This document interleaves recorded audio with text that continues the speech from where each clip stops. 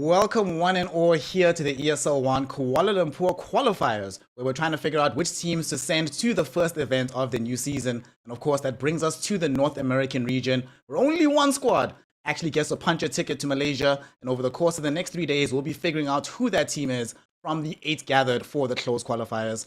My name is Snare, and today we've got a special guest on the mic. I'm with ET, the man who has cut his teeth on NA, who knows this region inside and out. What's going on, fam? What are you expecting over the next couple of days?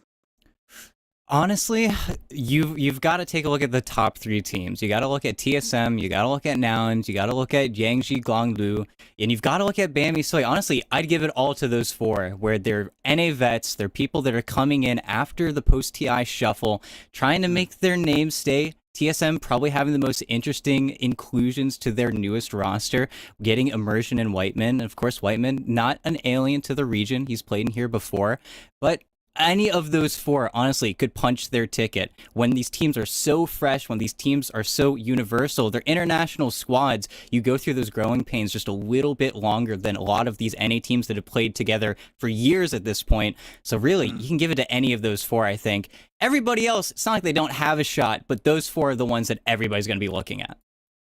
It is quite an intriguing situation because those 4, and well, we can even include Shopify Rebellion / EG, for the longest time, there were like 3 or 4 very stable teams in NA that year after year, no matter what, you had an idea of what the rosters were going to look like. I think this year is probably the biggest shakeup we've had in NA in quite some time. Before we delve into like the nitty gritty of some of these teams, do you think overall the region is stronger or weaker than it was prior to the shuffle? I think even though it definitely went through a large size reduction with the DPC, falling out of favor, no longer having that way to build up themselves, in a way, it's also very freeing. I think it shrunk. But then a lot of the teams, the barriers, they get knocked down, they join up, they end up on squads that they wouldn't initially have thought that they could be on. And I think, honestly, it's smaller, but it's better. It's more competitive than I think I've seen it be in a very long time. Post-TI, I saw more teams scrimming, practicing, looking for their shot, especially for this major, more so than any other post-TI in NA, because you've got this major to look forward to. You got $1 million tournament. You've got a shot. Only one team gets qualified to said tournament, but that's where all these teams are going to be gunning for each other. And they have been practicing the past 2 weeks. It's been nonstop for these guys. Practice makes perfect, as we all know the older Dodge goes. Of course, that does bring us to our opening matchup here of the qualifiers. TSM taking on Fort Studios. Fort Studios can be considered sometimes a bit of a meme team, some content boys, some talent who find themselves playing in there, but nonetheless, they were able to get through some other challenges to find themselves in the closed qualifiers. TSM, haven't seen them play just yet. They got invited directly into this portion of things. But the one thing I do like about the team is that despite the madness that has happened throughout the region, they have kept a lot of their players. Tomato's still there. We still have Kasani on the team, who I'm glad they're giving him another shot at the cherry. Whiteman stuck around, bringing in some of that international experience. For me personally, even though I think, looking at the roster by roster, I think Nouns is on paper the strongest team, I have a weird feeling that the consistency of TSM might be able to carry them over the finish line. So if you're a Fort Studios right now, what should you be looking to do to try and deal with a TSM that has known each other and played together for as long as they have? It's going to be a tall order. And I think that's where this being our first game is going to be a little bit rough. It's where those later stages, we're going to get those clashes that we were alluding to earlier. But Farsias, they just got to get it in the draft. They have to get something that they can work with. It's something that they struggled in both of the open qualifiers, where they don't have a coach. They're a pickup team. They're a pickup team that's known each other for a very long time. You've got Fear as your carry. They definitely have a lot of voices talking in that roster. But they can't lose in the pick screen. It's something that they were struggling with during the OQs. It's where they were losing games versus pretty much anyone if they got them on bad heroes and bad matchups. It's where lacking that coach is what's going to set apart a lot of these teams in addition to their prep work. I just hope that Fart Studios come in today, have a little bit of fun with it. It's a tough matchup. It's TSM, you got to cut them some slack. But if they can get something going in the draft, then I've got a little bit of hope. Even though it's TSM, it's going to be rough. It's not going to be an easy affair. I think, you're speaking about the draft. Another thing they're going to have to watch out for isn't just drafting consistently, but TSM do have a couple of pocket picks. There aren't that many, but, every now and then they will whip out the Lone Druid. They can yoink out the Broodmother for Kasane in the offlane. These things that are just extremely hard to deal with, especially if they emerge later in the draft.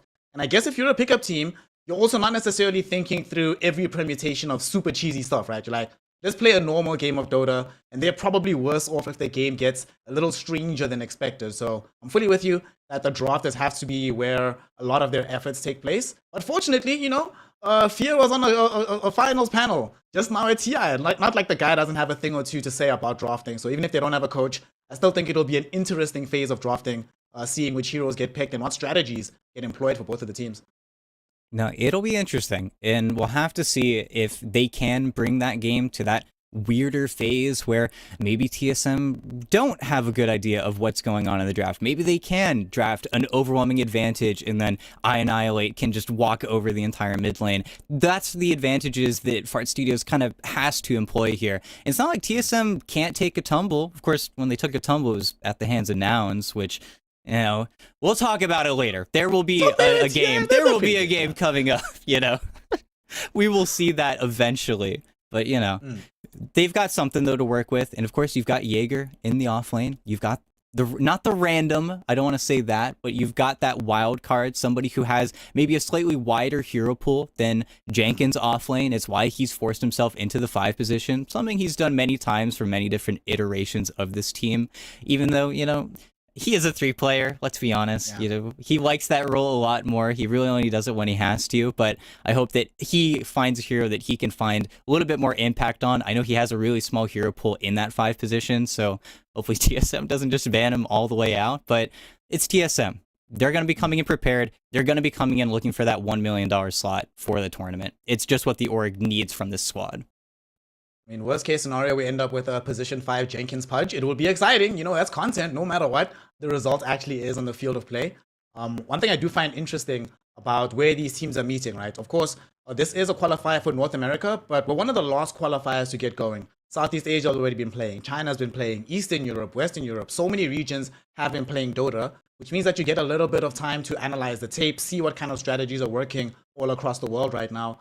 From the games that you've been watching, because I know you've been fiending some of this Dota, has anything stood out to you that you believe should be applicable across all regions, no matter what?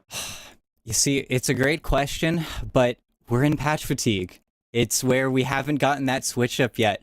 So as much as I could be like, China's doing this crazy pocket pick, SEA is doing the same thing, it's CK, it's Spirit Breaker, it's Bristleback. Specifically, the offlaners is what NA has been terrified, especially in the OQ. And I think that's where you kind of have to agree with them. The Primal Beast, even to some degree, the Lycans have been seeing some play where you just got to be kind of scared of what these offlaners are able to do and what Kasane is especially capable of. I would not be surprised if Fart Studios decide to single him out more so than Bryle or Tomato. But then you're kicking yourself in the foot a little bit because it's Bryle and Tomato. You have to give them some love as well. It's where I'm afraid that Fart Studios aren't going to have enough bans to really focus on that Tricore, the Tricore that stuck around for TSM. And I think that's honestly TSM's biggest advantage coming into this qualifier is that they're the only Tricore that did stick around. Nouns, completely different 1-2-3. Yang Jinlu, completely different 1-2-3. Everybody else is making a slight change up where they are just doing exactly what they've done the past 3 years.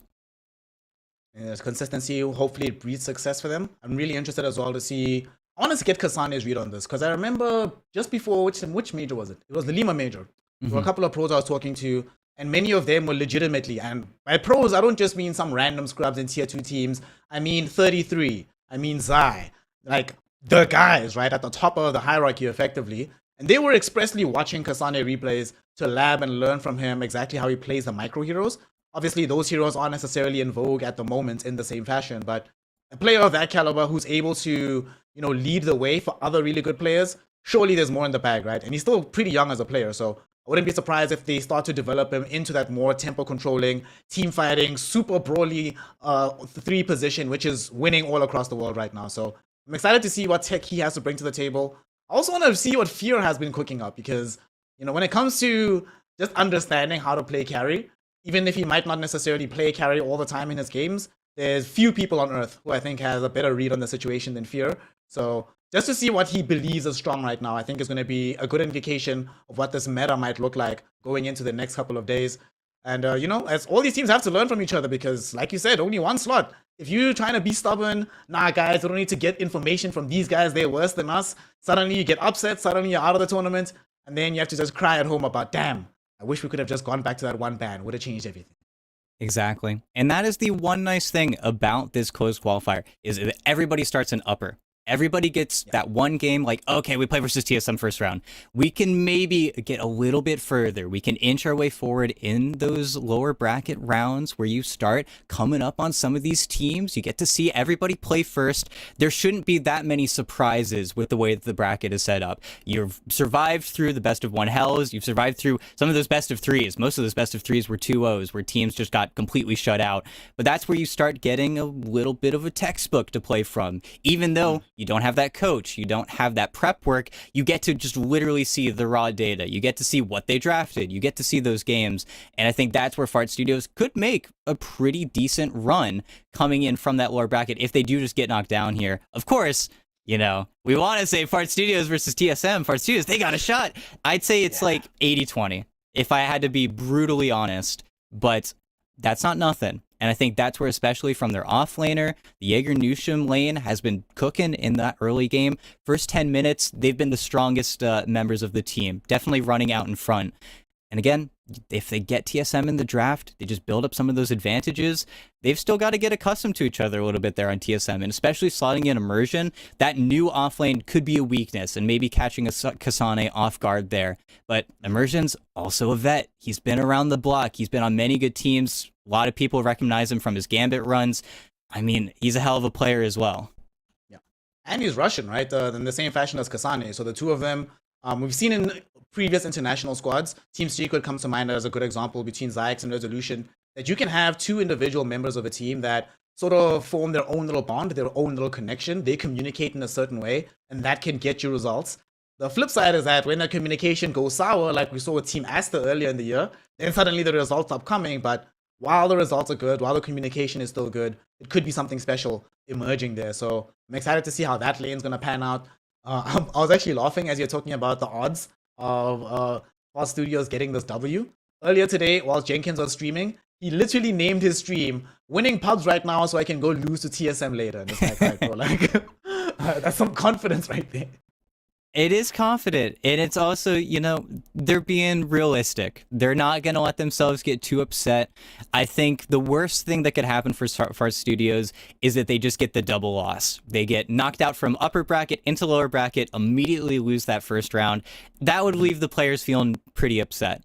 But on the other hand, this is about the best practice you can get. I'm not saying Fart Studios is building themselves out there looking for scrims. This is the kind of practice that you'd love to get out of any squad. Anybody would want to have to play a best of 3 where you have to win, where your back is against the wall.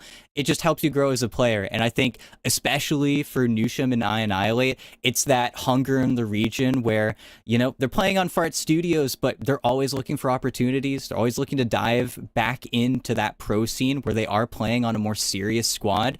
And this is the practice you need. It's the lanes you need. It's what you need to get yourself onto that next level, that next tier of player that they're still honestly gunning for. They've been around forever, but you're always looking to level up. So many NA players are still gunning for a chance, another opportunity to play that high-level Dota again.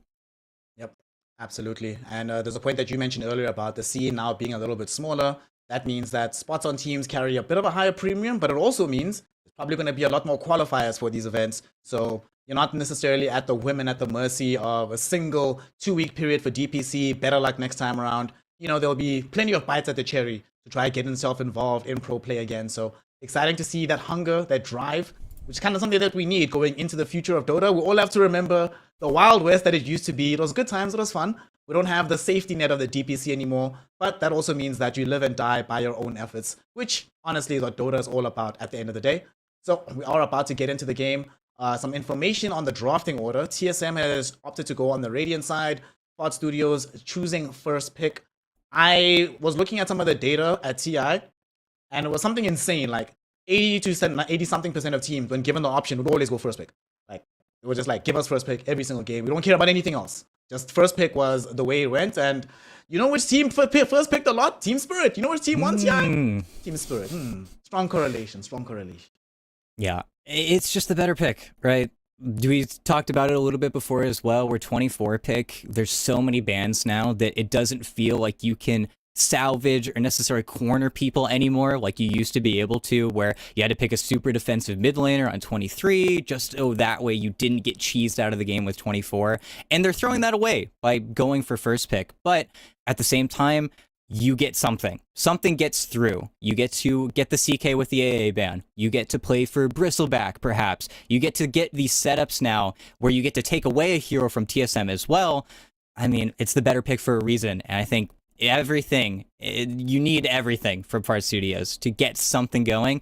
First pick is a great way to start. First pick is going to make a big difference. Speaking of actually interesting things that can still happen in the game right now, despite the fact that we're a bit deeper into the meta, I saw a safe lane Void Spirit earlier on today, and I was thinking about it, right? I think this is actually maybe something underpicked, right? Hear me out. Normally you play this Void Spirit hero, you go about it one of two ways, right? You dominate your lane, you explode the game from there, this becomes your focal point for the first like 20-25 minutes. You roll the game, you crush everybody, you play with this massive tempo. If that doesn't actually work out, things start to get a little bit iffy for you, you don't scale as well. It's better now that you're a universal hero, but I thought about it and I was like, wait a second. Late game, when you're just buying damage items, Void Spirit does an obscene amount of damage. How about we play tempo around this hero, give Void Spirit the time, sort of treat him as a late game carry, give him the time on the map, let him do his thing. Because he's Void Spirit, doesn't die that often, can escape these little ganks. And then by the time he's ready to fight, he's actually strong enough to 1 or 2 shot some of these supports. What do you think? What do you think about the potential of safe lane Void Spirit? Well, you could just be Weaver, though. Not to shoot it down, because I definitely think that hero, and I mean, Fart Studios launched that hero earlier in the OQ, but it can gain speed. It just hits this wall where you have to make a pretty tough choice. Do you go for Harpoon? Do you still play for the Ags timing? That's where you're getting power crept on a little bit in the meta as a whole, because it feels like you have to go for that Echo Saber, Manta, Lincoln's build where you've got the damage. I think propped up next to a Magnus, which, roll back the year, was the strat. That's what you did. That's how you made the Universal heroes go from being pretty broken to the worst thing in the game. I think that's where that hero can still probably shine. Pair with the Magnus, and I'm all for it. On its own, though, it definitely needs, I think, a little bit of gas. Just because it's got a few things playing against it in the patch, and most of its damage being from magic and not having any way to really amp it. It's tough. It really is, because everybody likes that hero. It's a spirit. You hate to see the spirits be in a bad sort, but that's also just been the name of the patch with how tanky everything is. I don't know if you've played Ember Spirit at all this patch, but if you've ever tried to Sleight of Fist a Blade Mail Heart guy, it does nothing. It's so sad. It's depressing. Let me tell you, fam, I haven't played Ember Spirit since the build was Bots Blink with the Datalists. I literally haven't played it since then. I was like, ever since then, who cares about the hero? Doubt we're going to see Ember Spirit today, but what we are going to see, Mr. ET, some Dota 2 action. TSM versus Fart Studios. We know that Radiant side is for TSM. We know first pick is for Fart. We've already gotten rid of some of the most broken and nonsense heroes in the game, but Dazzle is still here. Just pick Dazzle. Oh, this is interesting, ET. They pick Lone Druid, knowing full well that TSM have Lone Druid in their pocket, and knowing full well that probably one of the best ways to beat a team that is on balance better than you is to just outpace them, play much faster, and I think Lone Druid fits that bill perfectly. Yeah, it's been Jaeger's, honestly, biggest standout hero from the patch. He's been playing it every single time it's fallen into his hands, just makes that lane super solid, just gives him some space, and it gives Nusham somebody that he doesn't have to babysit. It's where you get to feel that 4 affect the mid lane just a little bit more, where Bryle gets a few less runes, his bottle gets refilled a little bit less, and Annihilates gets more. You get refills. You're okay with leaving the LD alone, so we should see Nusham everywhere. If he gets onto a hero like Grimstroke, I'd be so ready for it. Anybody that can just keep on going through those portals, making those ganks happen. Only problem, they are playing versus Weaver, which is, as we've talked about a little bit earlier already, one of the most disgusting heroes of the patch. Physical damage carry, is able to just snowball these games, and he is very, very adept at actually taking down the Lone Druid, and especially killing the bear. Just so effective at making trades. And bears are apparently very weak to bugs. So, very fun to play Weaver into this hero. I'm very surprised though that they... I guess it's the catch-22. Do we pick Weaver for all the good stuff, or do we try and pick Dazzle, out-cheese them, and maybe just ensure the game is delayed long enough that it doesn't matter? But Weaver If you're trying to make the game roll easier in your direction, makes sense to me. And more broken heroes, ET. We get the Kunkka, Yes. the Water Park from the mid lane. Well, it can be off lane hero as well. For Kasane, doesn't feel like his style though, but nonetheless, TSM have the flexibility if they want to do that. Yeah, he has played it before. It's not like he can't play it, but at the same time, you put a pin in it. You wait. You can now look at what Fart Studios are going to run versus you, especially in this next picking phase. And if it does end up being a terrible lane for him, you can, of course, decide to switch things up. But broken heroes, broken heroes. This is what I mean when I say patch fatigue. Everybody knows how to play at this point. Everybody has an idea. They say, okay, Weaver Kunkka. Yeah, it's Weaver Kunkka. We know it's good. LD, what are we going to pair for it? Again, I still think the Grimstroke is sick. It's a great pick versus Kunkka as well. Just disjointing and messing up his X combo. Just having enough range to really toy with him. But we'll see what they decide to pick up alongside it. I think Fart Studios nabbing a 4 now, though, would do them some good. Because TSM, at least on paper, don't have their supports just yet, even though Weaver has been flexed very seldomly, though. It really is just a better carry. I would be surprised if Tomato didn't want it to just take it in the safe lane versus the LD. But Art Studios are opting to spend a lot of their time here. I think they're really weighing in how many heroes are left, or if they want to take any more heroes away from Kasane, which they've done a fabulous job already. All of those offlaners that you're taking out, that's the most affected pool currently. Let's see, what other offlaners are still in? They could go Magnus, go Danquillo. Alright. I suppose this is also nice if they do want to leave Magnus in the pool, because they have multiple Magnus players, but if they're afraid of being magged into, no real mag player enjoys playing into the Danquillo. I'm okay with this. Does give them a bit of damage. It does leave them in this awkward situation where it's increasingly looking like they can't lose their lanes, ET. Okay, this helps a bit. This helps a bit. I was really worried about them going into the mid game if they lost their lanes, but at least they have a hero they can dangle in front, create some space for the rest of the team now. Do you think this Wraith King is going... Is he off lane or safe lane for the Wraith King here? I'm leaning more on it being Fear's hero, just because we want to, respect that Jaeger is going to take the LD, but at the same time, Annihilate can play the LD just as good as Jaeger can, and they now, with this Wraith King pick, have given themselves just absolute flexibility in the draft. I think they draft the Wraith King here specifically because TSM have 2 picks coming up, so now they can react. They're allowed to look at everything that TSM has. Of course, probably just going to do back-to-back support picks from TSM. Makes the most sense. And of course, picking up Tusk, absolutely love it. Versus Dark Will as well, one of the best heroes you can always get out of a hairy situation. It's a little bit scary to play against with the root, but there's that AA. It sneaks through, ruins the healing that both the Wraith King and the Lone Druid rely on so heavily. It's gonna kind of hurt to have those be your cores now. But this is where if Fart Studios were ever going to do a change-up, now would be it. But as soon as they pick another core here, everything starts getting cemented. And then, are they happy? That's the real question here. A couple of years ago in China, this was super common. Tusk AA with the Weaver. Tag team plus Weaver, no need to explain how stupid that is. iShot holding you in for more damage and the AA there for the Vortex. It's a lot. It's a lot. The one at least thing is they might not have a stun in the lane itself, so whoever's laning in that side of the map can get away with some stuff, but it's not fun. The main thing I'm worried about though, ET, and the thing I've always noticed with teams that are doing well, bro, TSM can fight for so long. They have so much re-engage. They have save from the Tusk. They've got elongation of the fight from the Kunkka, elongation of the fight from the Weaver, multiple spell amps coming in from the AA. And I'm looking at this Fart Studios lineup. It's not like they have the easiest time bursting these heroes before all these salvation tools come in. So where do you go from here to ensure you can actually win some of these skirmishes? Oh, it feels like the best thing they can do is to pick an initiator on Annihilate, get somebody who can actually team fight.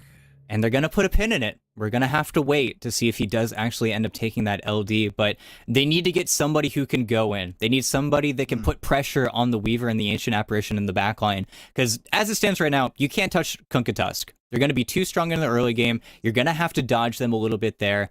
They need something that can survive in lane versus Kunkka while at the same time being that skirmisher, being that fighter. And he's got a great backline to support him. You're going to be Inkswelled, you're going to be running in, but that's what they need. They need somebody to go in. And that's where TSM having 2 more bans, it's going to be kind of rough, finding that perfect hero for Annihilate. But I am glad they picked up the Grimstroke. That's one of those Jenkins heroes that He was a little bit scared about getting banned out versus, but it's something to play for. It's another stun. It gives them some catch because Wraith King Lone Druid, it's one thing you'll never say they're great at. They're not going to keep you around for very long. It's very small stuns that they've got picked up for themselves. It's where TSM are definitely outclassing them. This last pick for Fort needs to accomplish quite a bit. TSM so far covering the puck base, making sure that we do not get that as their tempo controller and another vehicle for the Grimstroke Inkswell. I would like another carrier for the Inkswell. They definitely need some disable. Maybe some more damage would be nice as well. How would you feel about Faceless Void, bro, in this game? I know it's super greed, right? But if you can get past like 30 minutes, TSM's lineup doesn't push that quickly. And eventually, you kill all of these heroes as Faceless Void, pretty much by yourself. No, it's super greed, but at the same time, it's a carry that can survive the very difficult Tusk lane. We don't even know necessarily what Kasane is going to pick up here, but any hero paired along with the Tusk is going to be a pain. And Farseers don't have very much draft time here, so hopefully they get something. But you either do that, or you switch it up here, and they simply go for Pango, a hero that, you know, you're never going to say bad. You're never going to say, okay, it's Pango. Yeah, it's the best hero in the game, whatever, you know, he's going to rock it. But I'm definitely a little scared for them. It's a very fragile lane. I think now Bryle can just very simply just lane it. Kunkka versus Pango. It's not a very fun lane. It's one that Annihilate's constantly going to need more resources just to stick around. And then it's a battle of rotations. Rotations that you have to dodge as well. If Kunkka and Pango end up ganking the same lane, the Kunkka pretty much always ends up winning that trade just because Pango is a little bit less damage early on, especially before Diffusal Blade. It's where activity from Bryle is going to be a big, big issue from Fart Studios. And now they've got all the time in the world. What do they pick here for Kasane? On the bright side for the Pango, you can't get ganked mid anymore. Like maybe that was a worry about going for some of the other squishier options. But now, worry about Queen of Pain. Alright, so Kasane is going to play the Kunkka. Quap of Pain mid. This is... Yo, bro, if Kunkka is not a fun matchup for Pango, holy smokes, this is not enjoyable whatsoever. This is not going to be a good time for the Pango player.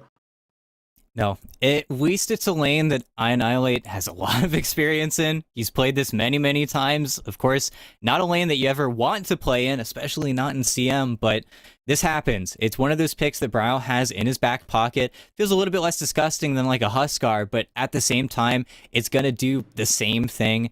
And Fart Studios don't have that much catch, so it just plays on the fact that Brown's just going to get out, going to squeak out a lot of those situations, gives them a perfect lane, more damage on top of their X combo already. Right now, anybody that TSM wants to kill, they're going to kill in the early game. As soon as you have Ice Blast, as soon as you have Sonic Wave, the boat combo, somebody's going to die, and you're just going to have to deal with it. And they do actually switch up on Fart Studios. They put the Wraith King in the off lane. Fear ends up on the LD. I think it's got to be just because they're a little bit afraid of that Tusk lane, but it's Whitemon Tusk. He's going to be running around, and we'll see what they end up doing. I know Whiteman and Immersion, they're extremely flexible players. Honestly, they're going to switch up their roles depending on hero more than anything, but it's going to be a tough game. Fart Studios are going to have to do something here. Yeah, I'm very, very worried. Like this, I know we were talking a little bit earlier about how 24 pick isn't as obscene as it used to be, but this might be one of those instances where you're like, it's pretty good. Like there's no instant disables. Well, to make matters worse, ET, all the disables that they do have, Quap can disjoint, right? You can get out. You can blink away from the Terrorize from Dark Willow before it hits you. The same is true of the Wraithfire Blast. The same is going to be true of Pango Roll. The same is even true of the Bear Scream. You're out of range of the Fear, you're Gucci all the time. I'm very worried about their ability to control this hero. And to make matters worse, if she ever feels threatened enough to buy a BKB, if Brawl buys BKB, he's not going to die in this game. Like, I just don't see it happening anymore. They have no way to deal with him. I'm scared and concerned. However, it is still Lone Druid. And Lone Druid, if he's able to get off to a hot start, can still roll these games in pretty hefty fashion. And I'm looking at the D push on the side of TSM, and it's not that significant, honestly. So, Fart Studios, let's see what they can make happen in the early game, if they can give themselves enough of an advantage to take the fight to TSM. Or will TSM just comfortably cruise into the mid game and then dominate from there? We find out, homie, with game 1. TSM versus Fart Studios. Before we get underway though, ET, I want your prediction. Who's gonna win? Who's gonna win and how long is it gonna take? I'm gonna give it a TSM 30 minutes. That's going to be my first prediction here. We'll see how wrong I am, because if they don't win in 30 minutes, then we're going to be here for 60 minutes, honestly. That's the type of game that Farseers are going to want to drag TSM towards. Yeah. While we have a small pause here, I'm actually curious. How many times in his professional career has Fear played a lone druid? I think I've seen him play it like once or twice before, but definitely not all that often. I'm really, really curious. Let's check. Also, whilst we are paused, let's see. Got some vision around the mid lane. Yeah, so far nothing really special, right? Just normal start to Dota. Everything's fine. Everyone's chilling. Yeah. The only thing that could be interesting is if a rogue Wraith King ends up getting a little bit too close to the hill here on the high ground, but otherwise, it should be pretty chill. Hopefully. We don't want an early chaotic game. That's what TSM wants. If you want to be a Fart Studios fan, you're going to pray that these lanes simmer down and stay quiet, because they get a few too many levels, especially on the Tusk, and then Whiteman can just create opportunities everywhere. It's the greatest strength of the Tusk. It's just that amp damage early on, making the lanes so miserable to play into. But it's going to be tough. It's going to be very difficult. It's where I do like that the LD will just kind of make that safe lane stable, gives Jenkins specifically just time to go through that portal. He's able to throw some more ganks Jaeger's way, and I think that'll be a huge part of this early game. It's the best part of LD. It's just leaving him alone, giving him some space to work with, but until then, we'll have to see what happens. And we do have Kasane having to deal with offlane Kunkka, because course, typically we see this here in the mid lane for a very good reason, because you're slowed down. You don't get your X combo 7 minutes into the game. Your Tidebringer levels coming a little bit slower. Your battle towards level 3 is not that easy. So what is typically just an automatic trade win in the lanes doesn't happen with offlane Kunkka nearly as easily. It's where winning that lane is a lot bigger part of TSM's early game than they might be thinking. It also means that we're delayed from getting the level 20 water park, thank God. True. It'll be a while before we see that. Very happy, if I'm honest. I'm not sure, but this lane is starting to feel. So this is funny. So this is Fear's 45th game on Lone Druid. But the interesting thing is, in one of the qualifier games that got them here, he ended the game with a Divine Rapier in his inventory. I wish I was watching that game. That sounds really, really fun to see. But I'm excited to see what the TI winner, the homie Clintons, got cooking here for us. Now we are underway. That game was silly. I want to say it wasn't even his. I don't even think it was his. I don't think he bought that rapier. But you know what? He ended with it. That's all that matters.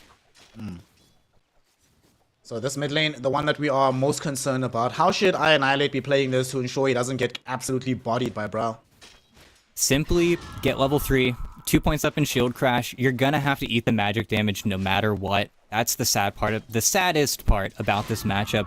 Playing on those range creeps perfectly is the best thing that you can do, but we'll give him that one. As soon as Brow hits level 3, though, that's where you typically get 2 points up in the dagger, and then all you can do is walk back in the wave whenever you get shadow struck. But in the meantime, just be simple, play easy, make your way towards that bottle, and then hopefully Nusham can make some time here for you, because eventually the trades start going south for the Pango really quick. It's already not the healthiest situation, but it certainly does get worse. As long as he can hold his own, I think should be okay. It helps a lot that he's playing Pango, so he doesn't have to worry about some of these rotations that could emerge from the side lanes. And how are these side lanes doing? Top, Kasane on his Kunkka. Let's see. Is anybody here really under threat? Like, one side has Kunkka AA, other side has Grimstroke Bear. I feel like you just trade farm in this lane, right? Yeah.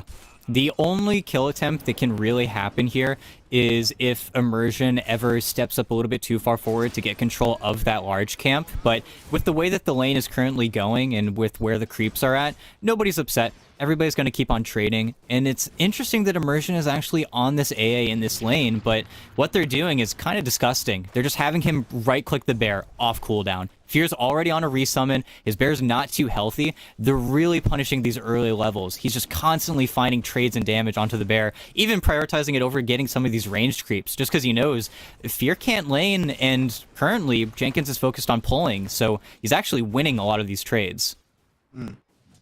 To make matters even better, are you really worried about level 1 Bear? Not so much without the Grimstroke being nearby. So good stuff in the top lane for TSM. Down bottom, things looking okay for them. You know, Timaru getting some decent CS. Jaeger's also farming away on the other side. But here there is a bit more kill threat. I'm especially worried for Ford Studios once we hit level 3 on this task. I think Nusham's positioning is going to have to be very, very good to keep himself alive, or he's going to have to just hold and pray for that point in Shadow Realm.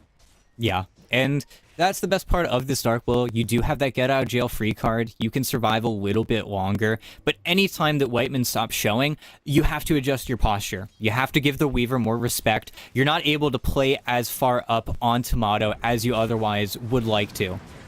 Simple play from Whiteman, just gets the range. Very awkward that they went for the play now. Now they're going to turn around for this. Ford Studios were hoping to run down Whitemon. It's almost like Jaeger didn't believe his luck that this was actually happening. He was a little bit shy about stepping forward and being like, wait, we could have gotten this kill. But nonetheless, they're going to force quite a lot of regen out of Whitemon here.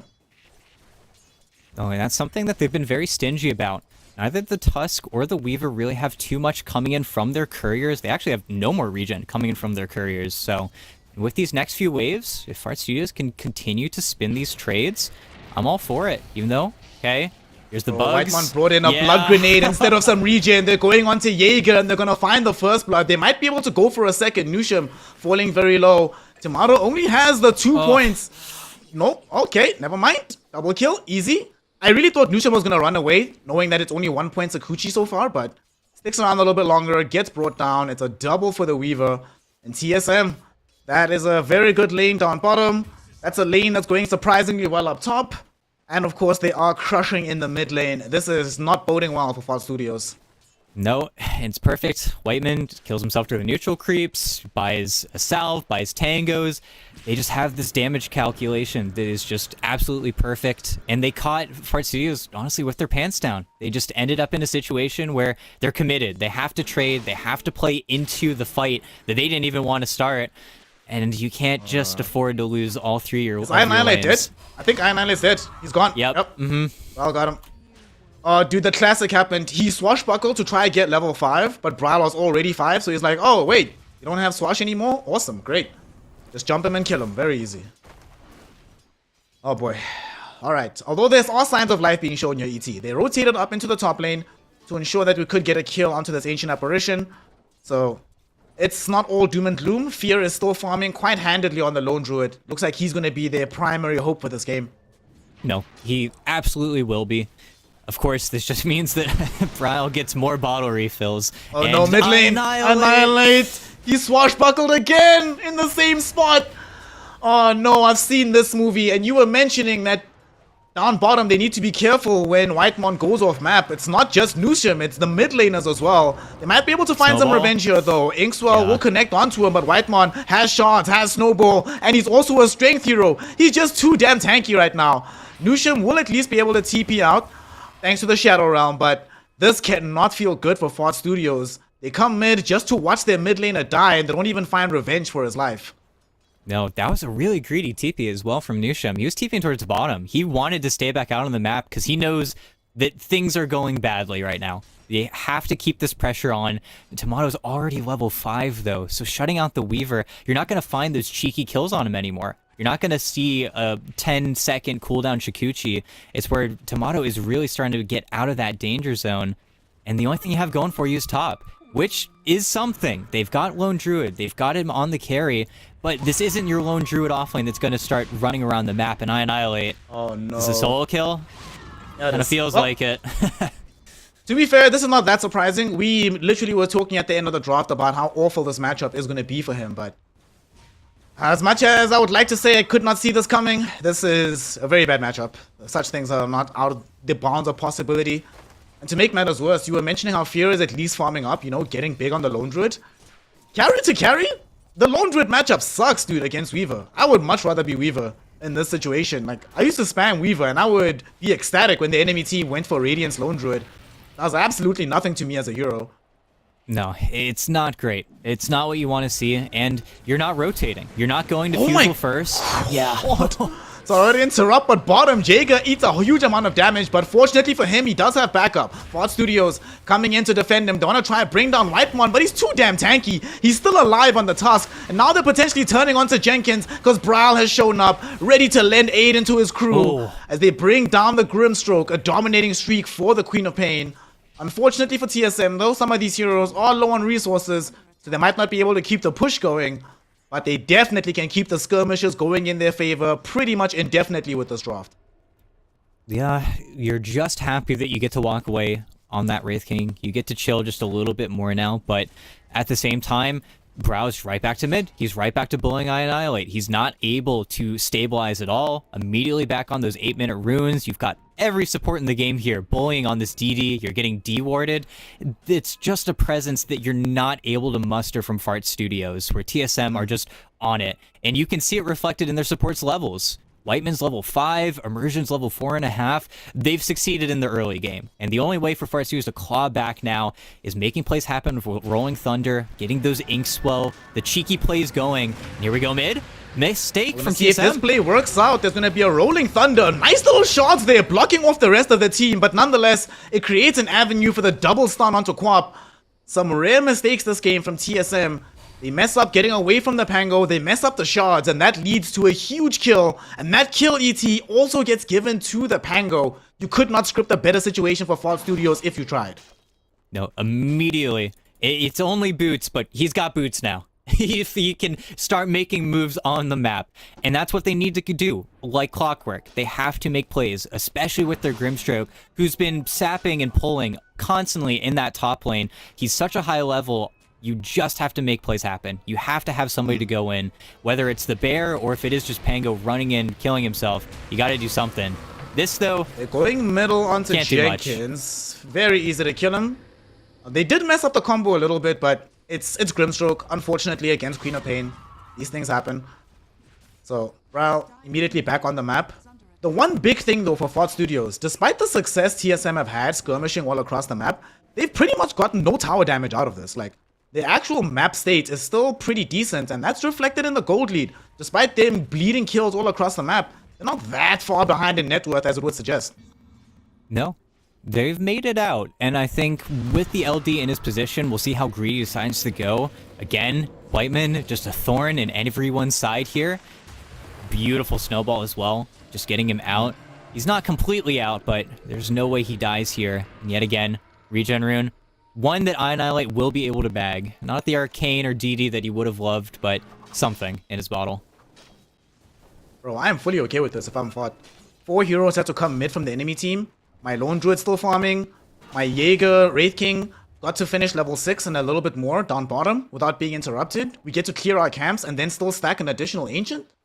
I feel like Annihilate must have some very interesting gods he prays to, because this game does not look like how it should for him. Everything is going much better than expected. Yeah, I think, especially with this Ancient stack, going to get closer towards that level 10 where you've got that extra range with Swash where your hero just gets that much easier to play. It's going to be like a 15-minute Diffusal Blade, but at the same time, you're okay with it. And like you said earlier, they're not getting these buildings as fast as they would like. They haven't really been able to. Finally, Kasane has a pretty convincing push going on in the top lane, and his lane has been extremely quiet. Honestly, the way that he's playing Kunkka is less so like Kunkka and more like a Centaur, where he's really looking to get as much net worth out of that top lane before he decides to give it up. It's where they are able to extend this laning stage, and they are putting the gas on a little bit here. With those cards putting pressure on these tier 1s, even in the bottom lane, they're finally starting to get some of these objectives rolling. Top lane first tower to fall in this game, but Fart Studios will have anticipated that move coming. They're now going to be trying to shell and defend the mid lane. Make sure that this map still has Fear having space to farm up. Bro, he's almost got the Radiance on Fear. Are you kidding me? Are you serious right now? No, he's been gunning for it. Unfortunately, Jaeger is also gunning for it, so maybe they'll talk about that. And yeah, okay, he switches up his build, but at the same time, though, it's tough because you are taking away a very valuable item for your Wraith King just to give you a little bit more of that team fight strength. Of course, Radiance, one of the best items you can buy versus physical damage. It's going to make you live a little bit longer versus Tusken Weaver especially.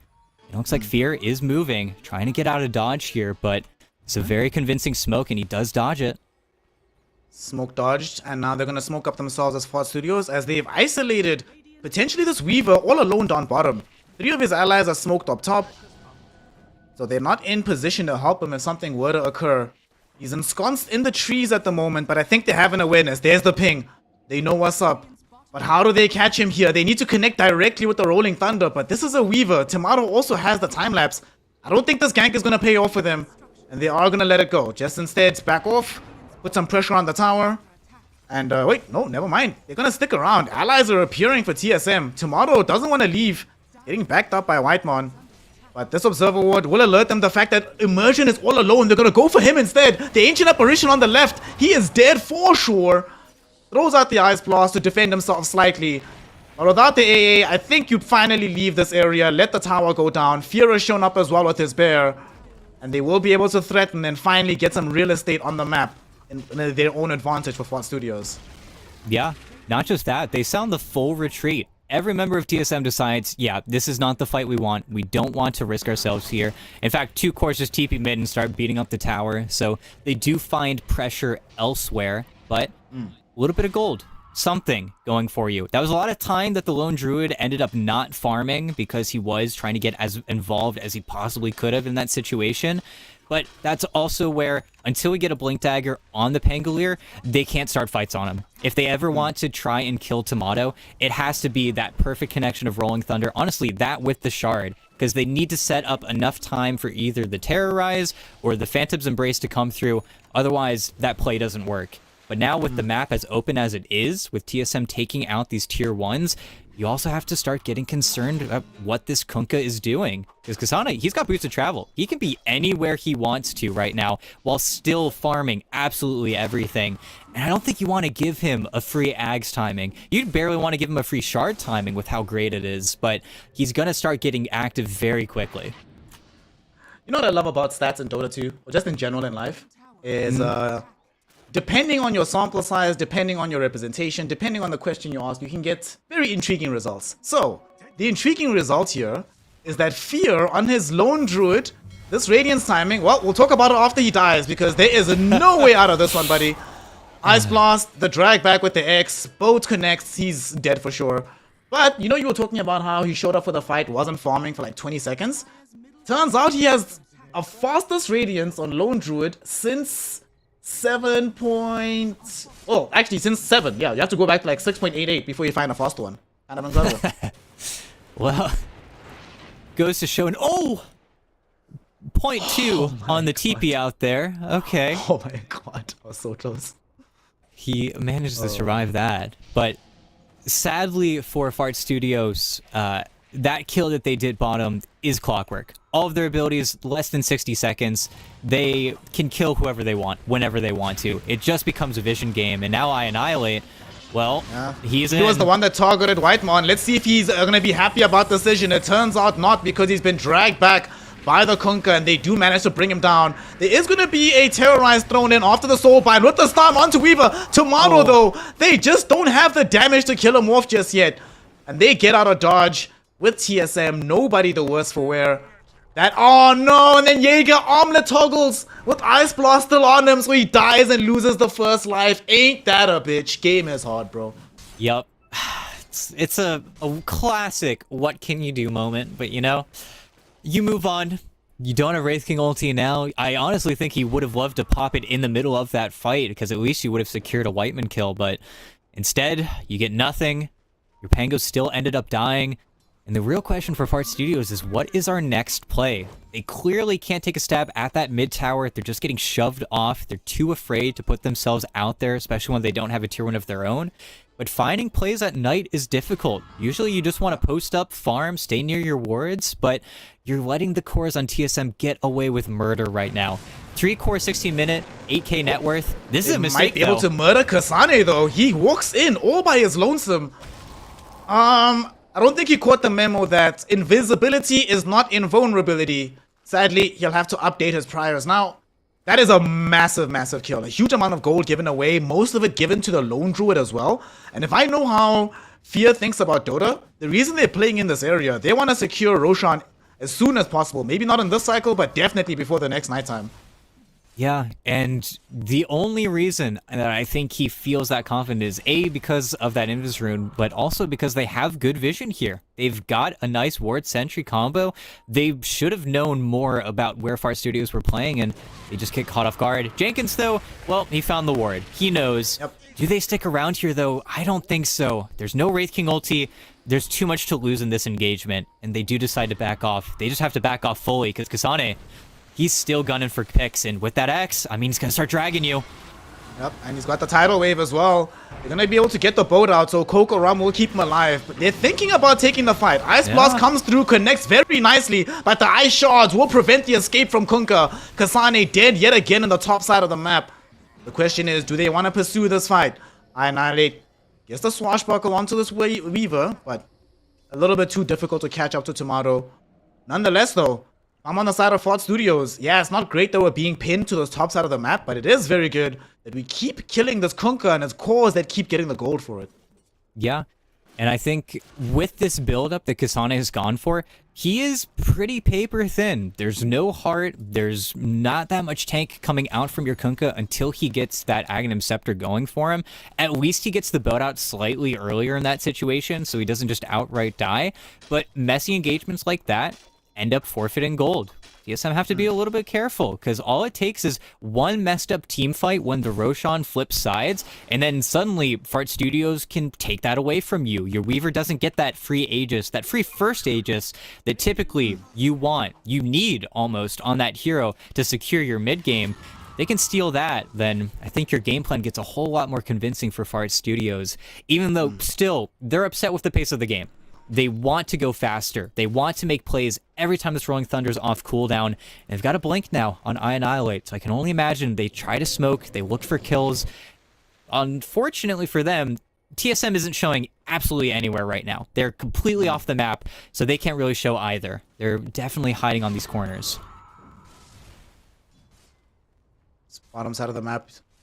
It seems like where TSM need to start focusing their efforts. Roche swapping sides quite soon. So they certainly want to, if not get it themselves, deny the side of Fort Studios taking it. But like you mentioned, there is a Weaver in the game, so it's not that complicated for them to secure the Aegis. Where's Bryle going next? So he's going for the Aghanim Scepter out. We're going to get that stupid AoE strike. Honestly, that spell is a bit too dumb. Like, that plus the 15 talent, it's yeah, disgusting. Yeah, it's bad. It's never a point where Queen of Pain feels like it should get to, because the hero, is lackluster for damage for most of her game, and then suddenly it just spikes, especially versus Wraith King Skeletons. Even just Lone Druid in his bear is enough to get those bounces really hurting that backline. But smoke action, this is the play they want. They want to kill a core. Unfortunately, with the shield rune, Bryle is not your target, so you want literally anyone else, but he's the only one showing.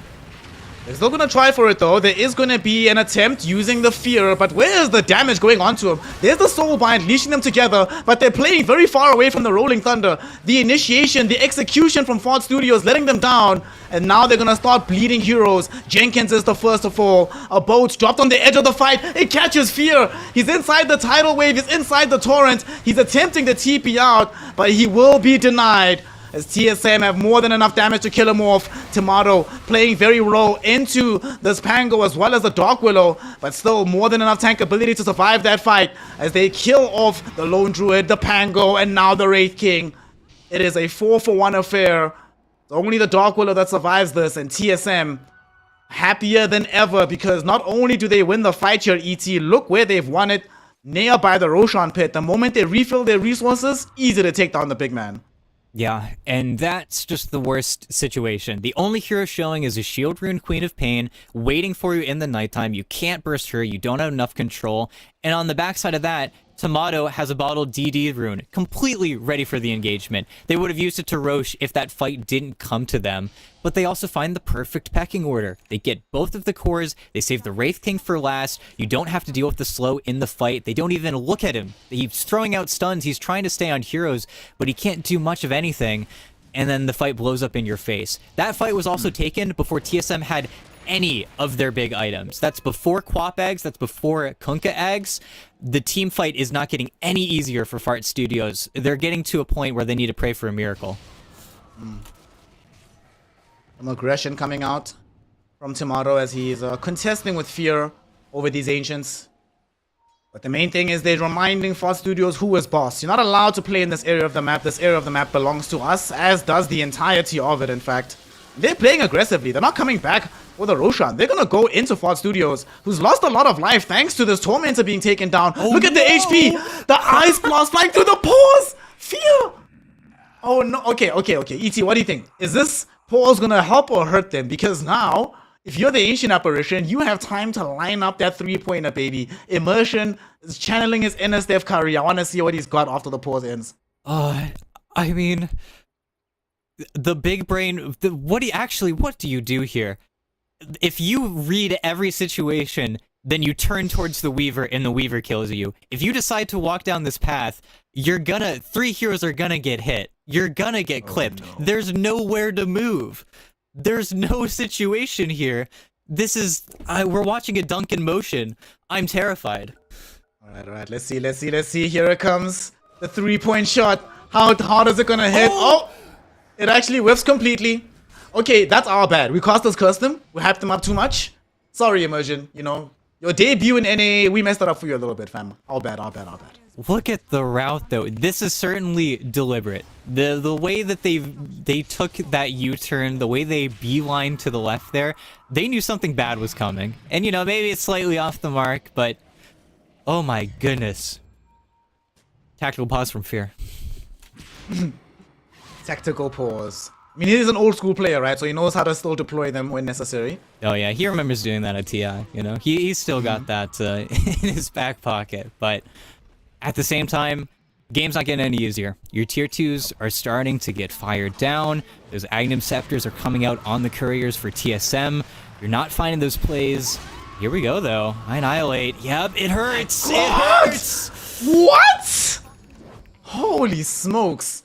The Sonic Wave, the Scream of Pain with the bouncing Shadow Strike. Easy double kill for the Quap, and it doesn't seem like she's done just yet. Going onto the high ground, Jenkins, very nice silence onto Whitemon, but unfortunately, multiple heroes around to take away the Phantom's Embrace, enable the stun, and give a triple kill towards the Queen of Pain.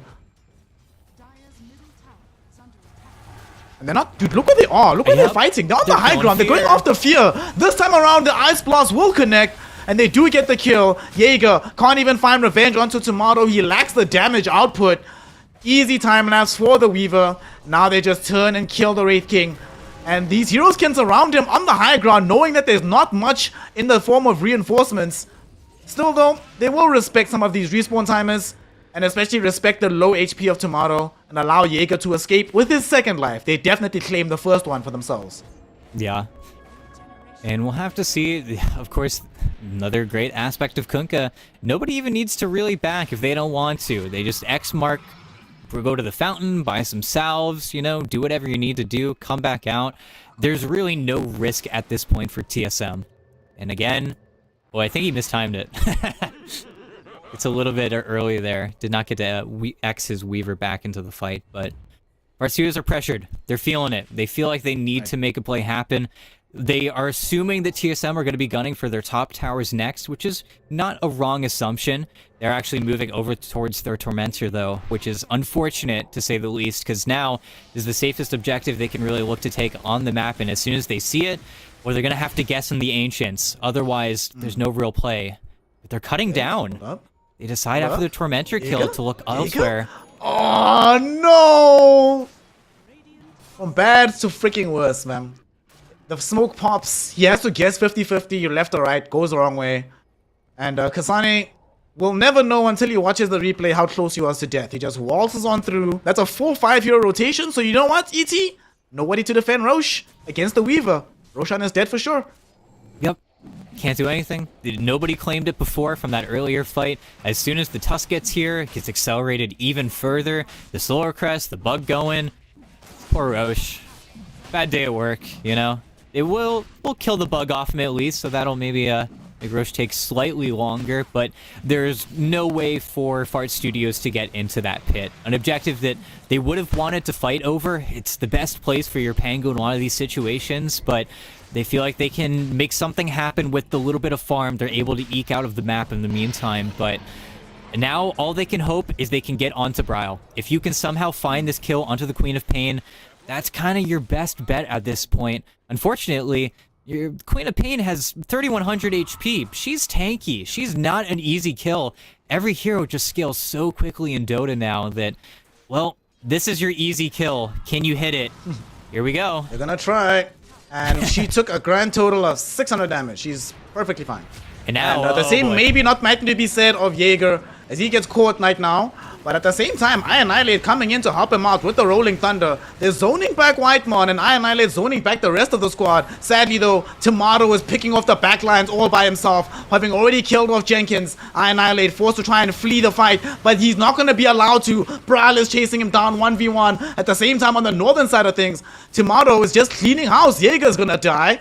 Dragged back by the tide.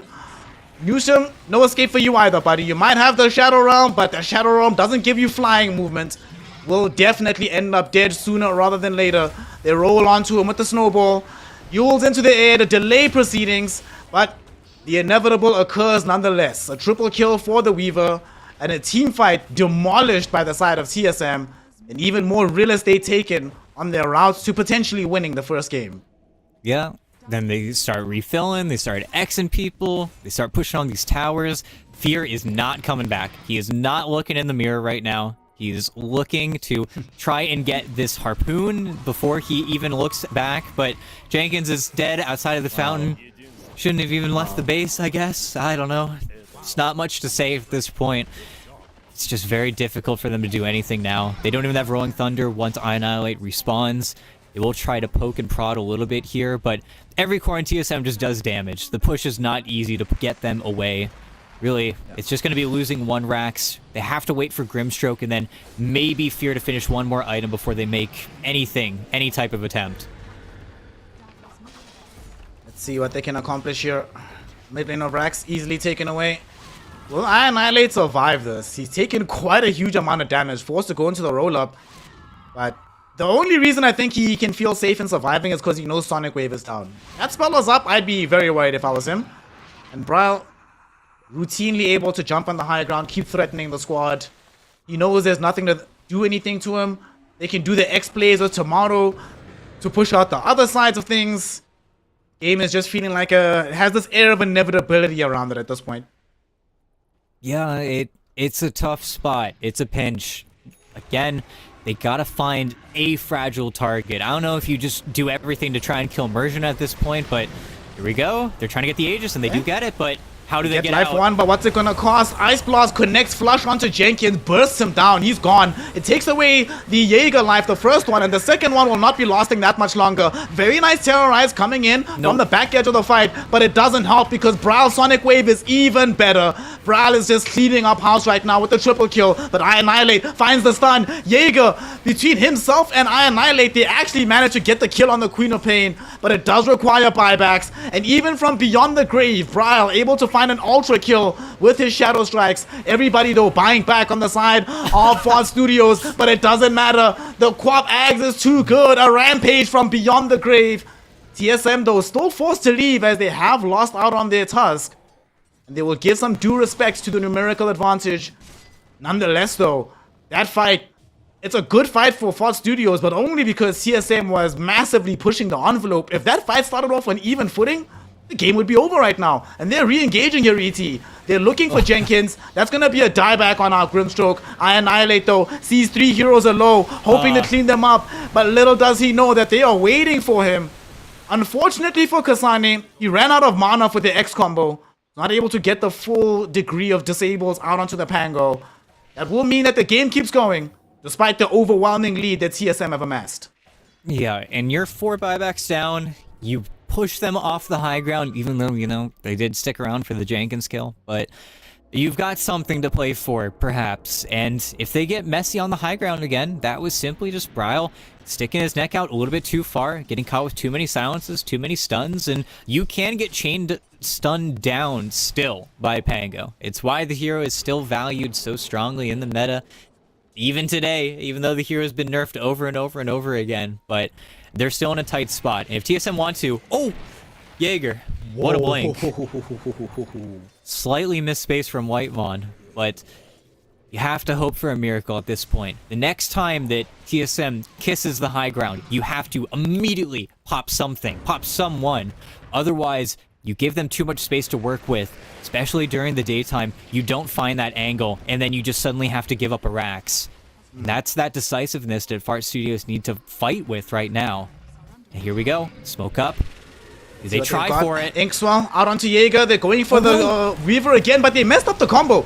They feared him, so he actually gets away from the Inkswell. Now they're going to re-engage. Lots of chain disables on the high ground from Kasane. No. The tidal wave dragging Jaeger onto the low ground as Queen of Pain assassinates Jenkins. Huge sonic wave connects on the 3 with the Shadow Strike going everywhere. We might be looking at another multi-kill for Pryle. He already got a double, gets himself a triple, and with no buybacks remaining, the towel is thrown in. GG, well played is called, and Fort Studios give up the ghost, allowing TSM to claim this first victory in dominant fashion at the beginning of our qualifiers.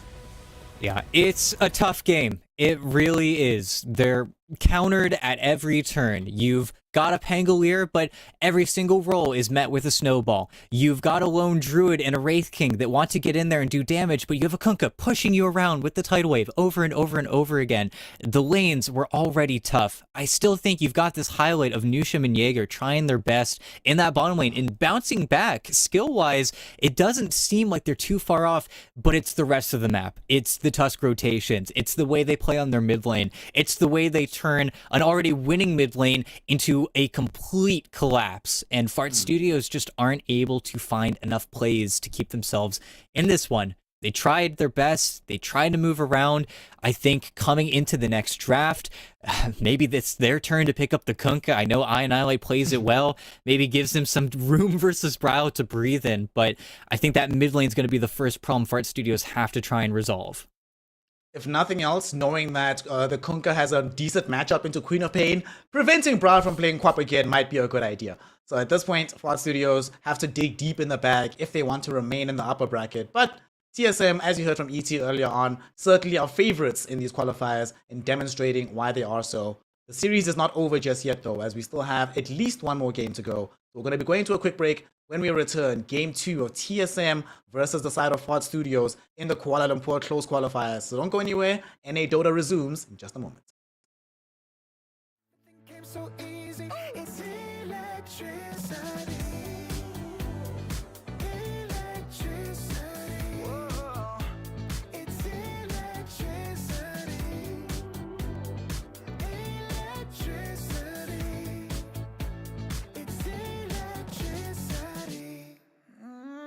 Late at night, I feel you on my skin,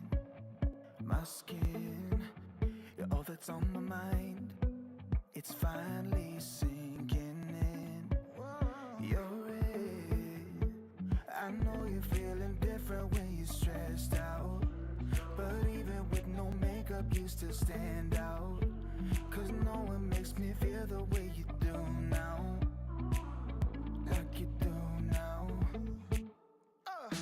That you move your body, make it look like a hobby.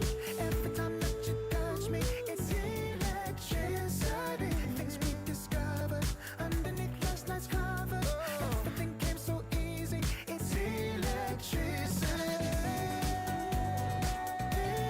Electricity. Oh, it's electricity.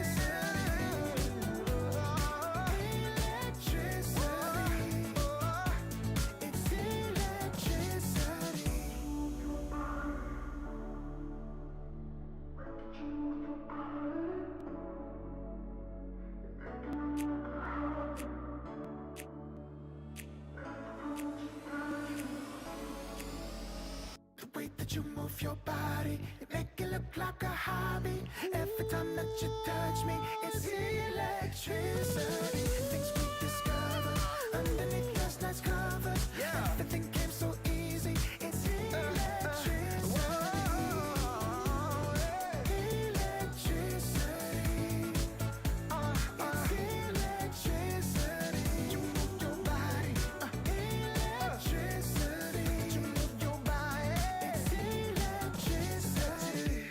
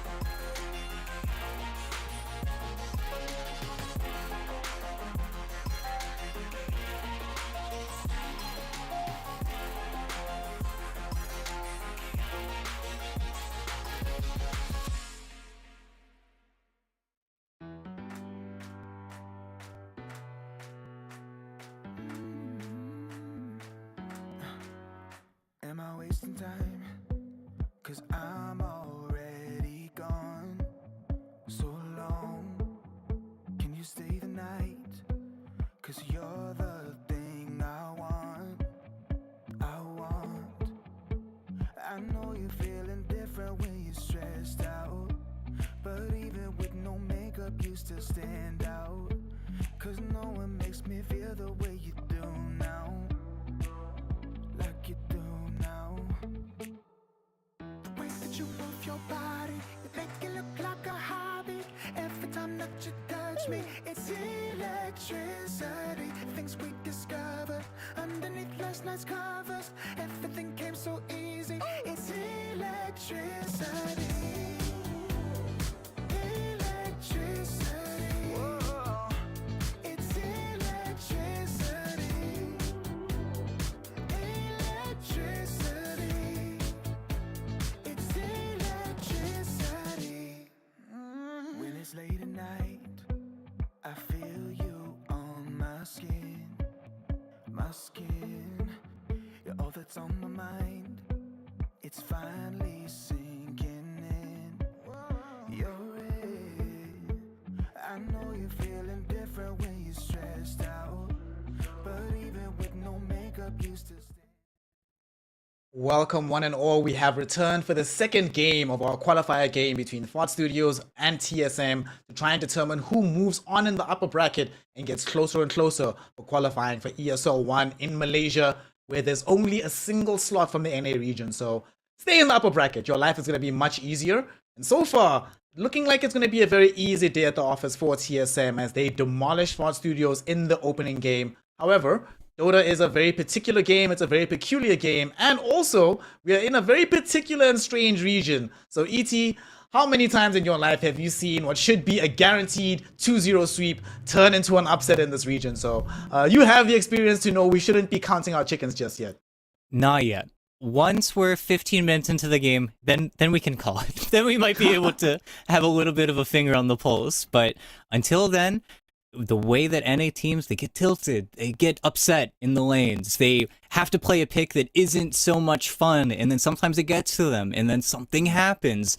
And I think that's where Fart Studios is counterpick time. If they were ever going to do it, it's time to get something going in the draft. Do not let Annihilate, don't feed him to the Wolves, don't feed him to Bryle Quap. Give him the lane that he deserves, and then see if he can output. Because Bryle is a beast in his own. He's one of the most mechanically gifted people in NA ever. I mean, in his position, in Dota in general, he is always willing to brutalize these poor guys that play pubs versus him every single day.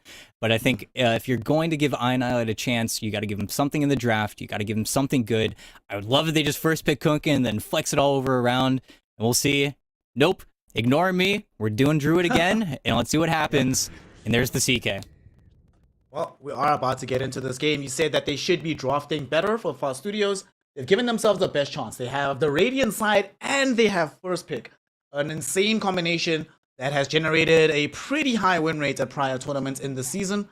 But like you say, they go back for the Lone Druid. Still could be for Annihilate, could be for Jaeger, could be for Fear. Very versatile hero.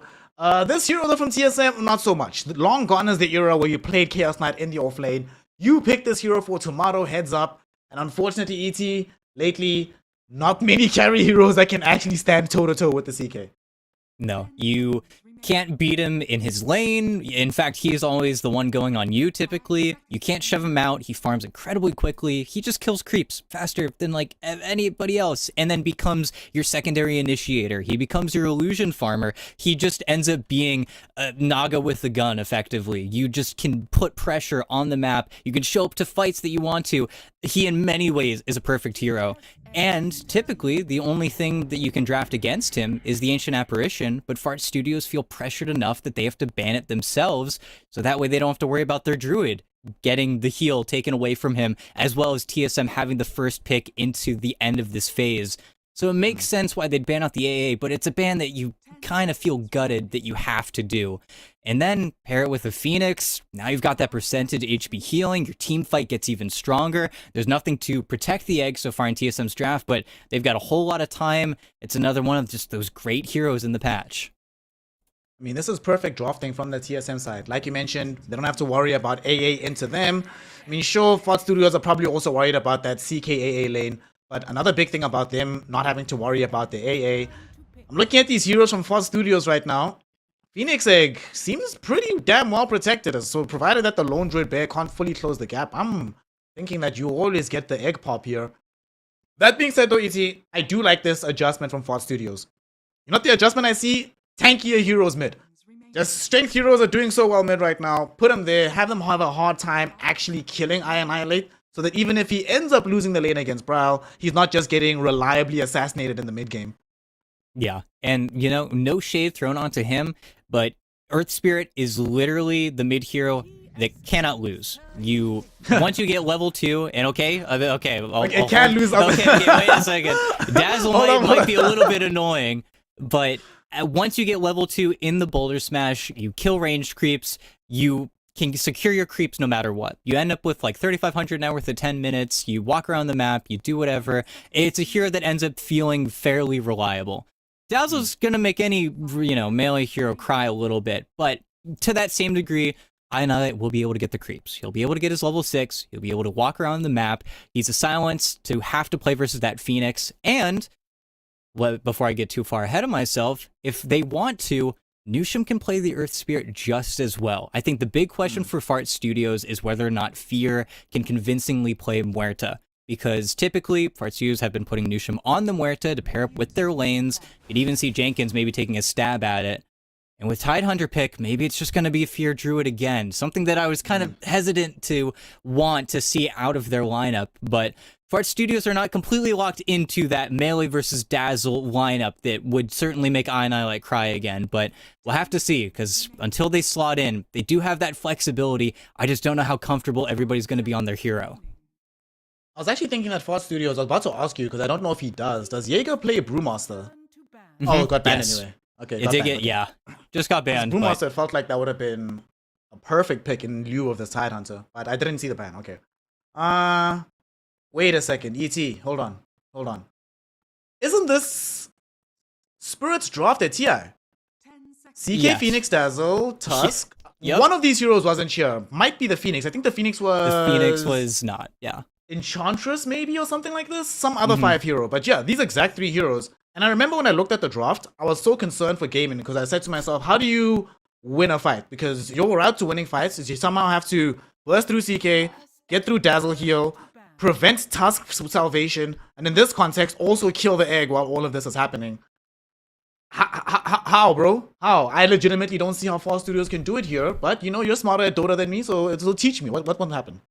It's going to come down to a second. It's going to come down to a moment with this Ravage where as soon as that tide goes in, he needs to find pretty much the entire layout of the fight. You need to find the Dazzle, you need to find the Tusk. Ideally, you get the Tusk trying to... Then the fight can break wide open. As soon as that initial Ravage connects, you get a silence onto one of the saves with the Earth Spirit, get a Spirit calling down on top of it. It's basically Fart Studios finding that moment, and then they can win the fight. The problem, if you give TSM any wiggle room, if you give them any time, if the egg goes off just a little bit too early, where suddenly the script has flipped, where you see everybody on Fart Studios, they know exactly what your play is, then TSM can just ruin you instantly. So it's going to come down to moments here from Jaeger and Fart Studios very quickly deciding, where is everybody at? What are we going to do?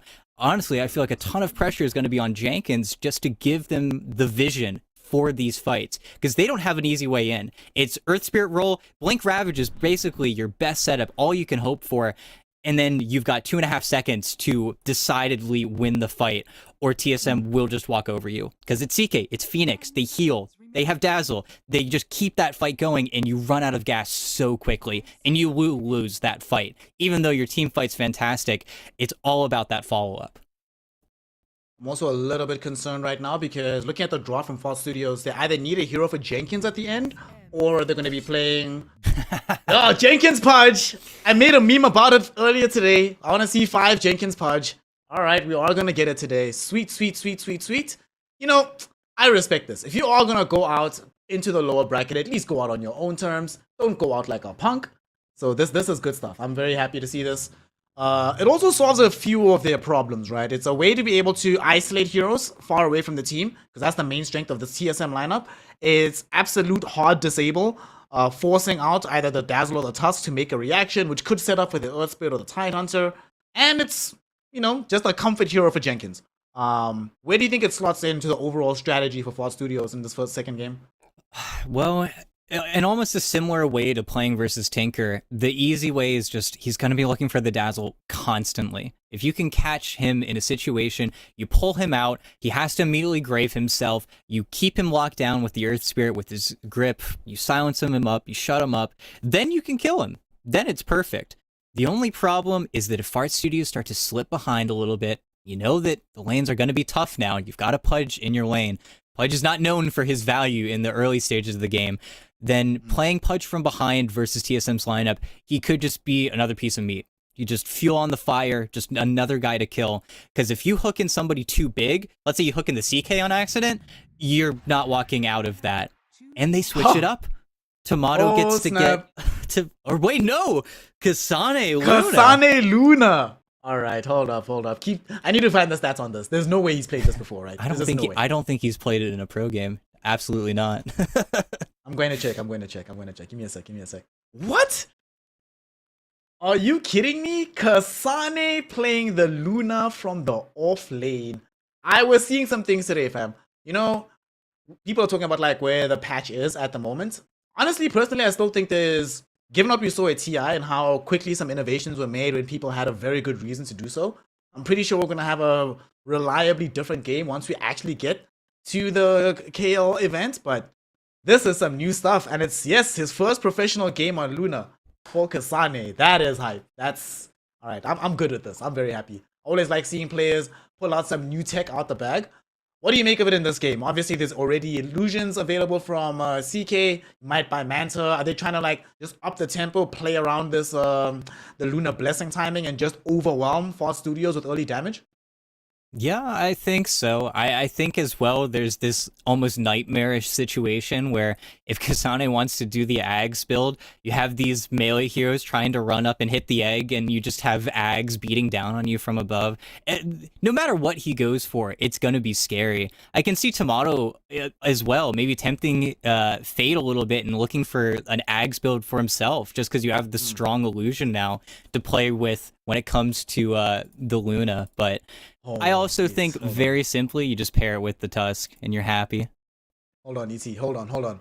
Is there a universe where they swap lanes, put the Luna against the Tide Hunter, because that crushes that lane, put the CK on the other side, right? Because CK doesn't really have to worry that much about the lane versus Lone Druid, and that way you win both lanes and then play super aggressively forward? And I think you're making the right call here, because Kasane right now, he just has a stick.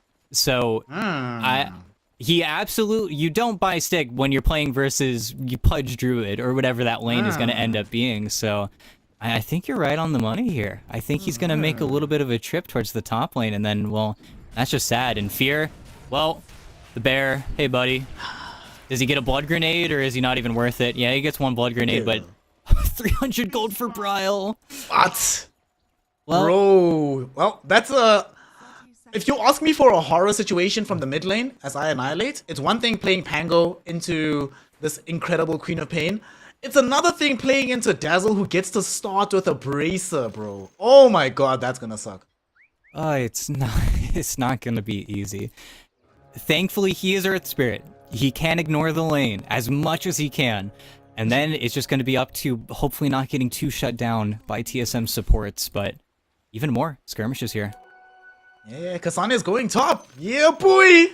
This is fun. I like to see this. This is cool. No, you are absolutely right as well. It's a very smart call, because now you've got that lane talked about before. Jaeger's going to struggle a little bit, just the physical damage coming through. You don't really care about the reduced damage reduction coming in from Anchor Smash. Eventually, if he wants to as well, you could just go for the actual Lucent Beam build, and then you just start nuking him down if Kasane doesn't want to play the traditional carry. But if he wants to, I mean, heck, he could just be the carry now. Tomato, you're my offlaner, you've been replaced. Sosby, You might not have heard about it, but there's a shuffle happening in the middle of the tournament. Tomato suddenly consigned into the off lane, but if there's ever a time when, as a carry player, I would not mind being consigned off lane, as if I'm playing CK with Phoenix behind me into this lane. Like, yeah, sure, Pudge can be annoying, but honestly, if there's no level 6 on the Pudge and no fear on, slash roots on the bear, what am I really afraid of in this lane? Yeah, it really is just going to be catching Tomato low on resources, and maybe that's where, you know, you got to shift that carry mindset a little bit. You know, you're not going to get all your regen just coming in from Whitemon. Might have to buy your own tangos, you know, something alien to these carry players, but at the same time, I think he'll be pretty happy. The real danger is before he hits level 4. Once you get level 4 and you've got 2 points up in the passive on CK, you can't really die. First blood about to happen. Nushim get caught in the combo, but at the same time, Jaeger outplays them all. Gets the first blood onto the Tusk. Very well done to prevent TSM from claiming the first blood. Give himself the best shot in this lane. And also get the experience bonus before anybody else. Nicely done by Jaeger. No, and now, you know, gets to keep in this lane with, I think, a full wand and some of the Soren components coming out on Courier. They do lose control of the large camp, which is a little bit sad, just because Immersion ended up dying first, but at the same time, you're pretty darn satisfied. Even though right now, Jenkins Whiteman. Oh! Ooh. Come on, Jenkins, you got this, fam. I am dispensing with the rule that people shouldn't be biased. I want a game 3, so let's go Fort Studios. Give me more Dota. Oh, you root for Sadly, the series. You root for the series. Exactly. Unfortunately, though, ET, for us to get there, Fear needs some more last hits, man. He's 3 for 3 right now in the bottom lane. Just unable to get the farm that we saw him accrue in the first game. Which, if people don't remember, he broke a record on getting Radiance on Lone Druid. Doesn't seem like that's going to be happening in this game.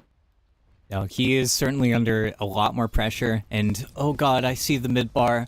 And no, Ryle. You just walked him down. ET, you assured me that you can't lose a lane as ET in the mid lane. Like, it's just not possible to lose a Earth Spirit. That's what you said to me. What's happening? Brow's just the GOAT. 18 and 11, I mean, he's gotten to the point as well where he can get those range creeps for free, but it just goes to show how bad those melee matchups are. And top lane. Look at the difference that Jaeger got from the early levels. That first blood enables him to kill Luna. This is supposed to be a counter lane, but Jaeger just straight up outplaying Immersion and Kasane here. Showing why players stick to their roles. He's like, my friend, I know you're moonlighting as a carry player, but you are not him. I'm sorry. I am just that guy in your off lane. No, very, very solid play. And thankfully for Fart Studios, even though right now, again, oh my god, Jenkins stuck around. He didn't leave. They debated him. The hook back onto Kasane, but the eye shots! Immersion saves the Luna's life and maybe sets up from some kills in the opposite direction as Newsom gets brought down from the rotation of Whitemon. Jenkins hiding and juking in the trees, trying to keep himself alive, but he has to know that his time is short. His days are numbered. He will take the twin gate through though, and will succeed in this endeavor. Gets down to the bottom lane, and they're not going to chase him. So Jenkins does manage to survive. Whitemon comes back into the lane as well. But overall, the outplays coming in from TSM. They get to keep Kasane alive and punish the side of Fort Studios. No, you don't just have one great Tusk player in Whitemon. You've also got Immersion, who's just on point. Just absolutely there where he needs to be. You know, it was a great hook from Jenkins. It's a beautiful attempt. And you do leave Tomato alone for a little bit, so Fear does start to pull away ever so slightly, but look at the confidence. Fear's dead. Fear's dead. One more hit. Oh, he actually missed. Dude, Fear's got the J's on. They're gonna have to settle for the easier kill in the form of Jenkins. But Fear, with the new Jordan 2000s, he's all good. TP's out, gets back behind the tower, and it's Gucci. We'll have to ferry in some regen, but certainly worth it to stay alive in this lane. No, definitely worth it. And then some more pressure put onto your Tidehunter, but Fear just TP'd to the tower as well, so he is far removed. He is not out of that lane. Look at Jenkins mid.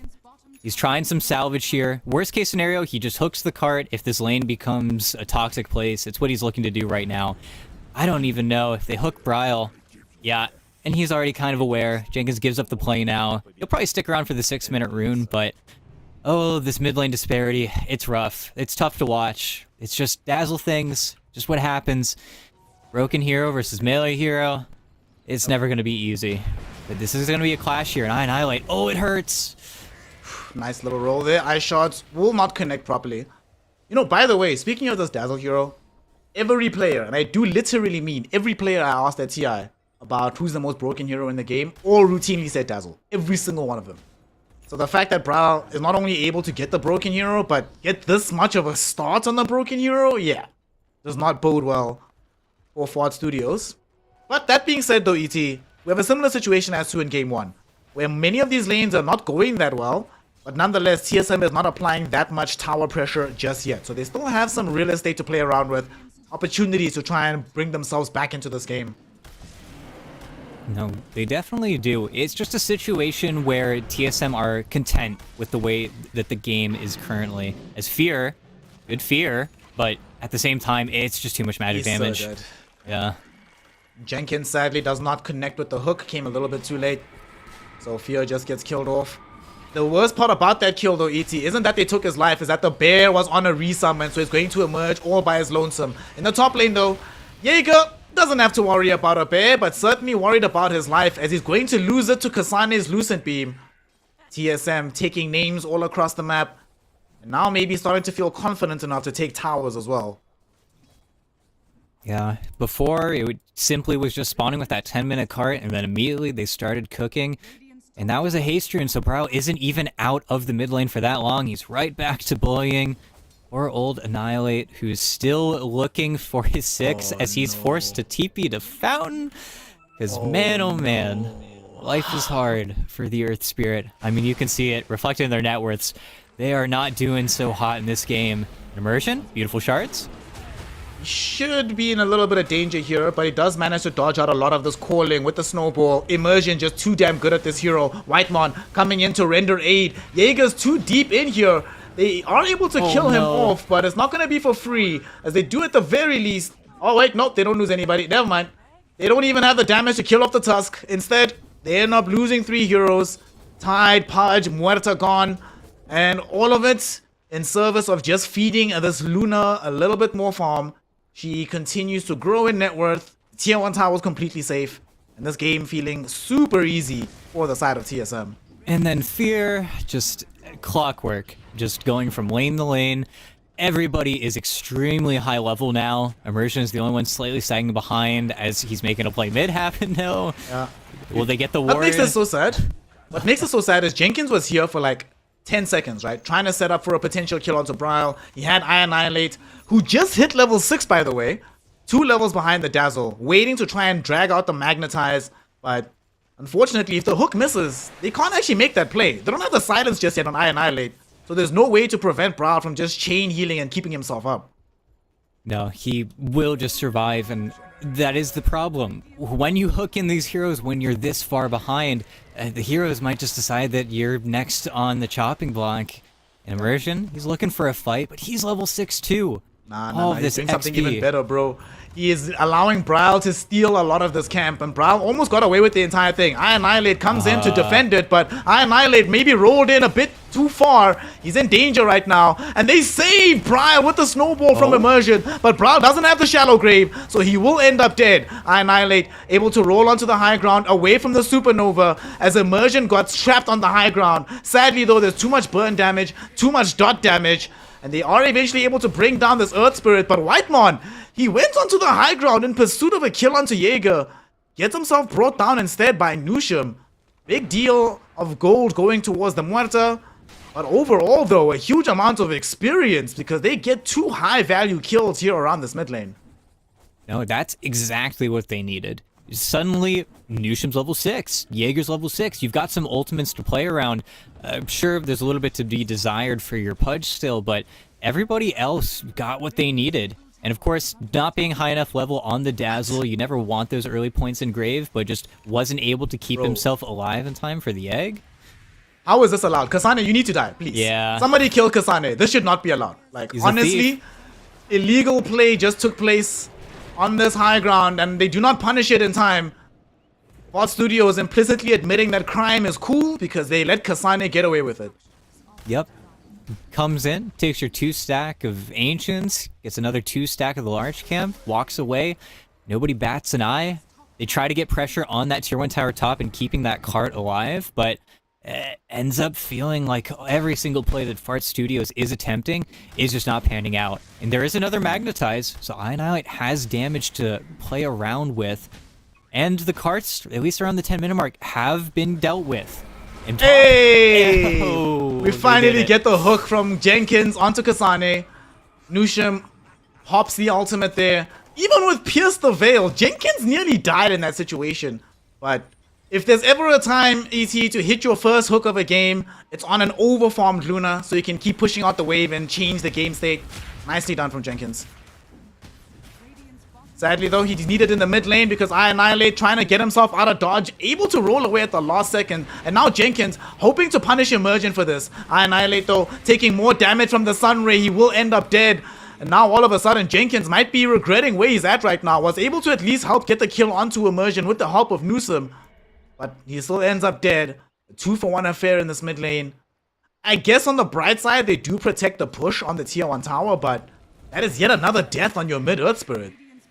Yeah, no, the dot is miserable, and constantly Immersion has just been hovering around this mid lane. He's got the Tumbler's Toy as well, so all it takes is just sitting in those trees, getting the angle, and then you're done. And during all of this time, Kasane and Tomato are just farming up a storm. Of course, Kasane got hooked and taken down top. Finally, with this Meteor Hammer done on Jaeger, he's going to be able to take away the Luna's tower. But Jaeger also wants to make a play. He wants to do something with this Ravage. He's got a good deal of damage, and they've got the Magnetize yet again here, but TSM are just doing another good job, just dodging out the play. The strong heroes are where they need to be, and Bryle just spearheading into the jungle with these two supports. They keep their real carry safe. They just play in front of Tomato, but now it's time to fight. They're looking for a brawl. Jaeger does have the Ravage at the ready, so we'll see if he's going to be willing to let this one off. Surrounded by 4 heroes, he's just going to try and TP out. What the hell was that TP, my friend? No way out of that one. Well, some daring is still good. I really thought they might be willing to consider sending back Annihilate, and then I realized that Annihilate is only level 8 right now. If he's level 10, has either the Spell Amp talent, you know, maybe he considers going in there, but as things were, just too risky for our Earth Spirit, just has to watch his compatriot die. Oh, They're and not it done. continues. Oh no, Nusham gonna get caught behind the tier 1 tower in the top lane. The fact that they have heroes like the Tusk that can fight past the calling is so scary for a support meta. No, it's where it just doesn't matter. The Tusk just gets through, he pulls everybody along with him, and then you just end up getting eaten alive. Meanwhile, there's really no bounce back right now. It's daytime, it's hard to approach these fights. They're playing for the 14-minute rune. A rune that, again, so XP starved. Fart Studios would really like this, but when they walk up this high ground, they need to expect a huge fight, and Immersion won't let him up. He literally is waiting. Dude, so smart. And they use the CK illusion to block off the hook, and now jumping back onto Jenkins. The Pudge already dead. Jaeger does have the Ravage. It connects onto all 5 heroes. Can they get anything out of this? So far, Kasane kept alive with the Shallow Grave. Annihilate really wants to chase him. The ricochet shot misses, but eventually they do end up killing him off. Unfortunately though, Annihilate now surrounded by TSM heroes and will get demolished by Tomato. ET, what a sad realization. You commit all of this, you kill the Luna, and then you remember Luna's not even the actual carry. There's a CK that actually has the most net worth in the game. It's just Tomato just farming. You're not able to stop him. They are trying to catch him on the bridge, though. This is going to be some angle, but it does not connect. So he's able to walk this one out. And it was a great kick. The only reason they get that Luna is because they get her stunned under the tier 2. The tier 2 ended up doing most of her HP there, but it's just feels like it's becoming a null factor. You're still not able to mess with this Dazzle Phoenix Tusk that is still just walking around, occupying your entire map, playing in front of these cores. It's why Kasane and Tomato can just farm. And if Kasane wants to cycle out, just wants to farm on his side of the map, farm all the Ancients, well, he sure can. Tomato is completely alone top right now, but they're so terrified of this trio on TSM that they have to dodge out that side of the map completely. And then Tomato puts the illusions on the wave, and then everyone farms. And then you don't get back in the game. You know what's going to be really funny to see? So on paper, Fart Studios have Earth Spirit, Pudge, and to some extent Tidehunter to help them out against these illusions, right? But there's going to be, let's count them, 3 from Brawl, another 3 from this Luna when the Manta's out. And the CK is going to have a lot more, but the CK is about to die though. And there's nobody nearby to help him out. Dazzle's not here, he doesn't have an Aegis. So that's just a heads up clean kill. 1,000+ gold going the way of Jaeger here. A mega kill streak ended, but crucially some momentum being halted. Fault Studios at least get something on the map. Yeah. And they outmaneuvered that trio. They were able to get around him, and Tomato just gets a little bit greedy, thinks he's safe, has the illusion farming that wave, but they cut past it, and the creep wave doesn't get pushed out fast enough for him to feel those warning signals. It's something. It's expensive. It's, you know, magnetized on cooldown yet again, but I annihilate. Magnetizes on cooldown, but his life might also be on cooldown right now. He's about to get jumped by TSM. They block the angle of the rolling boulder. Very nicely done by a white man with the Icarus dive. And that is going to lead to the death of the Earth Spirit as well as the tier 2 tower. I annihilate, just getting annihilated all across this map. And that's your glyph used, so whenever TSM want to, they just recommit. And Fear, who's been quietly farming, just gets popped. And he's got nothing to show for himself right now. I think he's got a Midas on his bear, he does have a Midas. And he's building a second one. He just got the second Midas I think he just got the second Midas, so that might be the name of the game now. I know INI is also turning around for a Midas, and it's, I guess, a future to play for, but it's not looking very bright. Well, Midas, let's go. We saw it here, there were several games that will have like 6 or 7 Midases. How many does TSM have? TSM have 1 on the Phoenix, and that's it. Everybody else is able to just farm heroes on the map well enough that they don't need the item. So we only have 4 in this game. It's not so bad. Yeah. Well, if Annihilate gets there. Right now it's only 3. I'm not sure he'll get there in this game. If I'm honest, things are not looking very positive for Earth Spirit. No, and it's just very different. You know, this isn't the lone druid we're seeing. This isn't Ace. This isn't him running around with Diffusal Blade, Echo Saber, causing chaos on the map. And Jaeger, in the farthest corner of the map, he can't get away. Honestly, though, that play is creating space. I don't mind that death. That death is fine. He has to be somewhere. I will mind these deaths in the mid lane, though, because Nusham, no reason to die there to Tomato. Thankfully, Jenkins does bail him out. Bottom lane, though, I Annihilate will not be so lucky as he gets caught.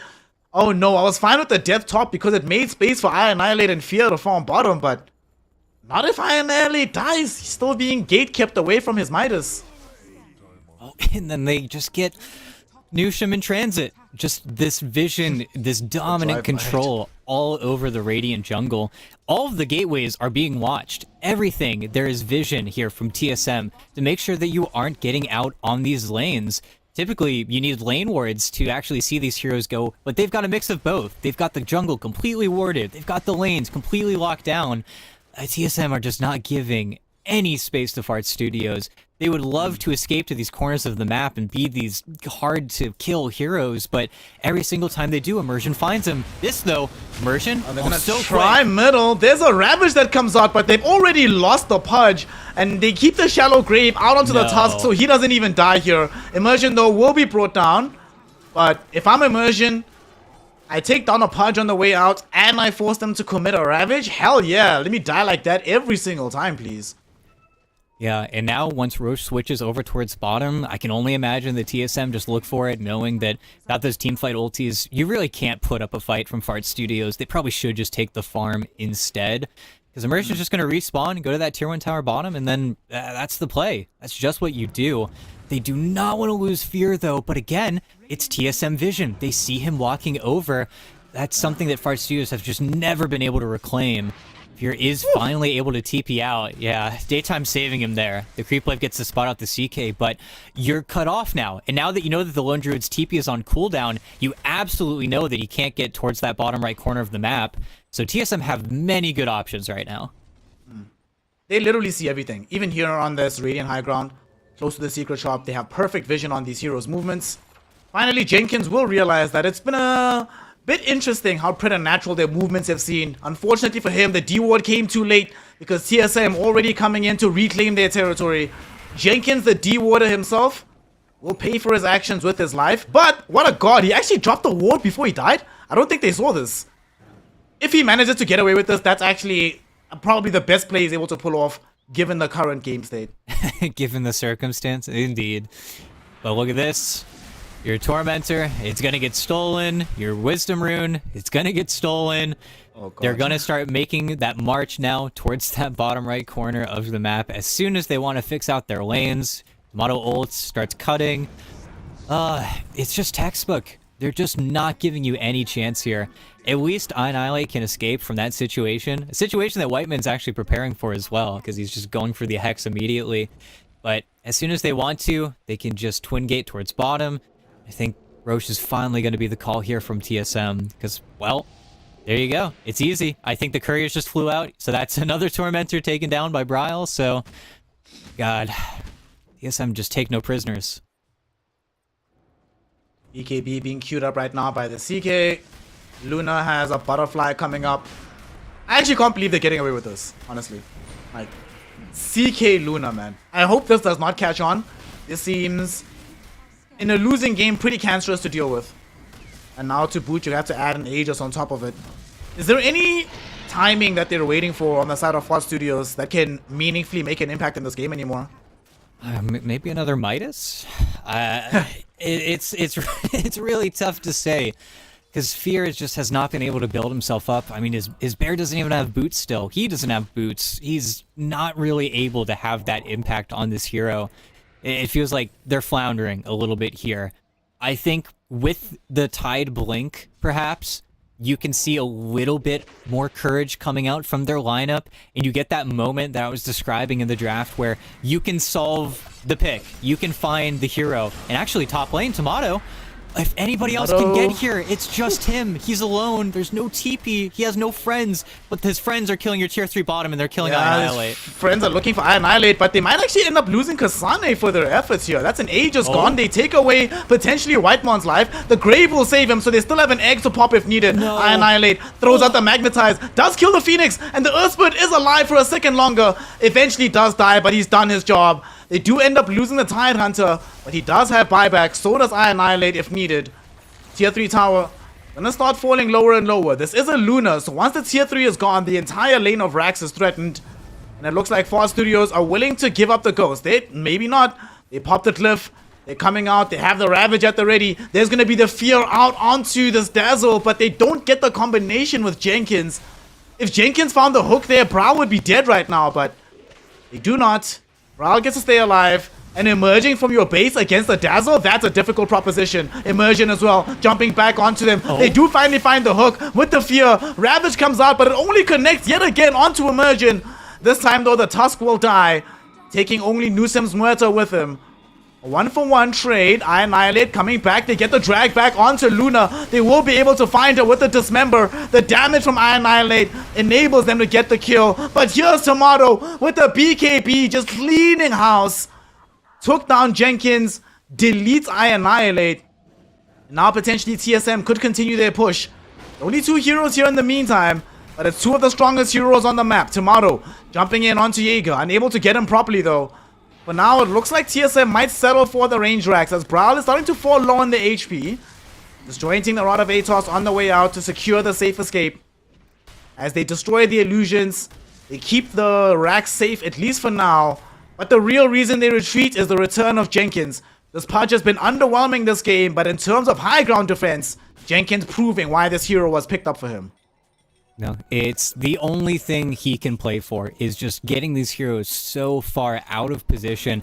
If the Ravage came just a second earlier, they get Bryle. They get him in the absolute worst spot. The way he was able to escape there feels criminal, but he was able to just walk that one out. But the silences as well, coming from FOD Studios, from Newsham and Annihilate, they are getting these kills. They're able to disjoint Bryle from the rest of the lineup. They aren't able to get on top of him, but they're at least able to delay that shallow grave to give them a chance for something. This, though, is Fear 100% dead.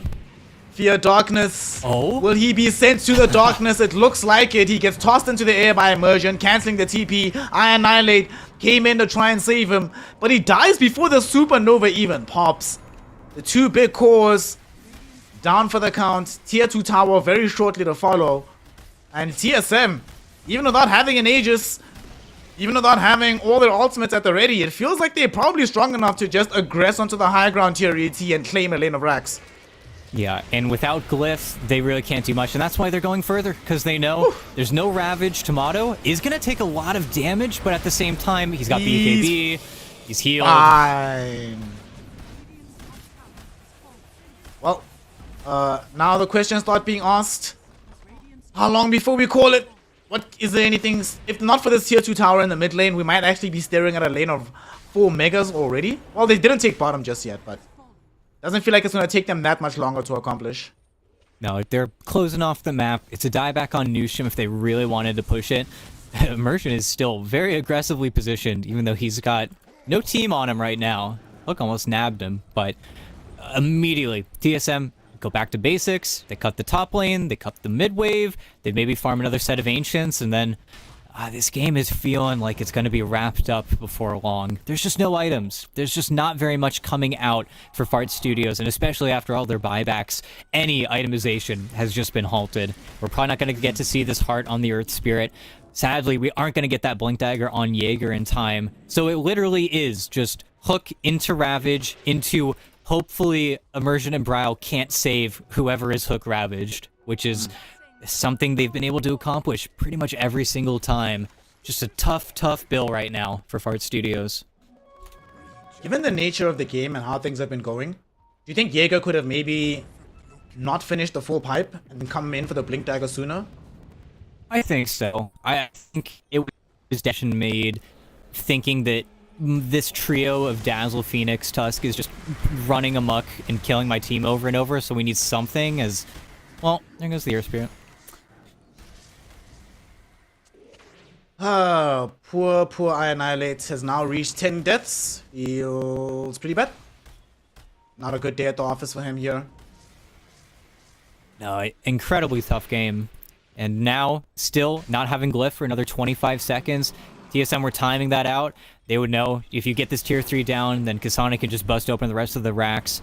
And Fart Studios is in a difficult position. Do you go early and let them get onto the high ground successfully, where you don't have an Earth Spirit still? Or do you try to take the fight post that? And this is not how you want this to go. Worst of all possible worlds. Feared back. The Hex is out. Supernova connects onto 3. Jaeger, very close to falling. Nushim is going to take the tip first, though. Doesn't have buyback, but potentially has still saved the lives of both Jenkins as well as Jaeger. They'll be happy to just lose one set of racks, but TSM not content with this. They want a whole lot. They're coming to end the game. Jaeger still very far from Blink Dagger. Even if he does have Ravage at the ready, TSM know that if they position correctly, they don't have anything to fear here. BKB popped by Tomato as he eviscerates Jenkins. Now going in towards Fear, who's trying to get into the true form, but it will not matter. Both of them dead without buyback. That'll include the Tide Hunter as well. And as they start to drop like flies on the side of Fart Studios, TSM can smell the winds of victory. All that's left is the magical golden letters as Annihilate rolls in, only to get rolled the hell out. GG is called. Jaeger is thrown in the towel. TSM have proven that they are the dominant ones, winning 2-0 in one of our first qualifier games here on the routes to Kuala Lumpur. TSM, man, damn. Definitely looking like the team we expected to see coming in a qualifier like this, EC. No, they look fantastic. I think getting to see Immersion on one of his best heroes, the Tusk in this game too, is just a treat. It kind of got to be a little more subdued on the AA in the previous game. That was kind of Whiteman's time to shine, but they hold no punches. Draft absolutely perfect in both games. I think that's what will continuously push TSM further ahead than a lot of these other NA squads, is that they're in the Dota business. They're ready to come at you. They're going to draft to a T. If they're going to play to a T, if they're going to look to win these lanes, they're going to play this team fight heavy style of Dota. It's where everybody else is going to have to look at them and try to solve them effectively. And I guess looking at the bracket, maybe the first one who has to take their shot is just going to be Nouns, and maybe there's some revenge there from TI. But at the same time, you know, Fart Studios, they tried their best. They tried being a little memey here in game 2. You know, double Midas, Lone Druid is It's a little memey. It's a little bit funny. They tried the Pudge 5. They weren't able to play that serious level Dota that I think TSM is just willing to bring to the table. They weren't really memeing it up at all versus Riot Studios. They are here for business, for money, for their ticket to Kuala Lumpur. Yeah, I mean, maybe there's a little bit of memes in game too, you know, putting Kasane on the Luna, saying, hey man, you know, try this out, see how it goes for you. Still though, stroke of genius, I do think, not just picking the Luna, but how they laned it. They specifically went out of their way to counter Jaeger, and weirdly enough, it didn't work out initially as well as it should have, but they started to catch it up, make the game look a lot easier. And that is CSM claiming a very solid 2-0 victory here in the upper bracket, continuing their journey towards Kuala Lumpur. But not over just yet for Ford Studios. They just dropped down to the lower bracket. They still have another bite at the cherry. Still have to wait for an opponent though. I'm not sure who they're going to be versing just yet. They don't know just yet. But we're all going to be finding out together, as the next series will determine who goes into the other side of the upper bracket and who meets Ford Studios down in the bottom. Of course, we've already seen that TSM has sort of announced themselves as, so far from what we've seen, the team to beat. Given that Nouns is about to come up against Pomyoka, what do you think about Nouns? The roster, does it inspire a degree of confidence in you that you think they'll be able to take the game to TSM should these squads meet? Absolutely. I have always been a massive fan of Yuma. He's played in so many different regions. He's improved so quickly. I think, not to shaft Stormstormer here, because Stormstormer is a beast in his own. He is absolutely a fantastic player. But getting that duo core and changing things up just feels very healthy. It feels very refreshing. Now it's just have a completely new coat of paint. And I think it's going to be one of the most interesting matchups easily. Probably the best Dota that we can watch by far in the bracket. But we'll see. Because Gunnar making the shift towards 3, that is the biggest change by far, is how he's going to be able to hold it down with his old teammate in Lelis in that off lane, and how he is able to adjust. I mean, the man just played melee mids before, so maybe that's going to translate super easily. Who knows? But absolutely love the addition of Yuma, Stormstormer, and Fly. Just feel like it fit all the roles that they really needed after already a great performance this year. The entire year, I feel like that organization is just soundly happy with all of their players. You know, back at the beginning of the year when we started the DPC, I remember Nouns was one game away from going to the Lima Major, and they threw in genuinely spectacular, almost have to update the old Evil Geniuses website with how bad the throw was. And that's the reason they couldn't go to the Major. And they threw against TSM. So if these two teams meet again in the bracket, Nouns already got their revenge for that particular event. We'll see if TSM get the revenge for TI. But let's not count our chickens before we hatch. Nouns still has to beat their opponents in the form of Pomyoka. Before we go to a break, ET, is there anything you can tell us, any lowdown about this Pomyoka team? They have players who've been around the region. You've got Kits there, you've got Phage, you've got Flea. What do you think we can anticipate from this also squad that has just pretty much come out of nowhere coming into these qualifiers? I think I don't want to say same as Fart Studios, but in a similar degree, it's going to be scrappy. It's going to be a little bit different. Depending on who's drafting, anything is going to change once we get into that lobby. And I genuinely think that they do have a shot versus Nouns, if anything, to catch them off guard, to catch them in a new, more international setting where you've got completely new voices. You don't know how the map's going to work necessarily with all these players. Who needs what? If there was ever a chance for an NA squad to maybe take a game off them, I think Pomyoka's got something. You've got the vets, you've got Kits, you've got Cade, you've got Flea, you've got Comart, you've got these players that have played in the region for so long. It's where that experience of just playing Dota all the time with these people, with each other, that maybe that buffs you up a little bit. Where the international squad, you always say it takes a little bit longer for those squads to come together. It's a lot more growing pains when everybody's coming from different parts of the world, adjusting to each other. It's where this early on into that team's creation, maybe there's something to say for Pomyoka. But at the same time, they've got 10.5k, 12k players, Nouns is a tour de force.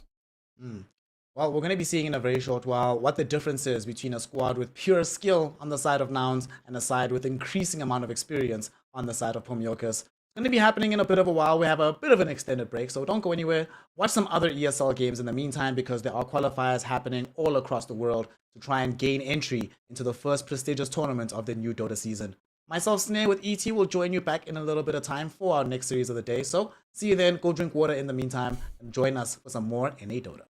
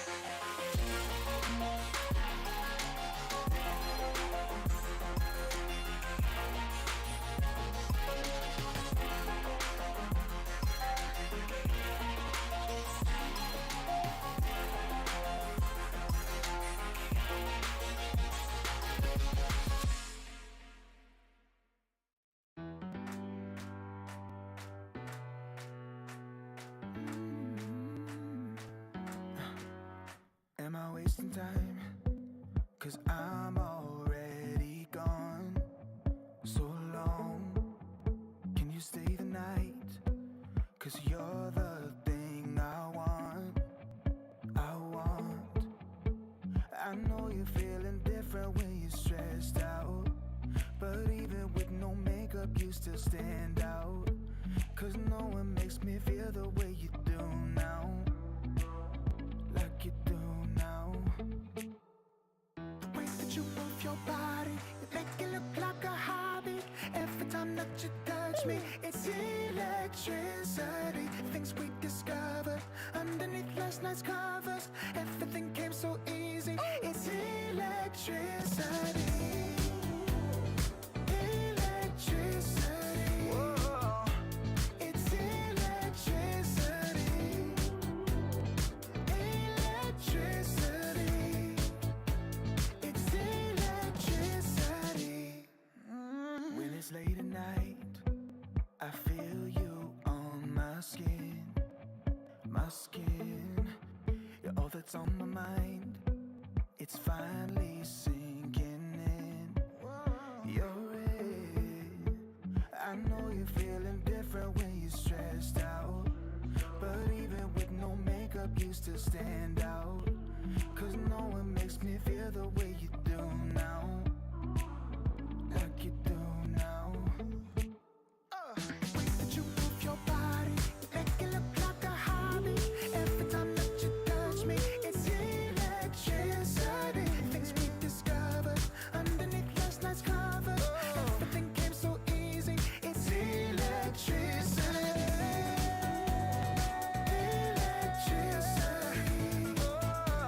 It's electricity. Electricity.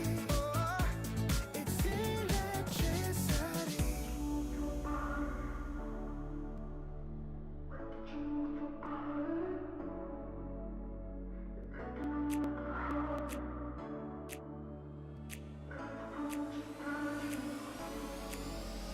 The way that you move your body, you make it look like a hobby.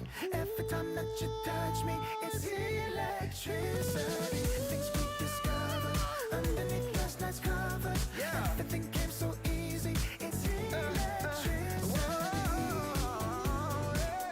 Electricity.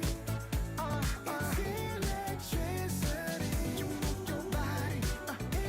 Electricity. You move your body. It's electricity.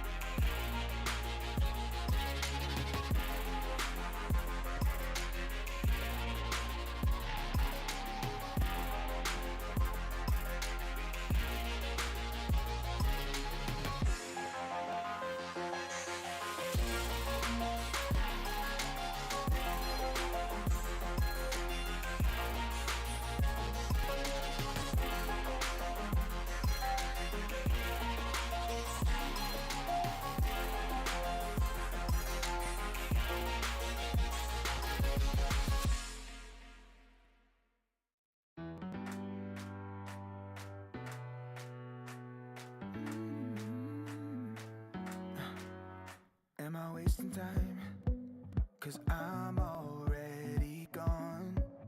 So long, can you stay the night? 'Cause you're the thing I want. I know you're feeling different when you're stressed out, but even with no makeup you still stand out. 'Cause no one makes me feel the way you do now, like you do now. The way that you move your body, you make it look like a hobby. Every time that you touch me, it's electricity. Things we discovered underneath last night's covers. Everything came so easy. It's electricity. Electricity. Whoa. It's electricity. Electricity. It's electricity. When it's late at night, I feel you on my skin. My skin. You're all that's on my mind. It's finally sinking in. You're it. I know you're feeling different when you're stressed out, but even with no makeup you still stand out. 'Cause no one makes me feel the way you do now, like you do now. The way that you move your body, you make it look like a hobby. Every time that you touch me, it's electricity. Things we discovered underneath last night's covers. Everything came so easy. It's electricity. Electricity. It's electricity. Electricity. It's electricity.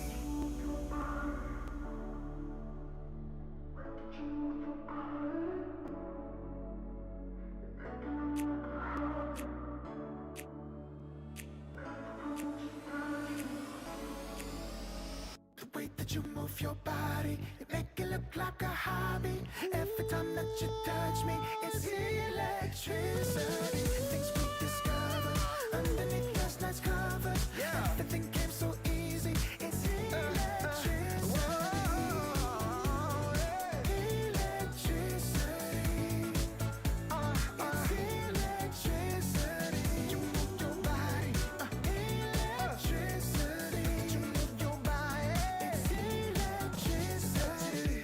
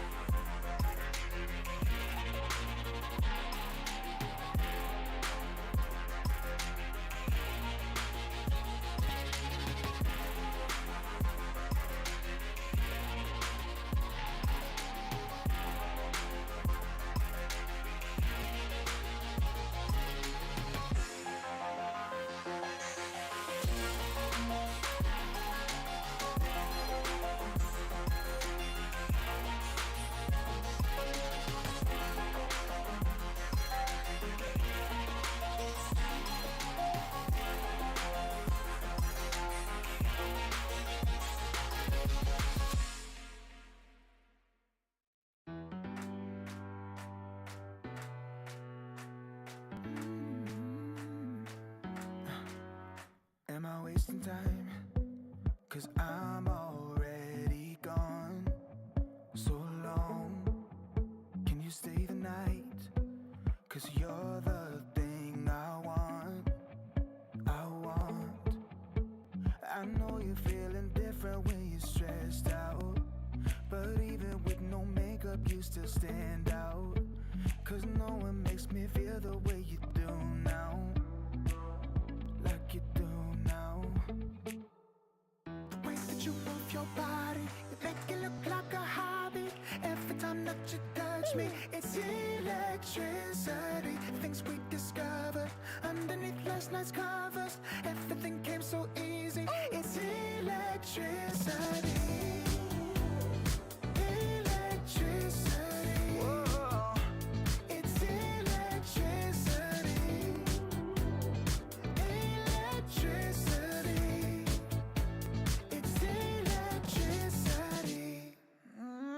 it's late at night, I feel you on my skin. My skin, you're all that's on my mind. It's finally sinking in. You're it. I know you're feeling different when you're stressed out, but even with no makeup you still stand out. Cause no one makes me feel the way you do now. Like you do now. The way that you move your body, you make it look like a hobby. Every time that you touch me, it's electricity. Things we discovered underneath last night's covers. Everything came so easy, it's electricity. Electricity. It's electricity. Electricity. It's electricity.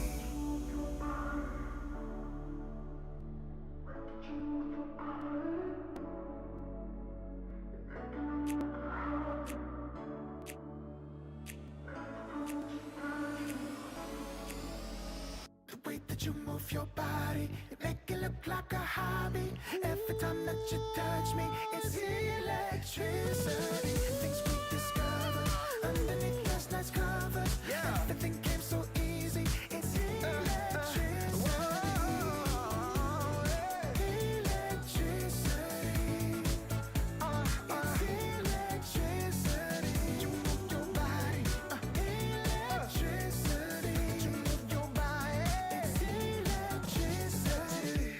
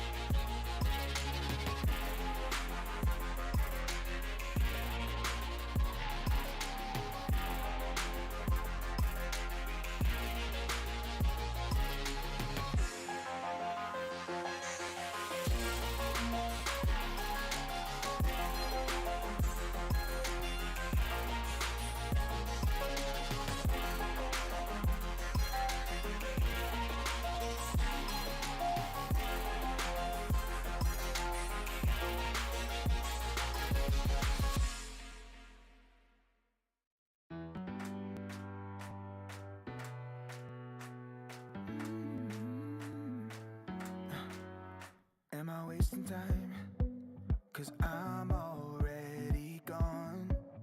So long, can you stay the night? 'Cause you're the thing I want. I know you're feeling different when you're stressed out, but even with no makeup you still stand out. 'Cause no one makes me feel the way you do now, like you do now. The way that you move your body, you make it look like a hobby.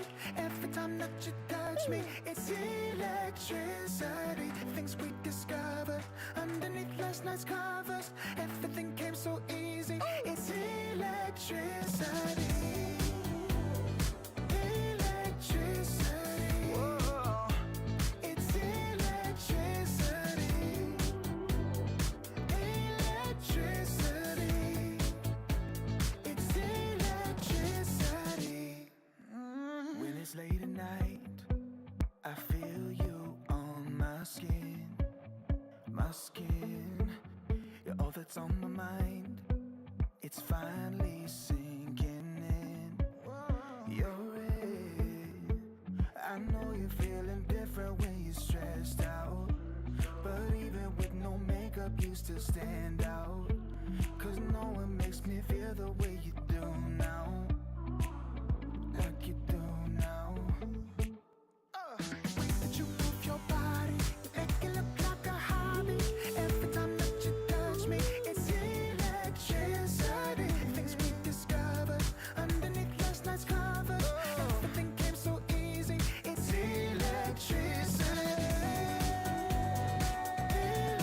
Electricity. It's electricity. Electricity. It's electricity.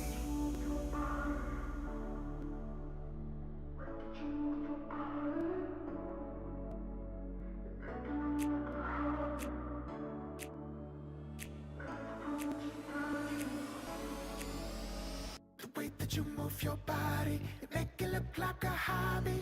Every time that you touch me, it's electricity. Things we discovered underneath last night's covers. Everything came so easy. It's electricity.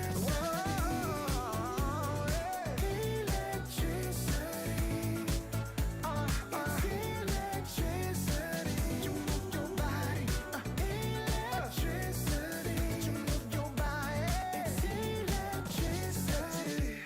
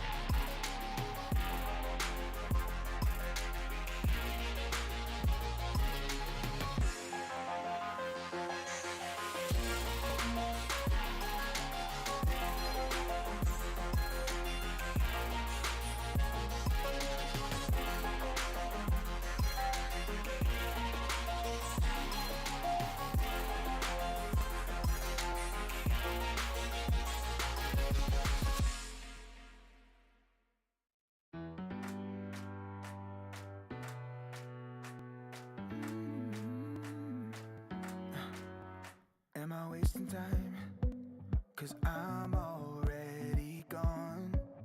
So long, can you stay the night? 'Cause you're the thing I want.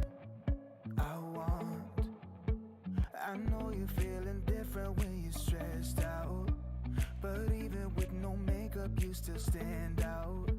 'Cause no one makes me feel the way you do now, like you do now.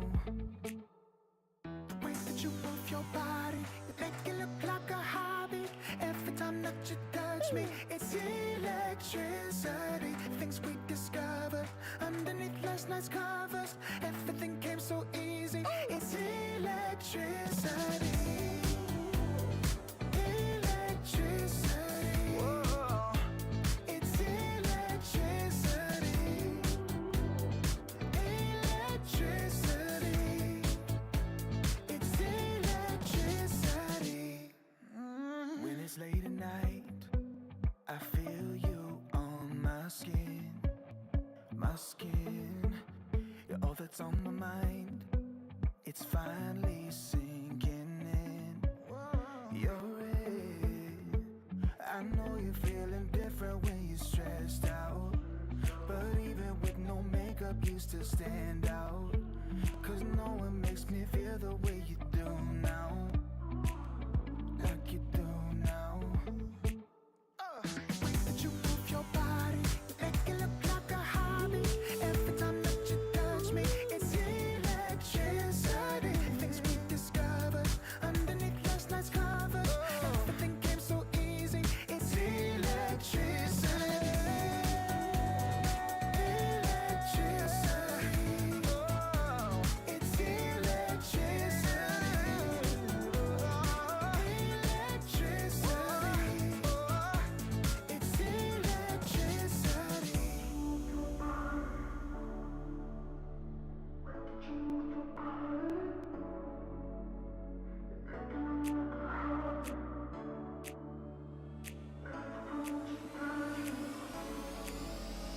The way that you move your body, you make it look like a hobby. Every time that you touch me, it's electricity. Things we discovered underneath last night's covers. Everything came so easy. It's electricity. Electricity. It's electricity. You move your body. Electricity. You move your body. It's electricity.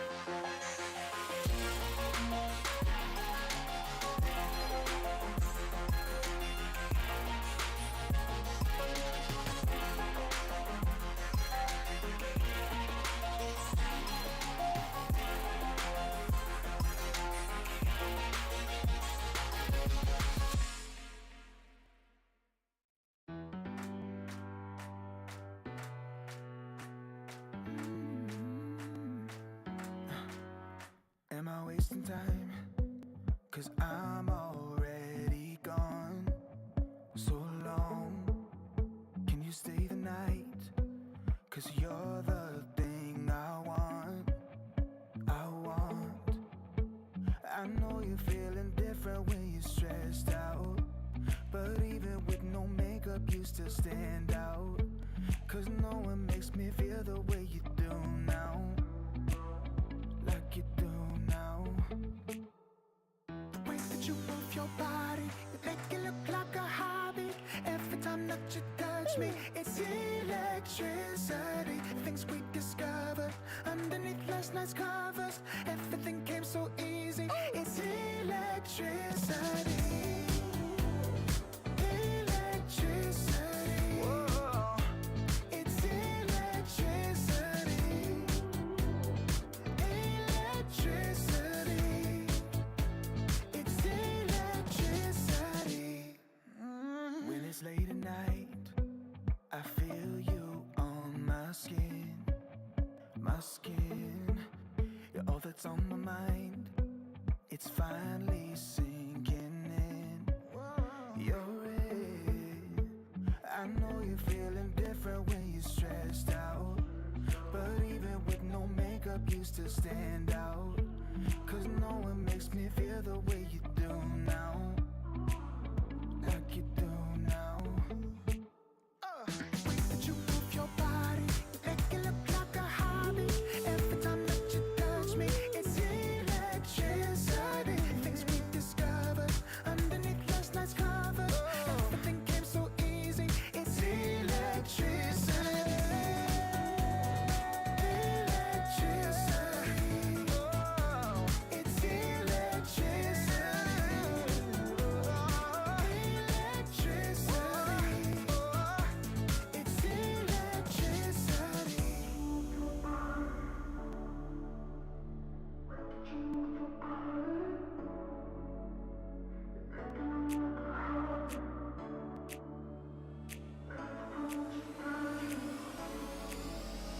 The way that you move your body, you make it look like a hobby. Every time that you touch me, it's electricity. Things we discovered underneath last night's covers. Everything came so easy. It's electricity. Electricity. It's electricity. You move your body. Electricity. You move your body. It's electricity.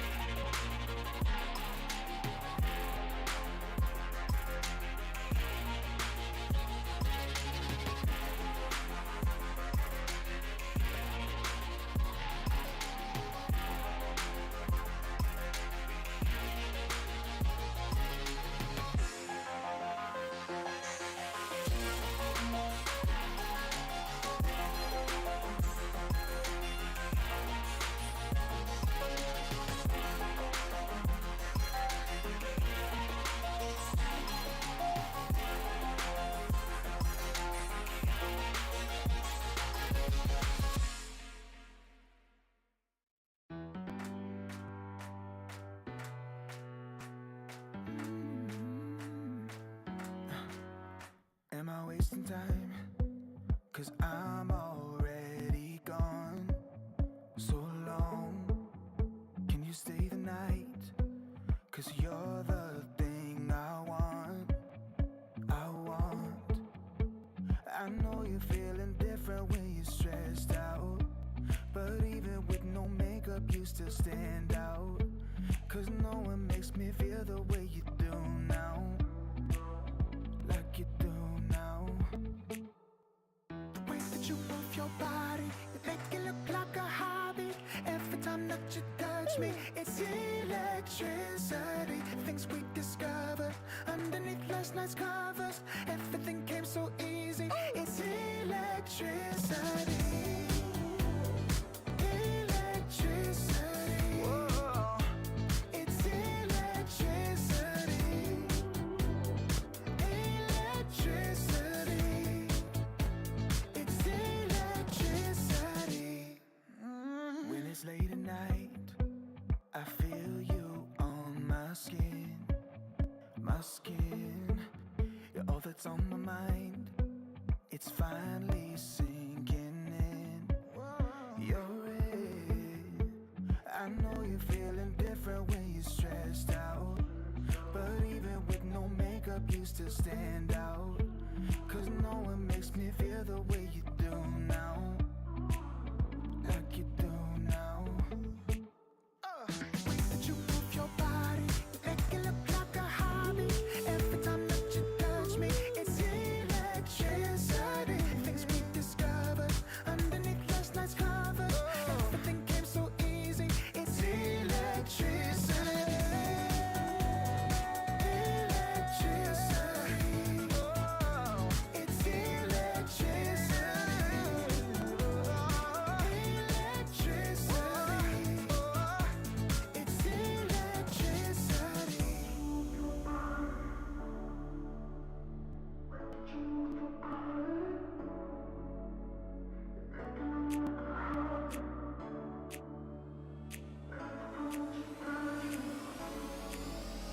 The way that you move your body, you make it look like a hobby. Every time that you touch me, it's electricity. Things we discovered underneath last night's covers. Everything came so easy. It's electricity. Electricity. It's electricity. You move your body. Electricity. You move your body. It's electricity.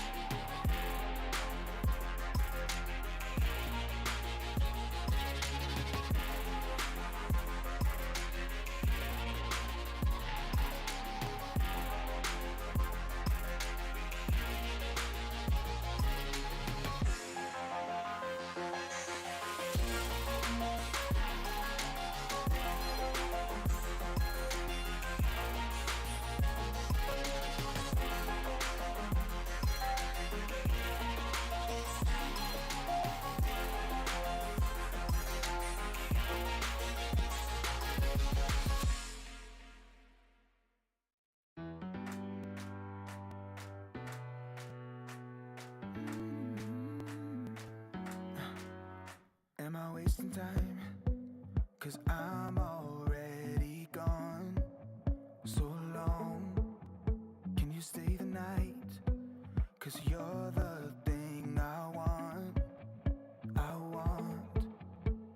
I know you're feeling different when you're stressed out, but even with no makeup you still stand out.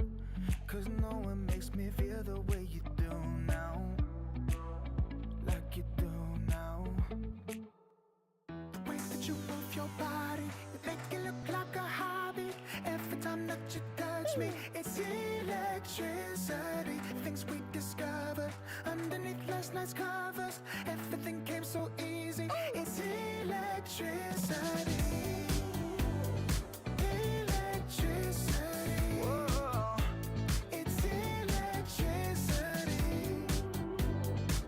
Electricity.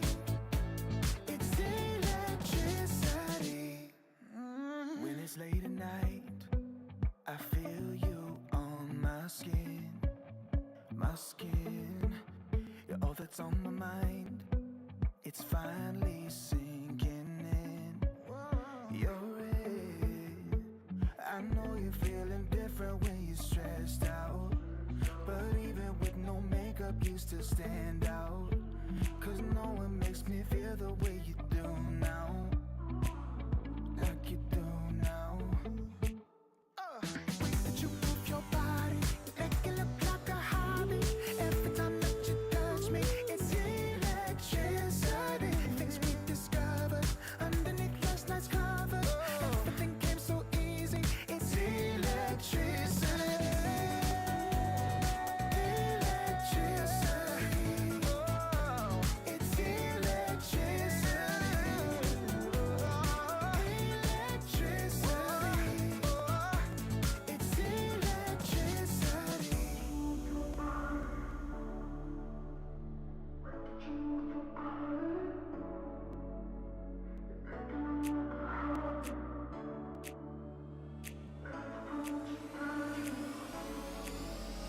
The way that you move your body, you make it look like a hobby.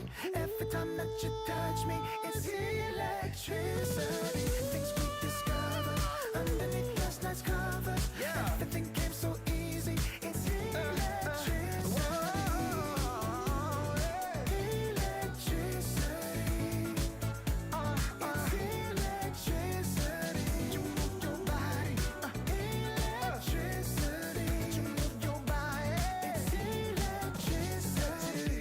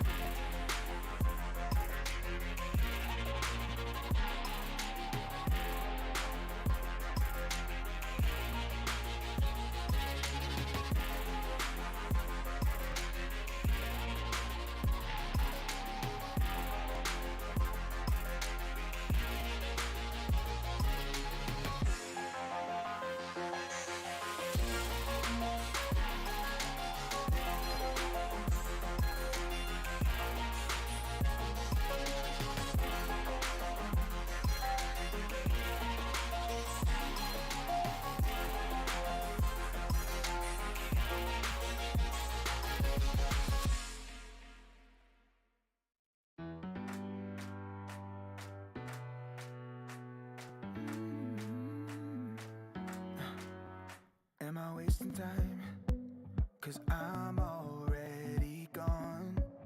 So long, can you stay the night? 'Cause you're the thing I want. I know you're feeling different when you're stressed out, but even with no makeup you still stand out. 'Cause no one makes me feel the way you do now, like you do now. The way that you move your body, you make it look like a hobby. Every time that you touch me, it's electricity. Things we discovered underneath last night's covers. Everything came so easy. It's electricity. Electricity. Whoa. It's electricity. Electricity. It's electricity. When it's late at night, I feel you on my skin. My skin. You're all that's on my mind. It's finally sinking in. You're it. I know you're feeling different when you're stressed out, but even with no makeup you still stand out. 'Cause no one makes me feel the way you do now, like you do now. The way that you move your body, you make it look like a hobby. Every time that you touch me, it's electricity. Things we discovered underneath last night's covers. Everything came so easy. It's electricity. Electricity. It's electricity. Electricity. It's electricity.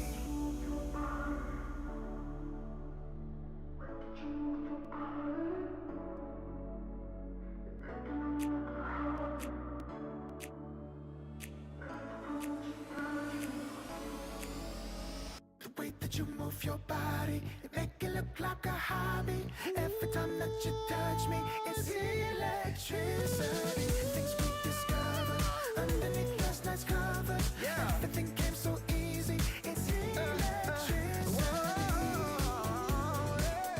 Electricity. It's electricity. You move your body. Electricity. You move your body. It's electricity.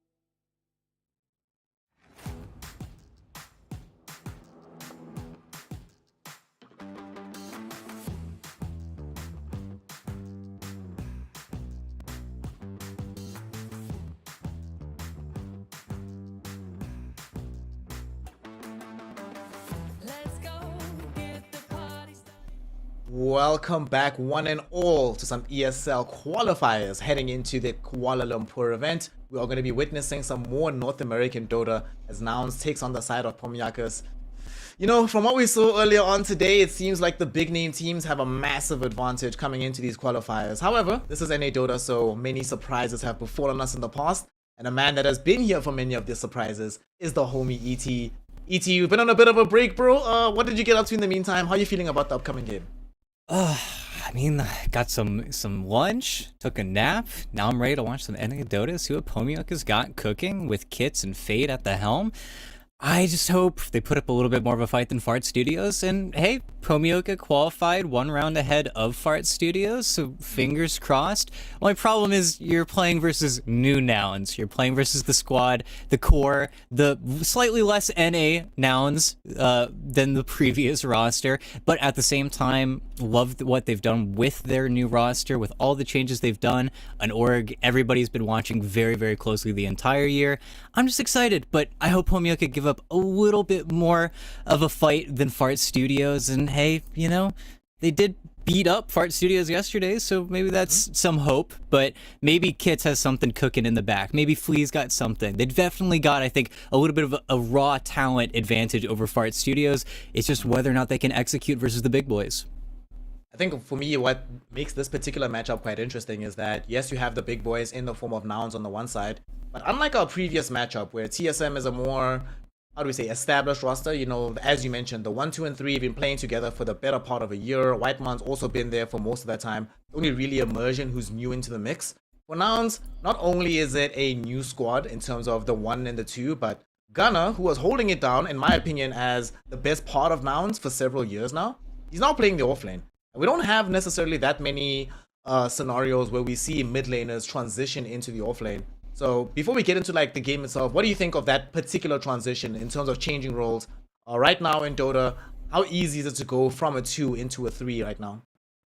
Well, it's not something we haven't seen before. I think the 2 to the 3 is one of the easier pipelines. Of course, we've seen carry players become 5s. We've seen 4 players become off lanes. Typically, whenever you swap sides of the map is when you really start to struggle a little bit as a player. But I think for Gunner, he was already playing a ton of off-lane-esque heroes in the mid lane. He loved his Bat Rider. He loved his Brewmaster before slotting into the new meta, even his Pango to a certain degree. And I think in the current meta, with how solidified everything is, there's no better time to learn a new role, adapt very quickly. I think a performance that he can put up in the offlane is going to be pretty good. I think it's going to be something that they can build off of and definitely learn from, as well as he's just been spamming it already.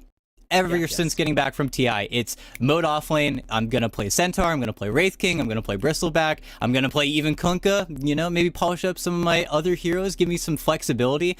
And I think that's where if Gunner can just start flexing all of his mid heroes in the offlane as well, then you get something really special cooking with Nouns. A lot of special stuff cooking, of course, not just Gunner making his transition into the offlane. It's going to be Stormstormer's first time playing outside of Europe, so that's going to be exciting to see. And of course, both Yuma and Stormstormer are not permanent fixtures of the Nouns roster just yet. They're just trying out, you know, seeing where their feet land. And I imagine that good performances here could lead into them becoming more long-term features in the team. But obviously, time will tell. They'll still need to get through these qualifiers. And of course, their opponent, you know, like you mentioned, Pomioka, a lot of people that have been around the scene. You know, this Flea guy, I always feel really bad for Flea because there have been so many teams I've seen him on, right? Kids to a lesser extent, but especially Flea, that are, you know, just on the cusp. They're not like the top 5, not top 3, but just on the outside, where you can imagine that 1 or 2 things changing in their career could be the difference maker that leads to them actually getting that big opportunity. So what do you think? Given what the team looks like right now for Pomiokas, is there hope for this squad to finally be the one to gain success for all these players? Definitely. I definitely think there's a ton of room to grow if they do decide to stick together post qualifiers. With the way that the year has been slated, there's going to be so many more games to play. There's going to be so many more in-region tournaments. If things are looking as barren as they kind of are from the outset of this year, then why not stick together? Why not pub around a little bit? Why not actually practice and start to grow? Because like we keep saying, all of these players know each other. If you don't hate your other teammates at this point, you might as well just stick with them because heck, you don't know. Maybe you get a top 4 finish at a smaller tournament. Maybe you get to stick around a little bit longer, and at least you don't hate each other's guts, because it feels like that's always the bad breakup in NA, where we need more EU players. We need more people coming in, because we're running out and nobody likes each other here. I mean, that's always what happens, right? Like, after a long enough period of time, people just get to a point where they're like, you know what, I'm kind of sick of you. I'm tired of this. This is nonsense. This is ridiculous. Nonetheless, though, I think people have also come around long enough in the sense that we've seen the difference that can be made when you stick with a roster, right? Let's take TSM, for example, who we already saw going through in the upper bracket.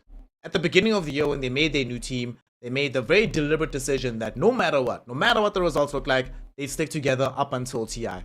That ended up going pretty well for them in the long run. Nouns only made a solitary change throughout the entirety of the year.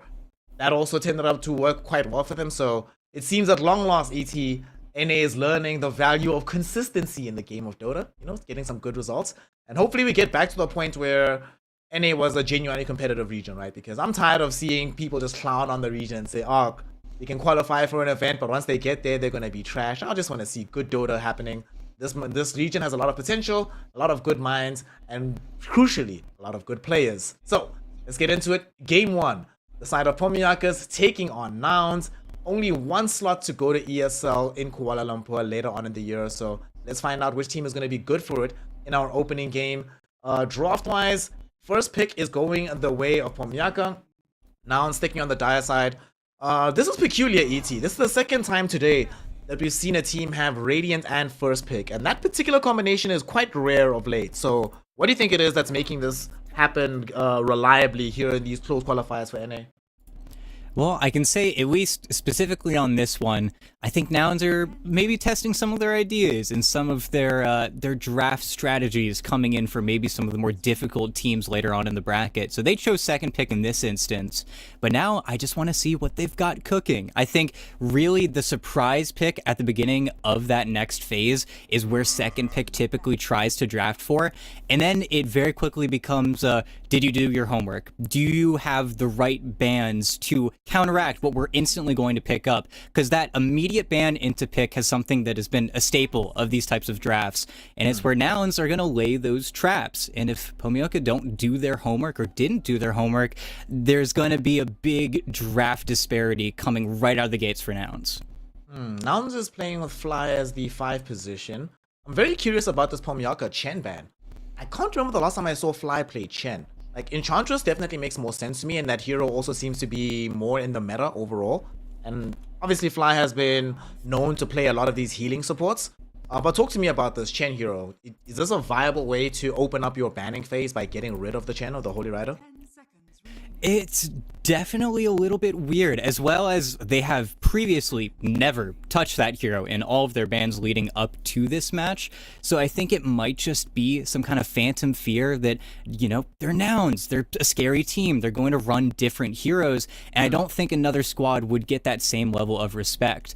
As well as, well, now I'm looking at all the offlaners that are still in the pool. This is where, when you do decide to ban out those more atypical heroes, what are they going to pick up now? Is the Chen ban maybe a kind of feign ban, so that way one of those broken heroes does actually end up coming back to you because you have first pick? It's where I'm looking for that primal beast to come out. It's where the bans are right on the money from Nouns, though. They don't want to deal with Kunkka or CK. We're not getting a repeat of that previous series, but I do wonder what's going to come out. Maybe we're going to see a Dawnbreaker. Maybe we're going to see them counteract immediately with an Ancient Apparition, something that Nouns started doing in a lot of their TI games. That's where, again, Pomioka have to be so careful with those pitfalls. They don't want to be another NA squad to just get out-drafted, even though Nouns, they've always been extremely solid in that draft. Yeah. Drafting, I've always felt that was always their biggest strength for Nouns. How they would concoct their drafts. Very good stuff coming out of this. I'm also wondering how wide they believe for Pomioka is Gunna's hero pool. Maybe that's why they're prepared to leave offlane heroes in the pool right now. They don't feel like the most OP stuff is something Gunna can play to the level to make it seem crazy OP. So maybe they're willing to roll the dice with this. We shall see. I mean, Nouns, when they had Mu in the team, sure, they played traditional offlaners, but they also had a lot of weird picks. Nature's Prophet, for example, he played offlane. Your Witch Doctors, which we saw at TI. A lot of things that could emerge from that guy. He's not around anymore, so we'll see what Nouns do next. For now, Pomioka, do something. We've seen the Weaver today, but this is our first time today, ET, seeing it as first overall pick. Normally it was second overall pick in response to the enemy first pick. Talk to me about how good you think the Weaver is when it is the statement pick of the draft. Well, it's kind of just thrown out there, and we'll see. Immediate Rubik, which I'm not a huge fan of, but we do both know that Lelis loves that hero, loves it into Weaver. One of the few instances where Rubik gets buffed up a little bit, even though that hero's not really looking that great. But I am surprised, because the Weaver wasn't answered, really, at all. The Rubik is just going to make his own game better. He doesn't end up solving the Weaver problem at all. And I think that's where, for Nouns, I think a simple pick for Gunnar, specifically, would just be getting him on the Centaur War Runner, filling up with maybe a Grimstroke, and then suddenly you've got something to work with. But if they don't answer that Weaver, they don't have good solutions towards him in that mid-game, well, we know where a Weaver goes. It's a one-track mind. You just get the game started, you have a super solid early game, eventually you get Roche, and if you get too many Aegises, the hero just balls out of control. And already, love that Faceless Void ban. Start covering yourself, give yourself that space, as well as one of Yuma's best heroes. Love it. I'm genuinely surprised we haven't seen more Void today, given the prevalence of the Weaver, because Void, it's just been that answer for the longest time. You jump this guy, get the immediate reveal, kill him off, can't do anything about this. So, very nice ban. I fully agree with you here. Okay, so both of us have been talking a little bit off screen, not necessarily on camera, about how we don't think Rubik is in the best place right now. Is there any possibility? I think one of the main issues with Rubik is leveling and experience, right? The power spikes from your level 1, level 2 when you're pretty good in the lane until you're okay again later on, like level 13, 14 feels so long. Can you play this hero core, ET, to try and curtail that particular issue that you have with the hero? See, I would love it if Gunnar was still the de facto mid laner for Nouns. Not saying that Stormstormer couldn't pull it off, he certainly can, but that's something that, again, Gunnar would do. He'd pocket pick it, he'd usually pick it into Zeus or Dazzle, and then he'd cause some pain. That's a hero I do love, though. Simple, easy, great damage. One that can get kind of bodied by Weaver in lane if that is just going to be Gunnar's hero, but it's also a classic Stormstormer and Yuma hero. Absolutely love this pick for now. It just gives them so much flexibility. Yuma was one of the best Magnuses back in SA whenever he was still around in that region. So I'm not gonna jinx it. I'm not gonna say it's gonna be his hero, but it would be a treat if he ends up slotting in on it. Yeah, I would be very happy to see Yuma on the Magnus. Played really well with this. Stormstormer hasn't played it that much, but if I remember, he had some... Where was the last time he played it? But I remember I looked up the stack, and he had some astonishing, 90% win rate or something on this hero. It was kind of crazy. I think it might have been back at Lima. But anyway, like you mentioned as well, Gunner's been playing it. It's just a good hero, Magnus. And you mentioned this in the last game we did together. Maybe there's hope for Void Spirit carry now. I'm just kidding. I'm playing. I'm playing. Momioka, Earth Spirit, Grimstroke, classic combination. You give the Ink Swell to the Earth Spirit, he rolls in. You get a silence now, double silence between the two heroes, an absurd amount of magic damage. A hero that can play in 4, that can play in 2. Just good versatility. I've not been very hot on Grimstroke, if I'm honest, lately, but in this particular game, this looks like an excellent, almost perfect Grimstroke game for him. Yeah. No, it's completely set up. There are actually heroes to go in, certainly more set up than in the Fart Studios series. I think now you have a play. You've got an idea. There is a Dazzle in the pool. If Nouns wanted to immediately give him some pain, then they absolutely could go for it. But if they do decide to let him slide, they'll have to see what Stormstormer ends up wanting, because they effectively do see what Pomioka's plan is. And I think that's also where slotting the Grimstroke as a 5 and Earth Spirit as your 4 isn't something that really teams are doing right now. So I think you can, in quite a bit of confidence, just go for your mid laner now and then just play it as the lane, even though Pomioka could kind of counterpick you, and that's a Meepo. The Yuma Meepo. Okay. It's Yuma Meepo. It's Yuma Meepo! Oh shit! I'm so excited. Alright. The thing is, I've only seen Yuma Meepo with my own eyes. Well, I've only got to cast it once. And it was one of the most exciting and exhilarating games I've ever done in my life. So I am super hyped to do this again. This is... When I think of Yuma, ET, if I'm honest, right? I think of two things that I think of Yuma. I think of Morphling, and the other thing I think of is Meepo, right? In my mind, these are the things that make him a special player. And I'm so glad we get to see it here. And I'm glad, I was about to mention this hero just before the Meepo. AA in this game feels so good. Magnus and Rubik to help you set up, Meepo to hold them in position. You've got the Ice Vortex for that absurd magic amp. Bro, imagine how much damage Rubik's spells are going to do in this game. With the spell amp from him and spell amp from the Ancient Apparition. And then you have all this minus healing. Oh my god, all they need right now is a hero that does absurd physical damage. And it doesn't even have to be that absurd. You have Magnus to beef you up anyway. God, I love what Nouns are doing right now. No, they're active. They're doing something different. It's funny now. Now the Gunner Centaur gets banned out, but like you said earlier, Yuma is just a special carry player. He's different. He likes to do the weirder stuff, and he practices it constantly. He knows how to initiate. He knows to be that second or third guy coming into team fights and showing up. If he's not starting a team fight on his own, it's where I think, especially for him, he has that killer instinct where he just knows, okay, I'm going to show up to a fight at 5 minutes because I know that I need to be here, and I'm Meepo now, so I guess I can be there. I could be anywhere. I could do whatever I want. As well as versus Weaver Earth Spirit, I mean, versus the opening, it just feels like such a great answer. Pomyoka do try to respond with the Elder Titan, and of course, you know, it's a pretty good answer versus Meepo. Classically, it makes you just a little bit more overcommittal whenever you do go for your plays. You can kind of get stuck and miss out on some things, but at the same time, if you're playing that far behind, if you ever start slowing up, you've also given up any amount of lockdown. It is really just that Inkswell combo play. It's the biggest problem with Elder Titan is that you've got nothing reliable to give for the rest of your team. So you really are just, I am Meepo counter. I hope I disable the mag blink. If I don't, bad things are going to happen. Yeah, that's one of those games where Pomyoka is stuck on super high execution, and there's no way around it, right? Like, you have to execute amazingly or you can't actually play Dota. Right now, I'm pretty sure they're slightly regretting having the Weaver in the game as the opening pick. You know why, AT? Can you imagine if the Weaver was, I don't know, slot in whatever offlane hero you want? Bro, imagine they could last pick Spectre here. God, that would be so good. It really would. It really would. But they're locked in. You can't make it a 4. You've got too many supports if you try to do any upward or downward navigation. Why don't we go back to TI2 era and we play the Weaver in the offlane, bro?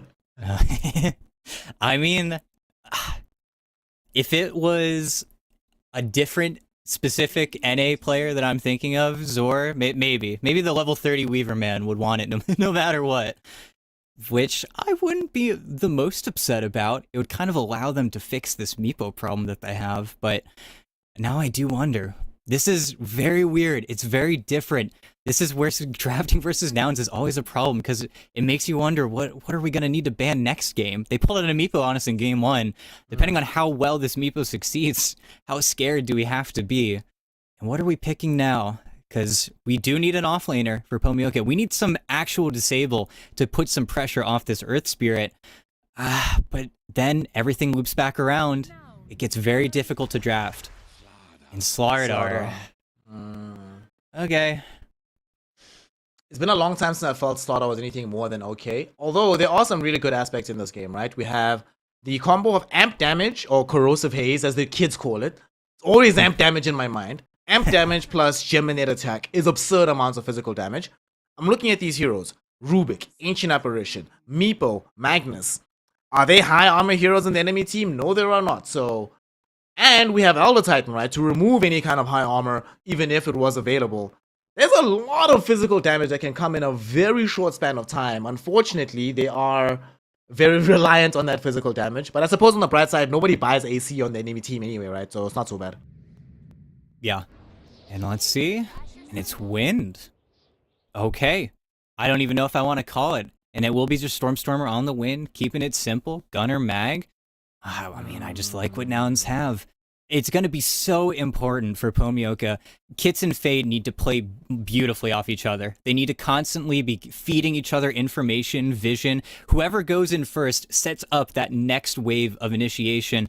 And if you fail, it's a quick punish. It is, I'm in, I'm rooted, I'm netted. Gunner's going to be looking for an RP. Once you're stuck in that fight, it's going to be just miserable to make anything work. But if they can play off each other, if they let that fight, that super messy fight take place, that's where heroes like Weaver thrive. That's where you get in the middle of the fight. It's where you make space. It's where you do so much damage in such a short period of time. As well as if Pomioka really want to push the envelope in this game, they could totally set up for a pre-15-minute Roche. Depending on how well Fade's lane goes, put the Weaver down there, sneak something. They want to be as sneaky as possible in this game, and they want to try to get the most out of the map. And then we can talk. Until then, though, oh, Yuma Meepo is looming. He's waiting. The Luma Meepo is definitely looming over us. We're going to see how they decide to deal with this. They're awesome tools, right? The enemy team does have AoE magic damage from the Earth Spirit and the Grimstroke. They do have, as we mentioned, overwhelming physical damage onto one particular target, which generally has been a very good thing against Meepo. Before the Ags on the Meepo, I do feel like they'll probably have a slight advantage in some of these skirmishes. It's afterwards that we have a couple of problems. Nonetheless, though, honestly, looking at the lost picks, I feel like if Pomiokas execute correctly, it's a hard game to execute because of how few reliable stuns you have. But this is the kind of game you can roll after you take like 1-2 good fights between the 20-25 minute mark. Then all of a sudden you're on the roll, you get to take that Roshan like you mentioned. And I'm looking at this Nouns draft, and if they fall behind ET, the only option for them is really relying on massive RPs. But if this game is just a normal game and they don't have an experience and net worth lead early on, I can see some decent things happening for Pomiokas. No, definitely. It's where they need to scale the way the patch is meant. If Kits can find the heart, if he can get Blade Mill Midas in a decent amount of time, if you can get a pretty nice timing on the Grimstroke Shard, then we can play Dota. Then we can actually have something here. But if we don't hit those markers, if we don't get tanky enough, if we go in and then we have to kill either Earth Spirit or Slaughter to make those initiations happen, then Nouns just get time. They get space. They get to scale. And then they start to really do damage. It's also where, flip the script, if Nouns ever get an Aegis, they get Storm or Yuma to just go absolutely insane in one of the team fights, you've got problems. You've got big problems. Here we go, though. Lois on the rune. Nice. Gets it. Very, very nice. Good clicking coming in from Lilith. So, I know last game I made the wild suggestion of Kasane going safe lane. The idea was good. They got outplayed a little bit. In this game, fam, right? Would you not have rather had them play a tri-lane top with the Grim, the ET, and the Weaver, leave Slaughter by his lonesome on the other side of the map? Because honestly, you're Slaughter, dude, you'll be fine. Like, playing bottom close. As long as you have, like, QW, or QE, actually, early on, you should be okay. Is there any possibility they could have done that to try and apply more pressure onto Yuma? Make sure he doesn't actually have a good start to the game? Yeah, absolutely. I think a big reason why they might be dodging out is just because, well, Meepo's an 800 HP hero with 8 armor. It's kind of tough. It's rough to get through that, specifically. But also, I think they're reading off of Nouns' aggressiveness right now. If Nouns are going to just go into a simple 2-1-2 setup, they're going to try and consolidate and save as much regen as they can. As well as I think SMN just wants to spend as much time in this bottom lane as possible, making sure he actually has camps to play with. You can already see Lelis, he's got 2 sentries. It's where you make a trip behind the tower to block off that small camp so he can't stack and get too much damage, and then you block his actual small camp, and then suddenly this Elder Titan feels really sad, and you're lacking a lot of that damage. So I think that's where, as long as SMN can at least control one of his camps, he'll be pretty satisfied. But without that, his lane could get pretty rough, which is probably why they're sticking to that simple setup. Oh, that's funny. Gonna get de-warded. Oh no, Lilith already taking away the first ward. Did this ward that they actually placed on the high ground was so genius from Lilith, because he was able to scout where the ward was going to be just by recognizing the placement. Well done for them. More control down bottom. Now we get to see how Nouns will approach this. This is also, for everybody watching, the Nouns players who played at TI, you know, Lilith and Gunner, this is going to be their debut on the new form of the team, and their debut playing in the same lane together. So we're going to see this particular pairing quite a lot over the next several months, potentially over the next year. Let's hope they get off to a good start. Yeah, I'm hopeful. I think they've always gelled very well together as teammates. It's just now, instead of yelling out calls from the mid lane, you know, he's yelling calls right next to your ear. So now Lelis has to listen a little more, I guess. But no, it should be good. I think keeping those core teammates together is always extremely valuable, especially in team situations where, you know, the new guys start laning together. You know, you've got your own little pocket top where it's the new guys laning and we've got the old guys laning together. So some parts of the team feel the same. In this top lane, Yuma on his specialty Meepo dealing with the Grimstroke Slaughter. To be fair, as much as this Yuma Meepo is going to become an issue later, I don't want to be here level 3 onwards if I'm against this Pomiakas lineup. Grimstroke Slaughter, this seems miserable to play into in this offlane. No, it's tough. If you ever outstep, if you try to play on these camps too much either, the same thing will happen. And oh no. Oh boy, Abyss. Just caught a little bit too far forward. I'm pretty sure he got skewered, and that's why his body is such a random spot. But at the same time, that's a ridiculous play to set up. And with level 1 telekinesis, I mean, it's just perfect from Nouns. You can't really ask for a better play. Look where this observer or the sentry ward is right now. This is what probably led to the kill. But at the same time, other side of the map, Fade about to die to Yuma and the boys. We mentioned that this lane gets difficult level 3 onwards. Nouns realizing the little gap with that they can exploit. They get the kill. Very nicely done. And to make things even better, you know, it's always quite nice, of course, to get kills into your carry early on in the game. But these supports who are going to be moving around, them being able to soak up that early golden experience makes such a massive difference down the stretch. Now he's able to ferry in an additional blood grenade, a full wand, an additional clarity. Man, things are looking so much better in the top lane.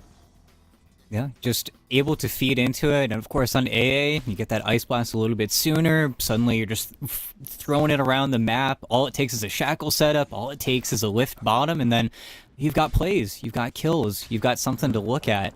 Even though right now, you know, a pretty calm laning stage. Certainly more calm than the previous series. I think both these teams knowing that their timing is going to be a little bit later. Yuma especially, just waiting for that second clone, and then suddenly it's going to start to cook a little bit. But that's also where this hero is so annoying. He's got 11 armor right now. What can Grimstroke Slaughter really do? Where sadly their damage is just not in the right place to really contest Yuma, and Fly's positioning is perfect, so you can't do much there. Mid is just bodying though. Stormstorm is not letting him get anything for free. Hey, ET, you told me earlier today that Earth Spirit cannot lose the mid lane. What's happening, bro? What's going on here? It's tough, dude. These international scale mid laners, they're goats. They're great. And he will get something. It's just a matter of how many creeps get denied, I guess, in front of him at this point. But hopefully he's actually able to make rotations happen. But top, again? And no. Oh my god, they're about to get another one. Yuma Body has blocks? hit the level 4 mark. He's got the body blocks. You don't let the Yuma Meepo through. They let it through. They get themselves double killed. Bro, how is this actually even happening? He got to level 4 before Slaughter hit level 3.5. This is insane performance in the laning phase coming in from Yuma and Fly. Already having secured 3 kills between the two of them. And because you got those good starts, like, the Pomiakas resources required to deal with this is way too much. And bottom, Gunner's under no threat. Back top, actually, Slaughter, Fade. He's frozen up. He might be in danger yet again. They bail him out with the Ink Sword just to keep him alive for the moment, but Yuma not going to be too stressed about this entire situation. He is playing this Meepo. He just got his full power trades. Nothing in the world for him to worry about right now. Yeah, and beautiful part of Meepo, you send Meepo Prime back, and poof him back out, and then you just have Meepo back in. You have so many more resources to give into these trades, and already, Fade just got here. He's half HP. He's already been beat up a little bit. Hits, though, he's trying to make something happen. He's not even level 6, but he feels the pressure. They're going to go for Fly first and foremost, and they will succeed in getting that kill. Fly, very happy to commit his life for this. And one of the reasons why is because he's level 4. He's the same level as the Slaughter, so him getting killed off right now from a 3-hero rotation doesn't actually feel like it slows down Nouns in any particular step. No, and then you come back mid, and, well, you hope that this rune spawns top, but here we go. Fly, looking out as well, giving some more vision. And no rune top, so now it's a race, and it's a DD rune. The Wind would love this, but now she has a play to make. She can take this DD rune anywhere and pretty much secure a kill. She is level 6 right now, so she also has access to Focus Fire. A bit rough going on to Kit's middle, so We should try to keep track of her movements, especially if she finishes off the 4 power treads before making a move somewhere. This game right now, though, for Pomiakas, some rough things have happened, but they haven't lost any towers just yet. They still are getting decent farm out of their heroes. Mid is going okay in the CS department. Top, despite the fact that he's died twice, Fade still has a pretty decent amount of CS happening for him. Yeah, he's been able to recover. A lot of those last hits are sadly just the large camp, though. They're not the lane, because at this point, if you walk up too far, you are just going to get rooted. You're going to get double poofed. Doesn't feel great, but it's something. Getting control of that large camp is about the only thing you can say right now for Fade. Any item progression, though, is still ways off. As well as the rest of the map is just kind of simmering down. They're waiting, but Nouns want to be waiting. They've got a Magnus in the offlane. He's going to want Blink before he ever rotates out. He's going to want Blink and then something. Same with the Wind. You want closer to level 10 before you really make any plays happen. And then Nouns will start moving around in similar fashion to TSM. They start turning up the heat. You start feeling that pressure on the map almost instantaneously. With 7-minute runes, supports are getting closer to their level 6s, especially Fly. And then you're going to start seeing a lot more plays happen. But look at that, Skewer. They got him. Hurts. He's fine, dude. He's fine. He's playing Weaver. It's cool. He's got some raindrops, has a Lotus, has a lot of level 1 charges. So he is okay. I will be honest, though. I've playing Weaver. I've sometimes overestimated my strength and died in that exact position, but he's okay. He's cool. They actually might make a move onto Gunner here. Inkswell going out onto this Weaver. It's not gonna connect. Gunner! Knew what's up, skewers away right in time, gets underneath the tier 1 tower, and the boy Nico survives. You know, that's something that unfortunately we haven't seen too many supports actually been able to pull off here. Of course, the Tusks made it look so easy with TSM, but we haven't seen that twin gate, I'm going back and forth, I'm creating chaos in both these side lanes. No support has really been too successful. There's been a lot more pressure on mid today. The side lanes just don't seem to have very much kill threat. And, well, Yuma's farming. He's started moving into his own jungle. Unfortunately, I think that the mines are just a little bit worse for Meepo. I think you really do appreciate the mana regen from the well, just a shred more. But at the same time, unless somebody goes in there and messes with him, he's just going to keep farming. He's literally just A-clicking a large camp as far away as possible. He's going to start accelerating so quickly. I'll be honest, bro. Since I moved back to playing carry, I hate playing Dire. It's so bad. Like, the mines are so terrible. Give me the wells all day, every day. I hate playing around the mines. It's not fun. Right now, though, they are trying to put some pressure onto Yuma. He does manage to get himself away. He even brought up kits to hopefully make some impact at this rotation. Sadly, he's not able to make that happen. It's unfortunate, but still, the map is still relatively open. And you were mentioning earlier this Blink Dagger that's going to be emerging from Gunner. I know that the build is normally going for the heads-up Mask of Madness on Slaughter, but should Slaughter be considering a Blink first as well to take some pressure off of Earth Spirit being the only initiator? I would say so, but I think with the way that Pomioka have kind of positioned themselves, he's honestly just getting it so that way he can try and farm a little bit more, as well as making, I think, that Roche attempt a little bit easier when they do eventually force it, because that is the move.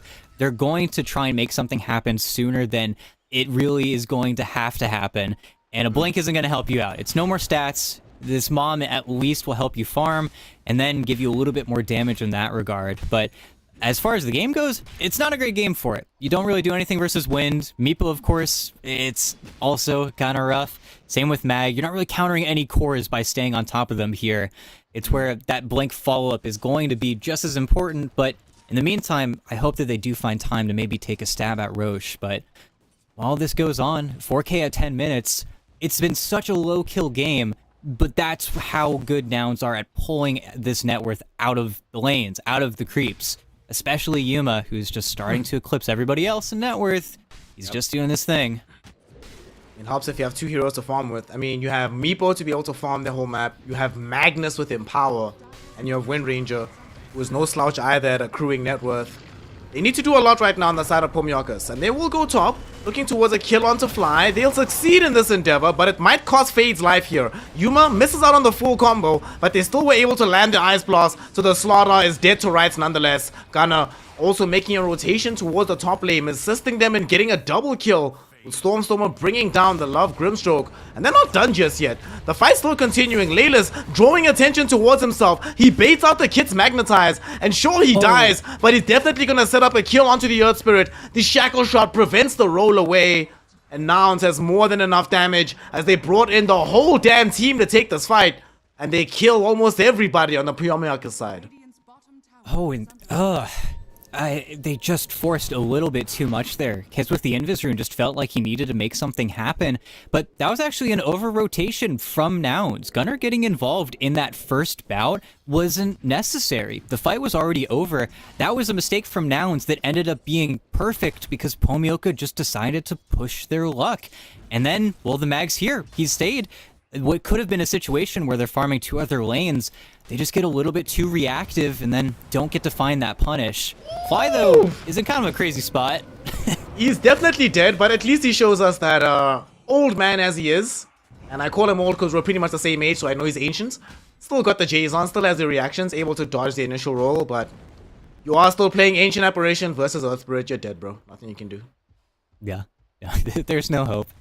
But at least they're still trying to make these plays. They're not going down quiet. Getting Blade Mill on the Earth Spirit. Now looking at some more items on Fade. It looks like with this Mask of Madness, Fade is planning on just kicking out his Weaver from this top side of the map for as long as he can manage until he gets that blink. And that is the nice thing about the Mom. You can actually farm these Ancients pretty darn quick. You're not going to get slowed down too much, even though I don't know what he's going to do about this Ancient stack. It's only 2, but even 2 kind of is a pain to take out. But at the same time, 5k net worth, 12 minutes, no sign of Yuma slowing down at all. Just got his 3rd clone. It's a little bit worrisome. Not to mention, Gunner just kind of casually shows off his Blink Dagger in the bottom lane, just because he doesn't have reverse polarity for another minute or so whenever he has it. But the plays are just going to start for Nouns. They're just going to keep playing. They're going to keep playing aggressively. They're going to lock you out. And now that Lelis has Shikuchi, he's going to keep on stealing it, and instead of playing, he's just going to farm. He's going to accelerate in his own way. You know, 2 things are going to be happening for me today, which are very interesting. Number 1 is it's been a long time since I've praised the Rubik player. So far, Lilis is doing quite well. And number 2, you know, I've actually never in my professional career actually heard somebody refer to RP as reverse polarity. Like, during a cast. The first time in my entire life. I've never heard that before. It's just a fun word. It's just a fun word. You say it fast enough, it's just like RP. Reverse polarity. Okay. Alright, now you're stuck. You're gonna have to refer to every ultimate with the full name. Like, no nicknames. It's always just a full text-based ability all the time. Including items. Yes. Including item actives. Yes. When the Slardar Guardian sprinted in Mask of Madness, and then he Slytherin crushed all over them. I love when he did that. He didn't use Mask of Madness, he used Berserk. The Mask of Madness active. Yeah. I see. The map is looking gross, though. Even now, I'm seeing Yuma spreading out. He's in both ancient camps. Look at how annoying Lelis is. He's gonna lift him. Oh, that's worth it. Like, even if he dies here, he got corrosive haze so they can see him through the Sakuchi. He's definitely gonna lose his life, but honestly, worth it. You drew a 3, technically 4 hero rotation now, because Grimstroke was trying to TP top, and you got the Wisdom Rune. Hashtag worth it. No, it's something that Nouns have been so good at in this game is they just pull heroes around the map. And it's a combination of Pomioka feeling like they need to have that response, but also because Nouns just give you that threat. They don't show all the time. You don't know who's actually coming to a lot of these engagements.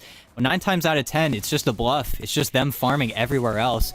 And okay, sure, Storm is going to get kicked out. Abyss says, give me my creeps back. But these are not the Weaver timings you want to see. He's pretty darn farmed, but even now, he's not close to that Deso. Usually, you want to be looking at least half the shard, have the Deso now. Then you're pretty happy, but it's tough goes. Gunner does get spotted. He doesn't even have a Falcon Blade, right? Normally, that's the power spike you want by now. Falcon Blade, the Treads, and the D-Lance heading into the Deso. But without these tools, has to play a little bit more cagey. Nouns take advantage of this by not just taking the tier 1 tower, but they are playing very aggressively into the jungle. Trying to take lives, but primarily gain some control and vision. We'll see where Lelis decides to plant his wards out, as he's carrying some as well as where Fly is. And Fly. Alright, with these wards being placed down, as we saw in the previous game, once you're dealing with these wards prior 20 minutes, yeah, you don't have a jungle anymore. You only have to play on the other side of the map. You cannot do this safely on the side of Pomyakas. No, it's something that these teams, especially the veterans, do so well. They know what part of the map they want to gate off. They know where we can slow you down, where we can stop your play. And right now, if Pomyoka really wanted to, they could move everybody towards top. They try to do that Roche before he shifts down towards bottom, and I think that's honestly their best bet. They can find a pick with this Blink Dagger, even better. And right now, they are angling, looking for Lelis. He doesn't have Shikuchi, so looking for him would be great. And they guess up, and then he steals it again. No. Dude, he was actually trying to bait Love to throw out the dust, knowing full well he'd be able to escape anyway, but not only did he steal Tsukuchi, he plants some vision on the way out. So if they were going to re-engage, Yuma is right there, ready to help him, beating them back. This is very frustrating. I suppose, you know, this is the only circumstance we'll see Rubik do well right now, right? Stealing Tsukuchi. Without the Tsukuchi, trash hero. With Tsukuchi, pretty good. Yeah. And worst case scenario, you just farm it. Oh, the net. It does land onto Abyss, but I've got time. Yuma, He's fine. he knows better too. Yuma doesn't want to give his opponents anything. They want to keep waiting. They don't know who's on that twin gate, so it's very patient play. But here we go.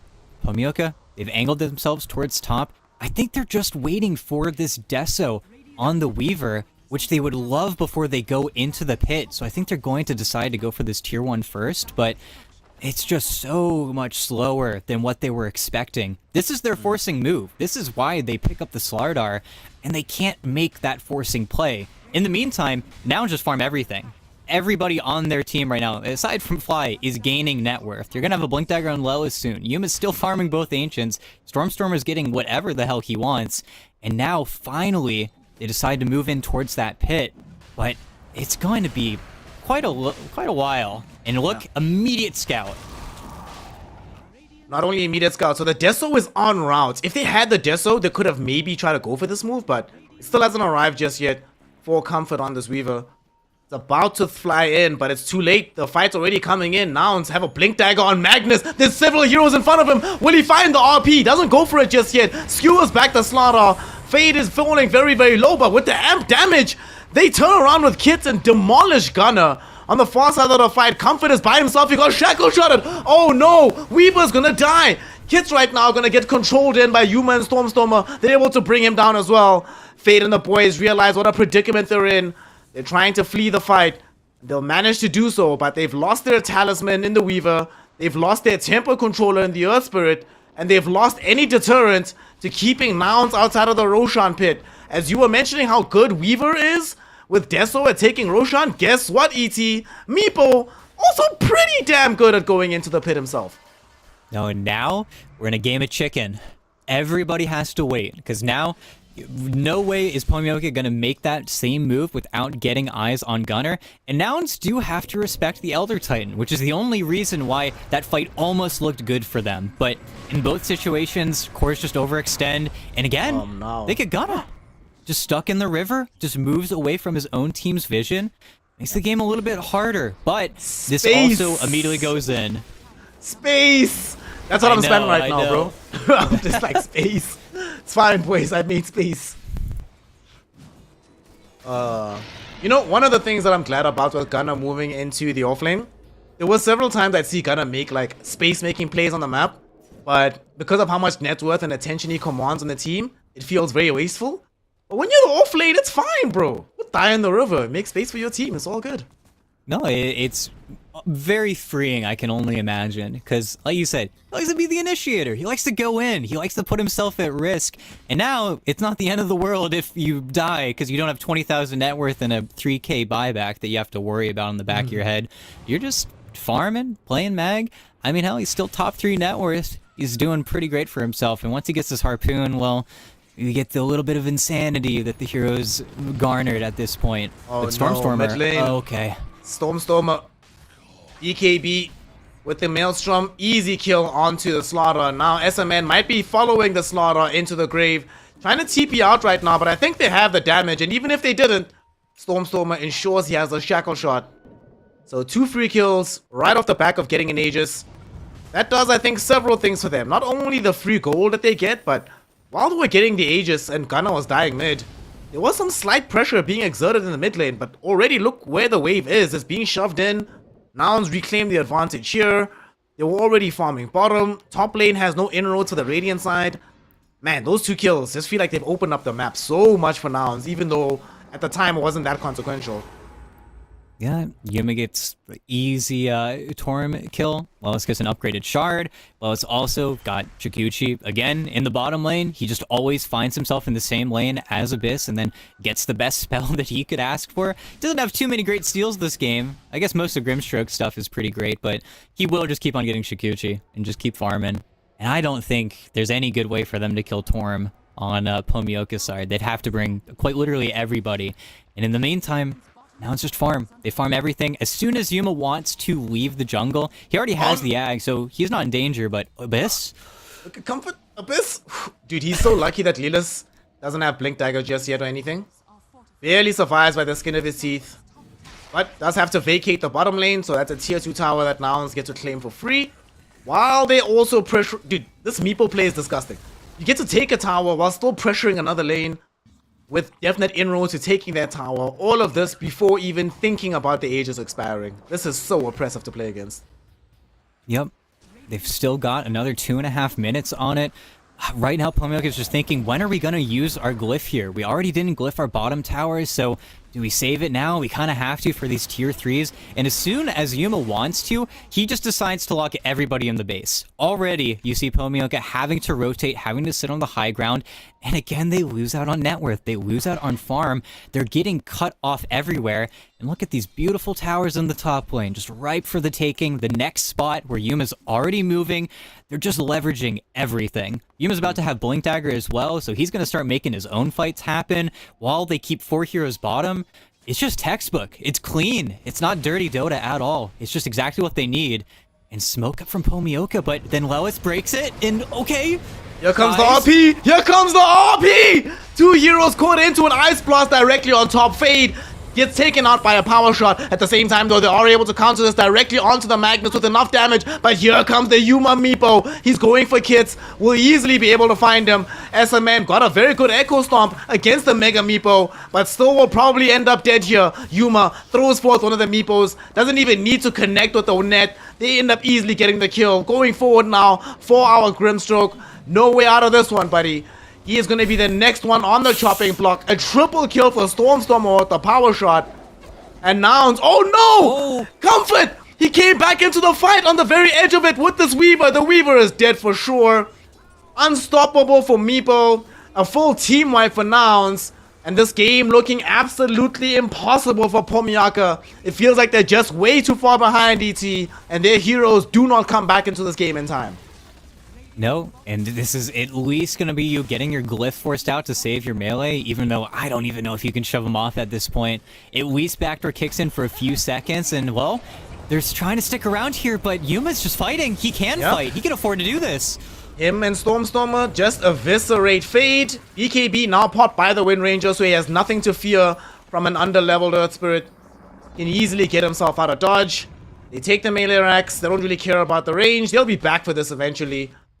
And I feel like it's one thing, ET, when you're losing team fights on your own high ground. It's quite another when the enemy can leave 2 heroes alone to take a lane of racks, pass backdoor protection, succeed, and get out with barely a scratch. Yeah, that does not bode well for your prospects.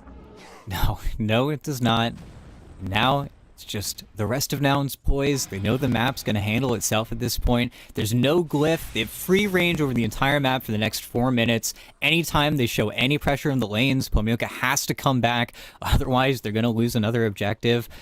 It just feels like there's so much working against them at this point. Only thing you can hope for is just that this hard-on kits, maybe a few BKBs, something starts to change in their favor, but There's no Grimstroke Ags to look forward to. Not that it would really even help that much at this point. You are kind of just waiting on Nouns to look for you and then trying to hope that they're not killing the most important member of the team. Even though right now they are looking for the Weaver. They're gonna look for the Weaver. The question is, will they be able to find him?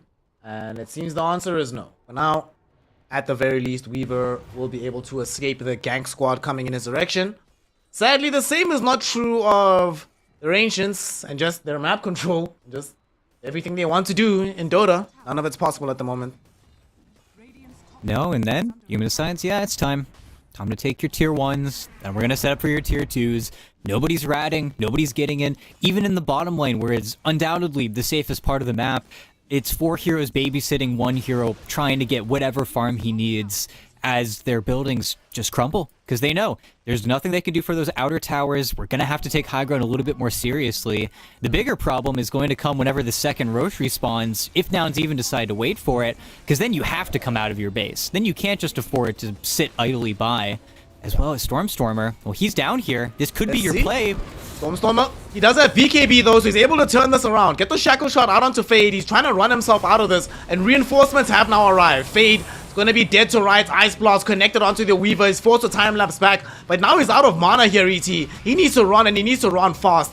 They're going to try and draw away attention with the Grimstroke heading towards the north-hand side, and that should be good enough to enable the rest of the team to escape, even if it costs the Grim's life. Godlike streak for Stormstormer. Bro, that is crazy. When you can be dangling yourself in between a tier 1 and tier 2, alone, draw in 4 heroes, BKB out, and still get a kill on 2 before just coming back as normal. Yeah, game is very, very, very fun for you. And then look at Stormstormer. Runs immediately back to the polar opposite side of the map, kills your 5, and then runs away. What do you mean, Stormstormer? This is Chad Shadow, bro. This is something else coming in from him. He's just a bad guy. And with the Elder Titan dead, Yuma's not afraid anymore. He's going in, and well... Holy smokes. They find the RP. Gunner getting the connection. Fade is already gone. Ice Blast coming through over the top. Doesn't connect onto the Weaver, but it doesn't need to. Kit's dragged away by Gunner before he kicks the bucket. But he has enabled his team to bring down the enemy mid laner. It is a 3-for-2 affair, or 3-for-1 affair, technically. And now, tier 3 tower... Very easy to bring down.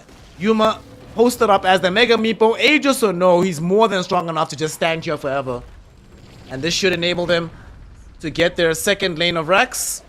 Don't think there's any fight left in the side of Pomyakas to stop this. But at the same time, they post up a little bit with the Comfort Weaver. And he finds himself immediately shackle-shotted.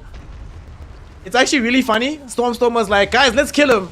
And the rest of Nouns is like, bro, what value is there killing this Weaver? I'm taking Rax instead. Yep. Just objective focused gamer. They tank a full Elder Titan combo, and that's the sad thing about that hero. You do everything. You keep the Meepo stunned. Everybody's locked down for a good bit of time, but you've got no more damage to follow up with it. Your Weaver with Ag Shard can't get close to the fight at all without risking dying. Cheeky Stormstormer continues to be annoying and does not get the Wisdom Rune, but is still pretty satisfied. And the real bad news, as soon as Nouns want to scout it, this Roche is cooperating with them wholeheartedly. They're saying, yep, Yuma, anytime you want, come check it. 2 seconds, Yuma's positioned himself just to be here for the Roche. Gonna take a few more seconds, and well, this is absolutely free. A super late Roche time would have favored Pomyoke, it would have given them some more leeway, but no, it's Nouns all the way for this Roshan. So I want to just hype up Yuma a little bit more. I'm going to do this twice. Now and at some point after the game. You see this disperser item that he bought? Right? Not an item that is bought. So 2 things. Firstly, some really smart people at TI convinced me that this item is actually really good. Because I'd never bought it myself. But I got talked into it because it's actually pretty good. It's just the circumstances to buy it don't come along all that often, right? Well, in this game, Yuma's purchase of this disperser is the 2nd fastest of all time. The only person who built it faster was Nisha and Sniper, who rushed the damn thing, building nothing else in between getting Disperser. And Yuma got this after Skadi, Power Trades, Ags, Blink Dagger. Are you kidding me? Who is this guy, dude? What a player.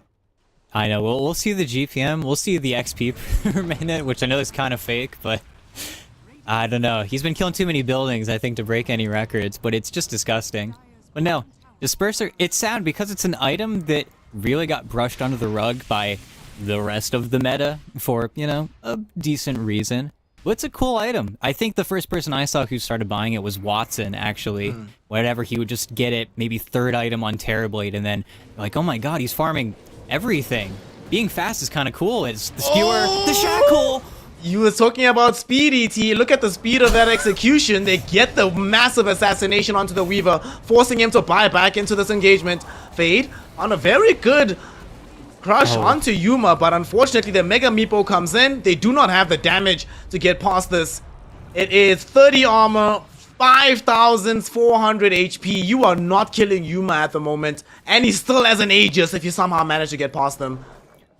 And now what? They're watching their base get destroyed right in front of their faces. Megas are about to emerge. Shackle Shot came out onto Comfort, but he does manage to get off the BKB. They're going back onto Stormstormer, but the RP from Gunner catches 3 heroes. Weaver's gone, so is the Earth Spirit, and now that Fade has fallen, they have no more core heroes left. They have no more prospects left, so they throw in the towel. Pomiyaka's tap out, and Nouns will take a decisive Game 1 victory, showing us the versatility of the off-lane Gunner, showing us the power of Stormstorm on the Wind Ranger, but crucially, showing us the excellence of the Yuma Meepo. What a game from Nouns in Game 1. Yeah, and you know, if you want to keep it short, you say, oh, they got Meepo'd. If you want to keep it long, Nouns just played some of the cleanest, prettiest Dota you could ask for. They didn't get messy. Their execution was at such a high level. They just outfarm them, simply. At 10 minutes into the game, they're 5K up net worth-wise. All of their cores are exceeding. All of their supports are excelling. They're getting exactly what they need to. Maybe Fly gets picked off here or there, but when it matters, he's not getting picked off. He's exactly where he needs to be. You're not finding that backline. I think Pomioka had that one opportunity top on that first Roche contest where maybe you get that early kill on Gunner and then suddenly things start to turn for you, but then the vision comes in from Fly. Then they get the random shackle onto your Weaver. Then Yuma starts to cook on the Meepo, and that right there is almost where you could say they lost the game. Because as soon as they miss out on that early Roche play, that abuse of the Weaver Slaughter lineup that they drafted, then they run out of steam. They run out of gas, and then you can't really do much else versus Nouns. To make matters even worse, not only do they miss out on that initial play, they end up losing that Roshan to the Meepo. Like, the first Roche of the game goes to this Meepo. What are you supposed to do? I'm going to reiterate one more time. Second fastest disperser of all time. Any hero, no matter what the context. The only time it was faster is when Nisha rushed it on Sniper. Yuma gets it off the blink. Skadi, Aghanim Scepter, Power Treads, and happened to have a casual Aegis in the repository as well. Absolutely bonkers performance out of him. And there's something you mentioned earlier when we were looking at this draft. If Nouns are willing to do this in their first game as a new team, Game 1, they're going for Meepo third pick, I believe it was, 5th overall pick in the game. What the hell else do they have in store for you? How do you prepare your drafts against this? I personally do not know, but I do hope that Pomiyakis has the answer, they have the response, because if they don't, it's going to be a very quick 2-0 here. So Pomiyaka having gone down in the first game, let's hope they have more in the bag to deal with the power and the versatility of this Noun squad. We'll find out if they have what it takes in Game 2 of these closed qualifiers for ESL 1 in Kuala Lumpur. It's Snare and ET, and we'll be right back with some more NA Dota.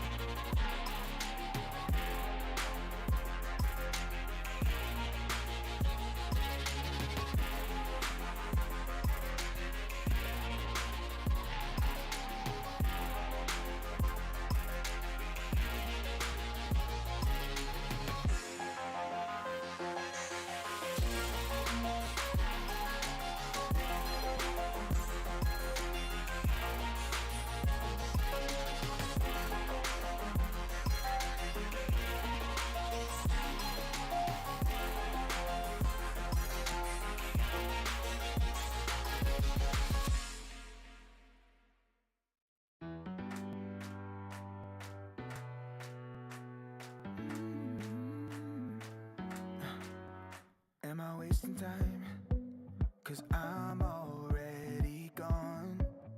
So long, can you stay the night? 'Cause you're the thing I want. I know you're feeling different when you're stressed out, but even with no makeup you still stand out. 'Cause no one makes me feel the way you do now, like you do now. The way that you move your body, you make it look like a hobby. Every time that you touch me, it's electricity. Things we discovered underneath last night's covers. Everything came so easy. It's electricity.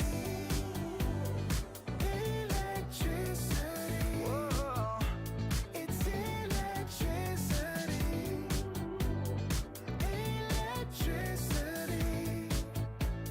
It's electricity. When it's late at night, I feel you on my skin. My skin. You're all that's on my mind. It's finally sinking in.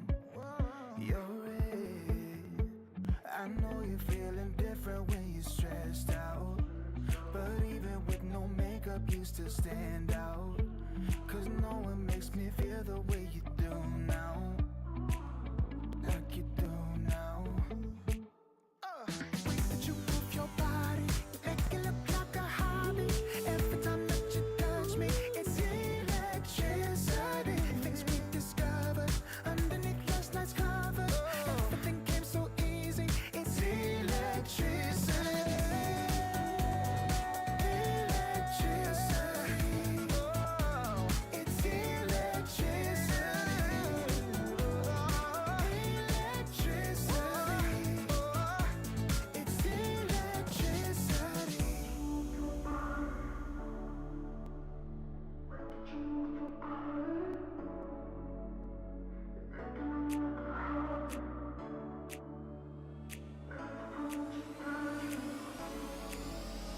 The way that you move your body, you make it look like a hobby.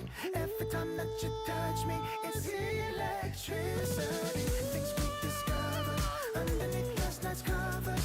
Everything came so easy. It's electricity. Electricity. It's electricity. You move your body. Electricity. You move your body. It's electricity.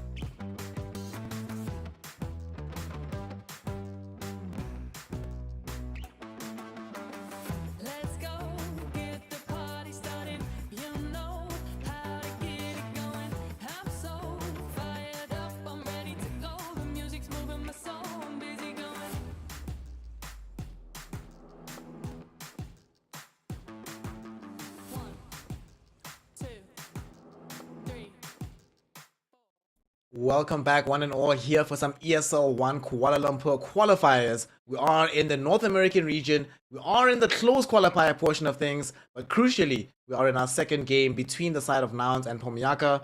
And Nouns, looking pretty hot. If you didn't hear the preamble at the beginning of the show, ET here had mentioned that he believes Nouns, the Bamisoys, TSM, and who was the other team that you mentioned? I forget the other team, but you told us that these teams are going to be good. ET, honestly, did you expect Nouns are going to look as good as they did in game 1? Absolutely. Yeah. I'm ready. I'm so ready for the next stage of the upper bracket, just because Nan, you get everybody beating up everybody. Those top 4 start going against each other. TSM, Nouns, Yangji Ganlu, Bamisoy. It's just like, I'm just excited because that next phase is what really sets, I think, the tempo for the rest of the tournament. And you get to see, what actually matters and what these teams can actually do in a captain's mode lobby. Because up until that next set of games, I don't think a lot of these squads have actually been tested, especially in the OQs. Some of them had easier routes than others, for sure. It's where in OQs, anything kind of goes. If you get a nice route, if you get to play versus some of the easier teams, you get to play in the CQ. It's as simple as that. But then once you get seeded in like this, everybody's got to go that first day. Everybody who's not capable, I'm looking at all of these games. I feel like we're going to get 4 2-0s today. Nothing against some of those lower teams, but that's just how competitive those top 4 really are and where sparks are going to fly tomorrow. Well, we're going to be seeing more of that competition, and if ET's prediction pans out, of another 2-0 as we get into our second game here of Nouns versus Pomyaka. We are in the draft. Nouns is playing on the Radiant side. They have second pick this time around, and Pomyaka, they have first pick on Dire. They will go for the Nature's Prophet. This was banned out first phase by Pomyaka themselves in the prior game, so them going for this, we've already seen the prowess of Nature's Prophet. Long gone are the days he's played mostly as a core, primarily as support right now, but being able to provide that global support, being everywhere on the map, free vision, good laning, good scaling through the late game. Honestly, if I'm honest, ET, I don't know why Nature's Prophet is not in every single game of Dota when he's available. Yeah, no, he's dumb. And if you're playing those high-ranked EU pubs, he is banned or picked every single game for that exact reason, because it forces everyone in the entire server to play differently. You have to react. Every dive you go for, every time you make a trade, it's always with this pretense of there could be a guy TPing on top of me who's going to put out another 300 or 400 damage. Maybe if it's just a sprout or body blocks or whatever, it forces you to play completely differently. It's why this hero is so valuable, and typically why it's been banned out in a lot of these games here. So maybe Pomyaka can get something cooking for him. Renouns, though, blank face, first pick Magnus. Gunnar wants another shot at it. Had a few missed blink opportunities in that first game. Really felt like the Yuma Stormstormer show, but he did his job. He did what he needed to do. I think Gunnar now just wants to perfect it. He's got that dog in him. He wants to do his job perfect. It's where he's always been an incredibly driven player, and in a new role, he's gonna want these games. He's gonna want that good practice versus these guys. You're the second person besides myself who has described Gunnar as having that dog in him, so shout out to ET. I am still, though, looking at this draft order, I'm still genuinely deeply surprised by this Chen ban. I get the Lone Druid, I get the Enchantress. Don't you think this might have been easier for Pomyaka had they just banned Magnus instead of the Chen? And then if they still get Nature's Prophet, great, but what do you think the rationale is behind the Chen ban? Is the hero, in your opinion, that good right now to warrant a first phase ban against Nouns? Not really, especially considering that it was really just Celery who was the one playing it at TI. He was the only one that made it look as good as it did look there. It's got to be somebody knows something. It's where maybe they scrimmed a game before, maybe they've got some fear in them, because I'm pretty sure Nouns haven't touched that hero. At least they haven't touched it with this squad publicly. And very simply, they just decided to go for the Phoenix. I was kind of thinking in the back of my mind whether or not they wanted to actually go for this pick, just because versus NP, you already have +1 effectively on X hero to hit the egg.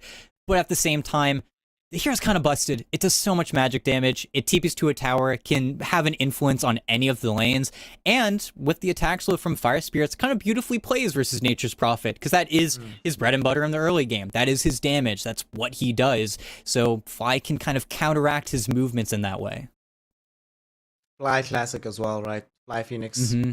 Even when the hero's been bad, Fly's been good on it, so certainly makes sense. Also sets up some really intriguing combinations where Phoenix might not be the only hero in the game that provides some healing potential. And now Pomyaka have to start worrying about this. If we don't whip out AA within the next 2 phases, well, it's probably going to get taken out of the pool in the final phase of banning. But, do we want to be playing AA without a bit more reliable stun, especially because Nature's Prophet is R4. But Nature's Prophet is R4 and AA is R5. Suddenly our team fight is heavily curtailed. It just feels very weird. And it looks like they're actually... Question. They're keeping this versatile, right? So, Muerta can play 4 and 1. Wraith King can play 3 and 1. I've seen 5 Wraith King, to be fair. Nature's Prophet can technically play 3, 1, and 5. And 4 even. So, not a lot of information being given away by Pomyaka here. I think... What do you think of this particular approach of them going for max versatility rather than defining a strategy in the second phase? It's a little bit timid, but I think with the level of bans coming out from both teams in those first phases, you don't have that slam pick. You don't have that, oh, I'm just going to pick CK. It's already banned out.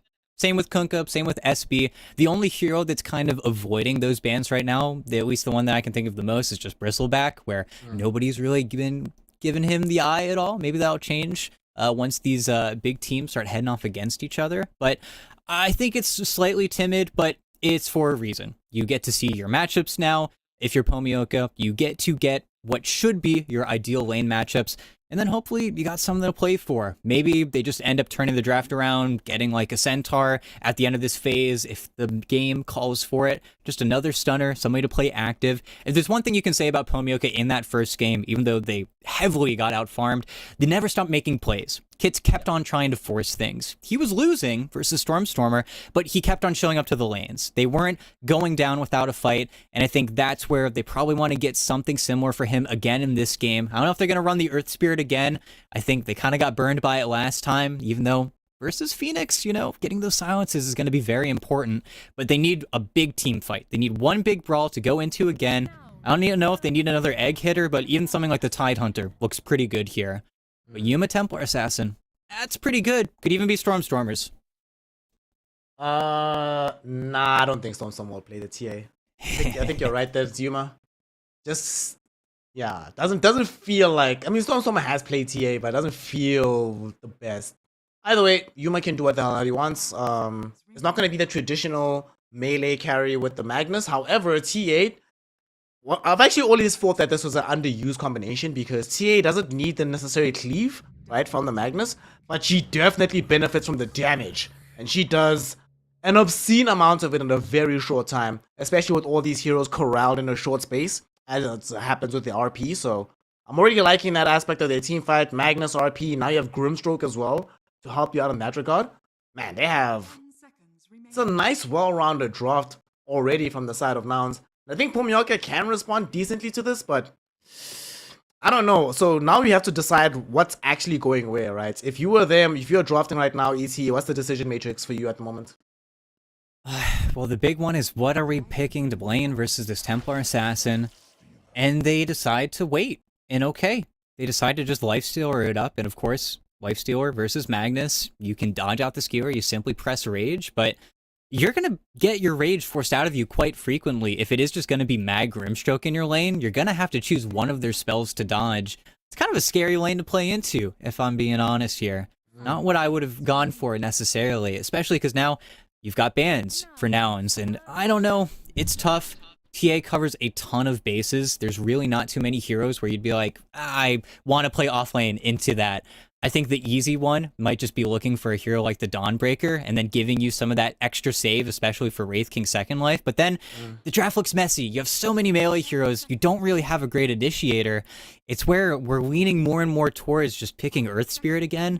But I don't know. It doesn't feel great. The biggest benefit, I think, right now for Pomyaka is you do get your pick first. So you're going to be taking a little bit from Stormstormer's pool as well, because that's what they need too. They need a melee hero that goes in, somebody to Inkswell, be confident. I could see them also looking for the ES. It's where we just need a simple go-in guy. Hold on. I have a different idea to propose to you, fam. I'm looking at this enemy team. I see, if I'm on the side of Nouns, that is, I see there is a Wraith King, there's a Lifestealer, there is a Nature's Prophet, right? It's a lot of physical damage for me to worry about. There's some magic damage coming on from a Muerta, so I need to buy BKB from the mid lane. And I want a hero that can, like you say, either take the Inkswell and go forward or be an anchor in the forward portion of the fight. Bro, Razor! Wouldn't Razor be amazing here for the side of Nouns to deal with this lineup? No, Razor, it would be kind of disgusting because it ruins everything. It ruins every plan. Lifestealer cannot play normally anymore. It's where you have to have that Wraith King being your pseudo carry at that point just because he has to. But even then, leashing the Wraith King just makes him feel it's the same problem. It's the same issue. It's just being done to a different hero. It's where, I don't know, your cores just get messy. It gets ugly. The most annoying thing is you have to buy a Quelling Blade to deal with the Nature's Prophet. And they ban out Necro. So both sides, they clear the way for these melee heroes to have a chance here. But I don't know. I'm thinking in the back of my mind still just Earth Spirit. But you're exactly right. The Stormstormer Razor as well. I'm pretty sure he's known for that hero. I don't know. Yeah. It seems pretty good. Bro, I let them, if I'm drafting right now for Nouns, I let them pick whatever the hell they want. I pick Razor here. But they're probably not going to do that. Pomioka, they need a hero to go mid. Yeah, Puck, I guess, maybe. But the Puck matchup is too tough against PA. So yeah, as you said, some strength hero, Earth Spirit. Dude, now I doubly want to pick Razor. Oh my god. Holy smokes. Okay, to be fair, it's one of the other heroes I spam. You always hear me get this excited on my spammy heroes, but I feel like Razor would demolish this game. Wind Ranger would be another very good option, but I can't see a better hero than the Razor. If you're Stormstormer here, you're playing mid, what do you think is the best option for you? If I had to just throw one out there, and I guess I don't even get to say so. Oh, it's Invoker. Oh, The hero we haven't gotten to see very much, but snap. it's Stormstormer Invoker. It's a classic. I was going to say Shaker, honestly. Throw it out there, just because I like that Shaker. hero a little bit, especially versus ES and Wraith King. But you know what? It's okay, because Invoker is a phenomenal pick. Of course, early on, the Spirit should be able to do something. He shouldn't get shut out too hard here by the Invoker. Fingers You said crossed. that to me twice already. I know. It's how it should work. It's just these insane mid laners just bullying the Earth Spirit players. But at the same time, what a great cold snap game. It's so annoying for everybody to deal with, even the Lifestealer at this point, where you just have it on you for such a long amount of time, as well as it being a killer ice ball game. All of these melee cores, once you're in, you're stuck. You can't do anything. The only weakness here on the Invoker is that you are incredibly weak versus Nature's Prophet. Early on, Pomioka should run at Stormstormer off cooldown. They should be giving this Invoker hell because he can't do anything. He is a ranged creep for those first 4 or 5 levels where he needs everybody else around him to prop him up just so he gets a game, and Pomioka should definitely be looking to exploit that. If they don't, I feel like Nouns are just going to do the same thing as game 1. They just farm everywhere, and they take the game out of your control. This is a very good point, right? Because they have those kind of heroes. NP, ES, you can always aggress onto this guy. You know what really worries me, though, isn't just that they're going to do the same thing as before. Farm everywhere, scale through the game. Fam, if they get late game, you have a TA with Empower and Alacrity. Woo! Fun times. Enjoy. Have fun. Good luck, Pomyaka. Let's hope for a game 3. That's what we all want. However, Nouns certainly seem like they have a bit of a draft advantage here. But as with all things in Dota, it doesn't come down to ideas. It doesn't come down to the draft. It comes down primarily to execution. And you know what does not help, ET? When the enemy team is just better at de-warding than you, as Fly has just demonstrated. 2 games in a row now, able to start things off by getting superior vision early on against the side of Pomyaka. I mean, just so smart. Just know when and where to make those calls, and haven't missed yet. So we'll see what happens whenever you've got like Whitemon versus Fly, all Warden versus each other, making a mess of the map. But till then, again, it's a very quiet start. And what are they doing here? I guess just positioned aggressively on that river rune. I don't want him to overstep too much, but Kitz is in a scary place. I've got like PTSD seeing him stand there. I feel like I've seen too many players get hooked. You are definitely an NA player. Worried about punch hooks? What are you talking about, dude? Hook? What is this spell? Like, I think I honestly encounter a punch once every like 50 games or something. As we are about to encounter a death for the Muerta. One more right click from Gunner is all it'll take, and that's going to be the first blood drawn by the Magnus. Well. Not like the game was going to be easy, but it just started off on a harder kill than it needed to. Bonus gold for this Magnus, bonus experience. And that's going to mean faster items than you would have otherwise. And unfortunately, it's not like we're playing a game where they're playing into like a difficult lane for the Magnus. Bro, I'm playing Grimstroke Magnus into Lifestealer Nature's Prophet. I do not care about this lane whatsoever. No, it's where once we get some stick charges on both those heroes, you know, they'll be able to make some trades happen a little bit more effectively. But until then, it's just going to be spamming, nuking. You can't shut out these heroes. You can't play for the ranged creep. It's just going to be them farming and you hitting them. It's a very boring play style. At least he gets control over that sentry, over that large camp, but, well, it's already working to get control of that. Stormer, beautiful play, easy deny, simple stuff. So talk to me about this mid lane matchup. You've assured me that Earth Spirits should not lose matchups too often. Oh, we just see a kill happening on the Nature's Prophet top. That's not too surprising. We already outlined how strong this lane can be, but how is this mid actually going to pan out? What can we expect from Kits here? Well, so same thing as it should be. Once you get level 2 in that Boulder Smash, you can get the ranged creep. All you have to do is walk up, but that's where Stormer is just going to click you over and over and over again. It's where all you can hope for is getting lucky on the server ticks for your rolling boulder, so that way you can actually dodge out those EMPs. But what Kits should be doing in this lane, just dumping mana. As again, top, I mean, they've got the levels already stacked up on these two heroes. They hit the level 2 early, but I mean, they just press their advantage perfectly. They get exactly what they need. They just know what they're doing. Bro, does Gunnar have a killing spree at 2 minutes on Magnus? Alright, seems they're imbalanced. I see no problem with this. He's mad about his deaths. He was not happy with himself in game 1. He's looking for that perfect game now. I mean, to be fair, maybe he knew that I was casting him. I was gonna send him messages flaming him. Be like, what the hell were you doing, bro? What happened here? What's going on? New player. New role, bro. New role. Give me time. Okay. Exactly. Always got to have the deniability. His bot lane, though, this is a little more boring. The lane's really far up, which should be cause for concern for Yuma, but actually with the way that the trees are down here, it's very difficult for Love to find that angle to get the dead shot into him. So when it comes to breaking through that refraction, the stars kind of have to align for that play to happen. Otherwise, it's just trying to deny and getting those ranged creeps, farming the large camp.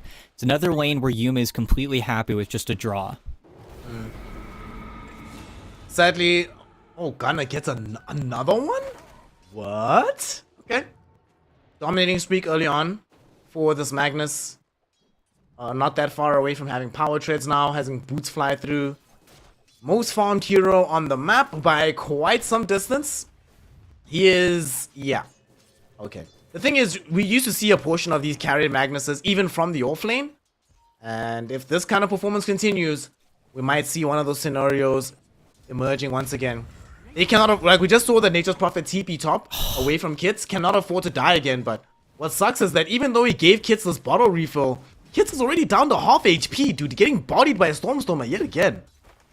No, and it's where, because top lane has been so successful for Nouns, it's not that Kits necessarily needs it, but you're not getting that play. You're not punishing the Invoker. You're not bringing both supports at 4 minutes to not only help out Kits, but make a play happen onto Stormer. Instead, you kind of just have to idly sit by and watch, and okay, bit of whiff there from the man himself, so Kits will get a double water rune, you know, refill. But no, maybe not, because Lelis is there to keep you down. It's where, so successfully, that bigger brother, that upper level team, just always knows when to bring those supports to the mid lane while not leaving out on their side lanes at all. Really great plays coming in right now from Nouns as top. Gunnar, despite the fact that Layla's left for a little bit, is absolutely safe. He's got so much early farm that he feels quite confident in posting up right now. And he knows SMN is very far behind. They're actually going to go on to this Lifestealer. They know that he already used the Rage. He's going to get skewered back toward the creep wave. Stroke of Fate slows him down. Rage is back online. Nice little Sprout. And there is no Quelling Blade available just yet from Gunnar. It was on cooldown, but he does have Shockwave, and he has Skewer in 7 seconds. There's no way that this Lifestealer gets out of this one. He dodges both spells though. 2 seconds for the skewer. He pops the magic wand on Gunner. Skewer forward, gets both heroes, and is able to get the initial kill. And now they might set up for more. Inkswell stun, holds this Nature's Prophet in position, gives Gunner a double kill and an unstoppable streak.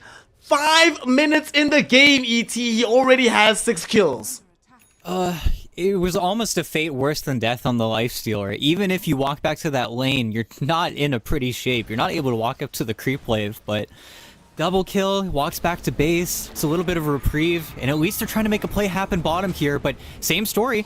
Kits isn't level 6, and nobody has vision. Oh my okay, God. There's the dust. A little bit of reveal, but it might be a little bit too late. Kits does have the vision, but he already no, died the off. fire Sunstrike spirits. doesn't even connect onto him. He just dies to the spirits and a right click from Yuma. This is actually the worst case scenario. If he at least died to Phoenix, it's not so bad. But you die to the hero you were trying to gank.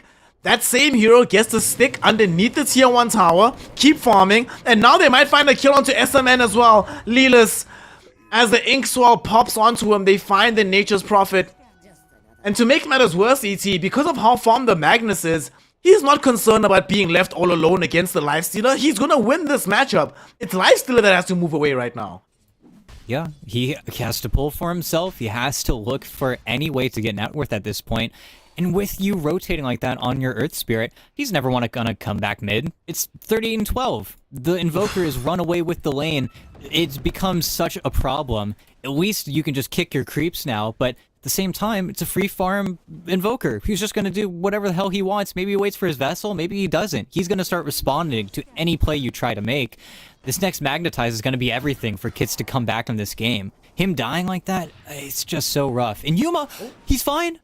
The ward, he tried to punish him. Doesn't matter.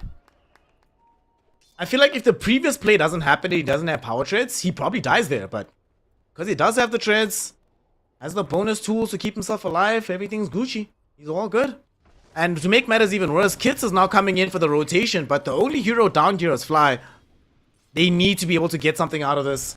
Fly has to absolutely die here. Kits looking for the angle of initiation, but Fly is already behind the tower and he doesn't even connect onto Fly, but they might have found a better target. Yuma's there, but no. There is not a quick enough way to get through the refraction, so now the Magnetize ends up being wasted. Stormstormer shows up as well. They're looking to try to bring down Kits. He has the Phantom's Embrace on him. Silenced up, killed off. And that is a second time that Yuma gets ganked and instead turns it into a kill. Fade wants to be able to get out of here, but he doesn't have the mana, ET. He really wants to run. Phase Boots, this should be enough to get him out of dodge. Stormstormer doesn't have enough mana to continue the full chase. Does have Cold Snap, but can't close the gap. Doesn't have Phase Boots just yet. Fade will live. Kits will not. But more importantly, Yuma continues to kill, farm, and become the biggest hero on the map. Yeah, and now he just does what Yuma does best. He occupies his lane. He puts down the traps. You make it so your TA can never get walked up upon without a 5 coming down here and getting rid of everything. As well as Gunner. Actually taking a twin gate and I guess giving Yuma some love. I don't know. This was a little weird. Level 3 in power. You know, he's not going to say no to it, but I think it's time for him to go back home. But now, how do you get rid of him? Yes. He's got to check in on his on his new carry. He's got to see what's going on. Oh, look at this. Look at the move they're pulling top. They may be trying to pincer Comfort here, Abyss. But Abyss realizes, gets out of dodge. And they actually had multiple heroes set up for this, if he did show in lane. Very smart move to not be involved, especially right before Fly is able to find yet another D-Ward in this game.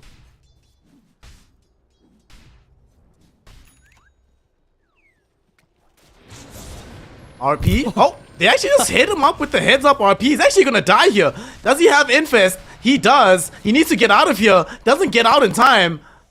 They bring down the life. That was so casual, ET. That was way too relaxed. That was like Kill Bill walking into your house, shooting you in the face, going home like it's no problem.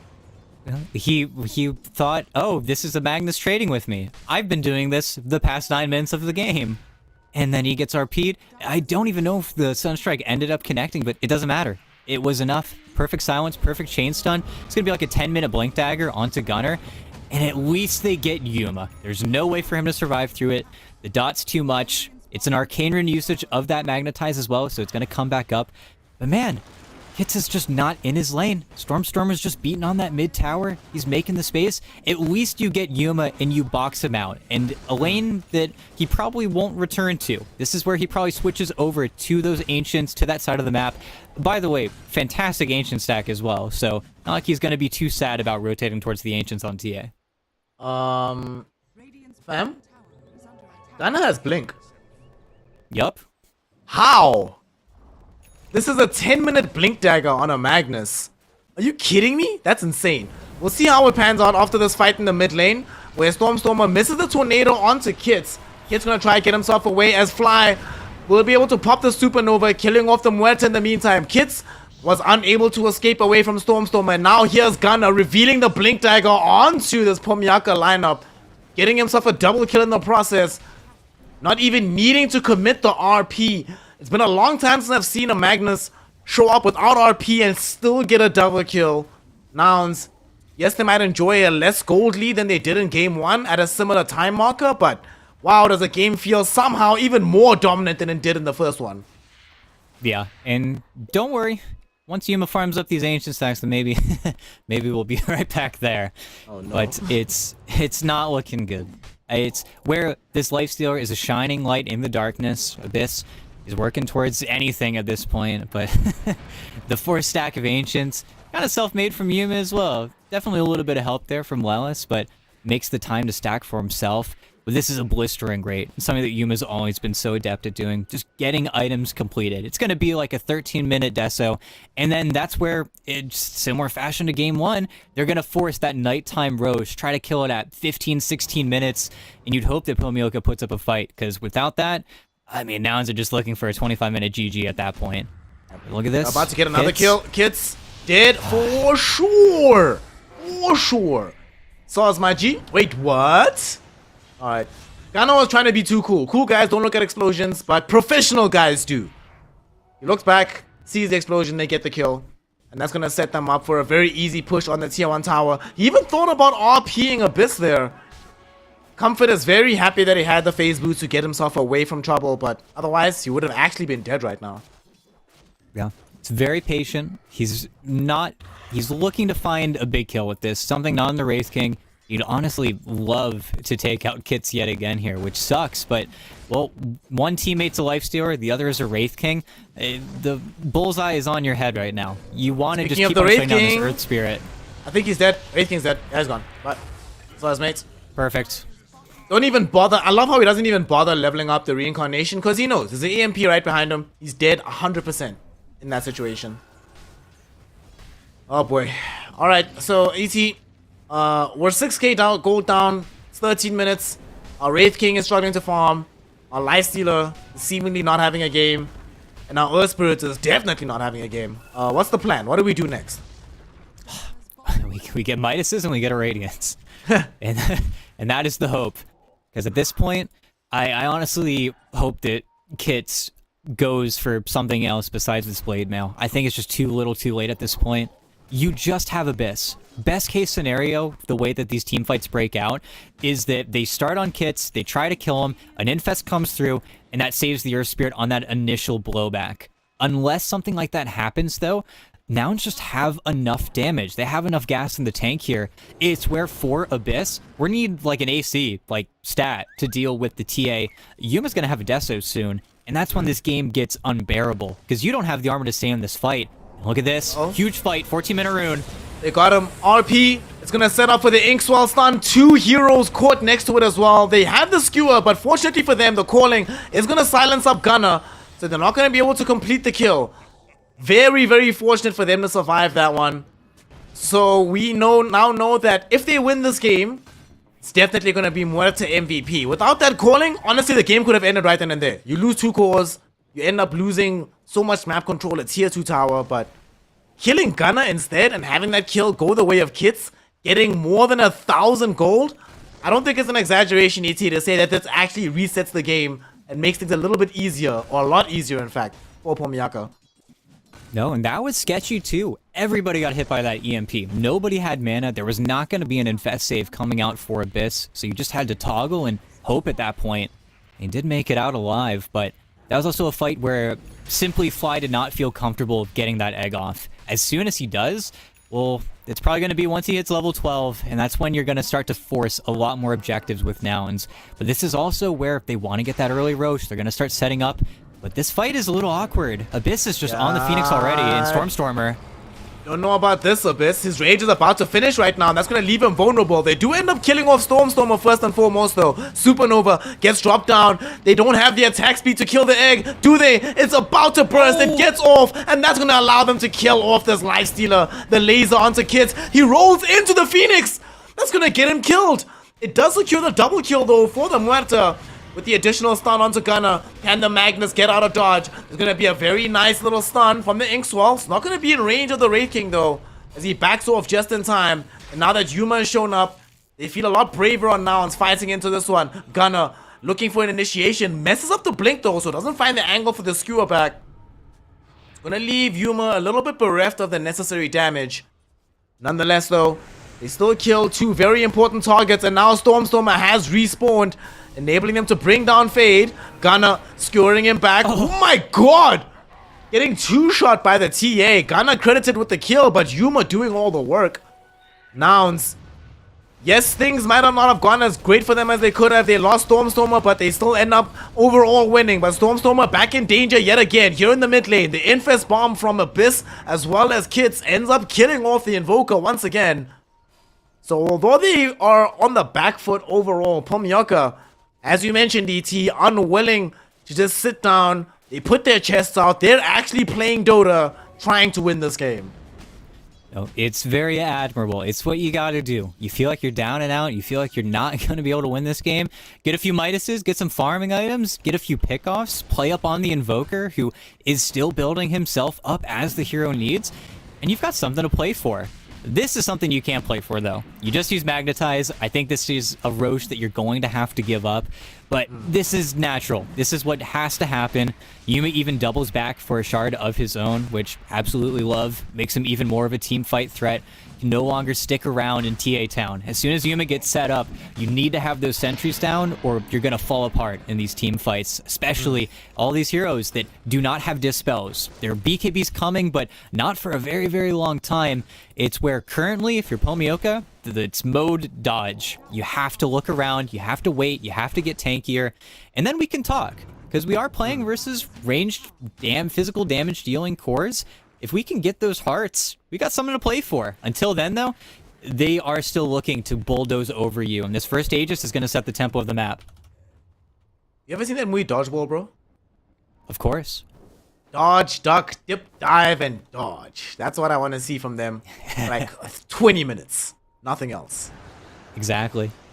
Sadly, and they can pull it off.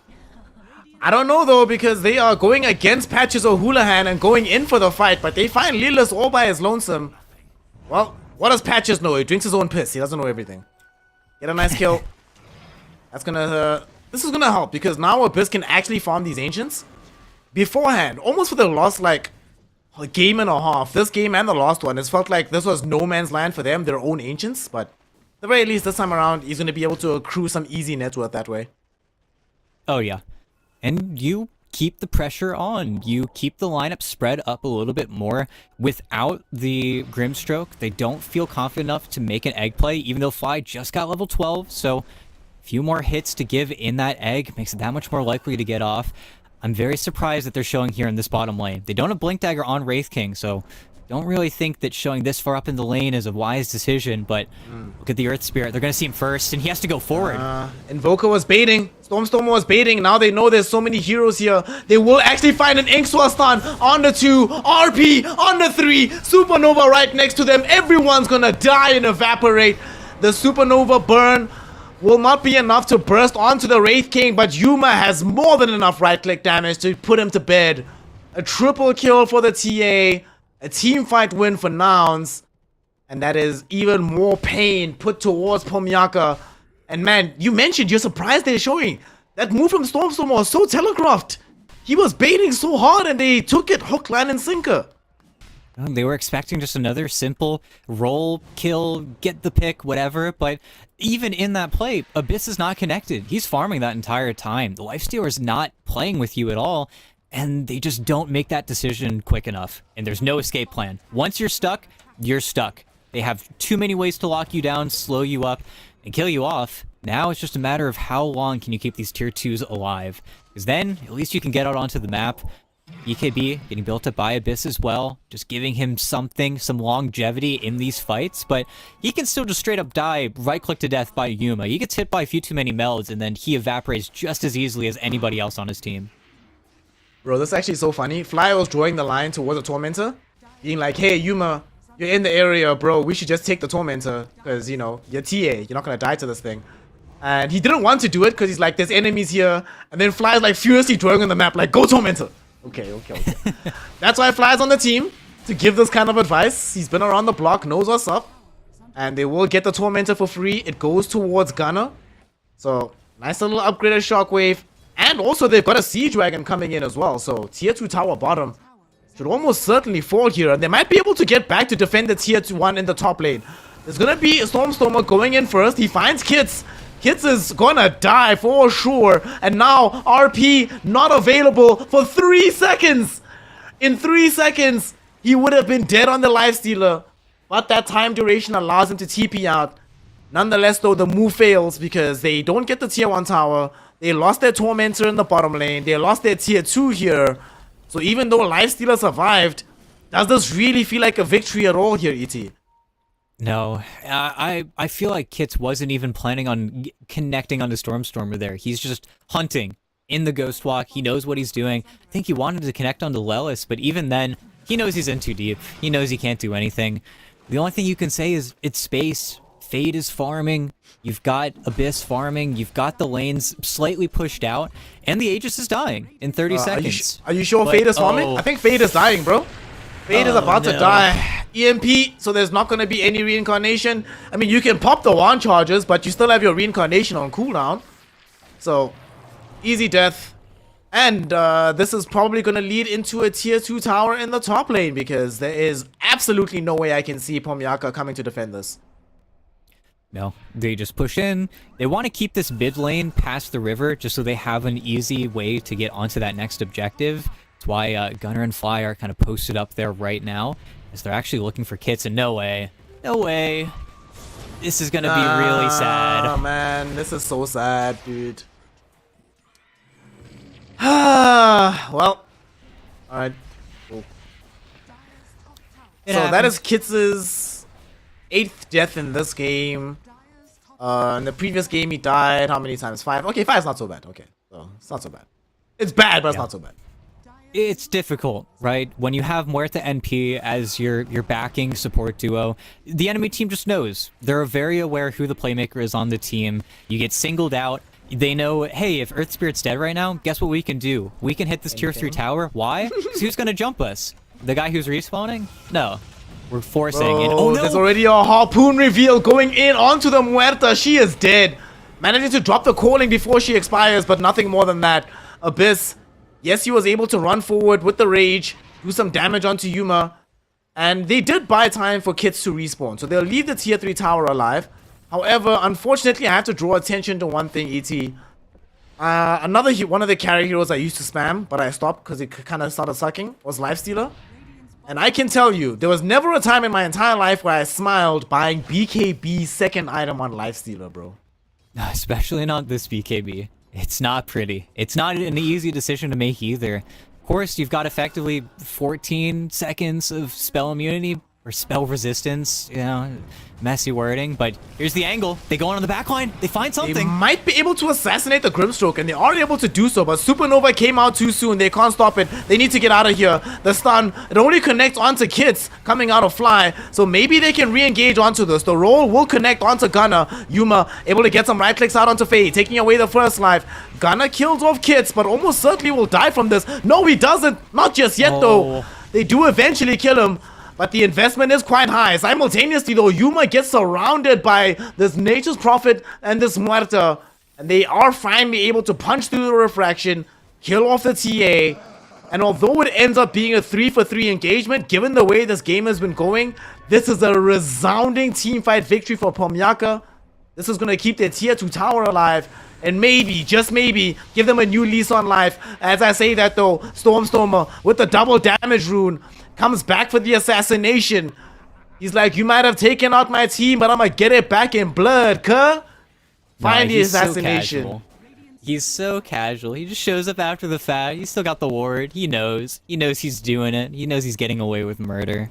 But that fight's brutal. It really is. The lifestealer didn't even want to go back in, but somebody comes. TA's dying. Refraction. Yuma just mans up. He one-shots him pretty much in that instance. But it's a 3k gold exchange. You claw back something. You get so much on the cores that did survive.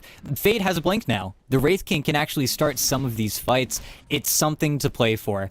The question is, will they have gained enough strength to contest this next Roche? Because come that next Aegis, that's when Nouns don't just look to take an advantage. They don't just look to push for another victory. They're trying to end the game with this next Aegis. It's the classic TA second Roche. You move in, you take the rest of the map. If you don't get 2 racks with your second TA's Aegis, then you're probably doing something wrong. And can Pomioka actually contest versus it? Or is it still too little too late? Because that's where the game's going to slow down really heavily in the next few minutes here. But as soon as Roche is alive, they've got an incredibly tough decision. So, unfortunately... Oh, nice, nice. Oh, SM can't finish off the courier. It had the Mystic Staff on it. Was going to deny the Hex away from... Oh, the Sheepstick... Shivas, not Sheepstick. Away from Fly. Nonetheless, he finishes off. So, I've got a question for you, right? Good kill that just happened. Obviously, they have some Radiance. It's going to help against some of the physical damage. How many items does Lifestealer need to contest TA with Deso, MKB, Blink...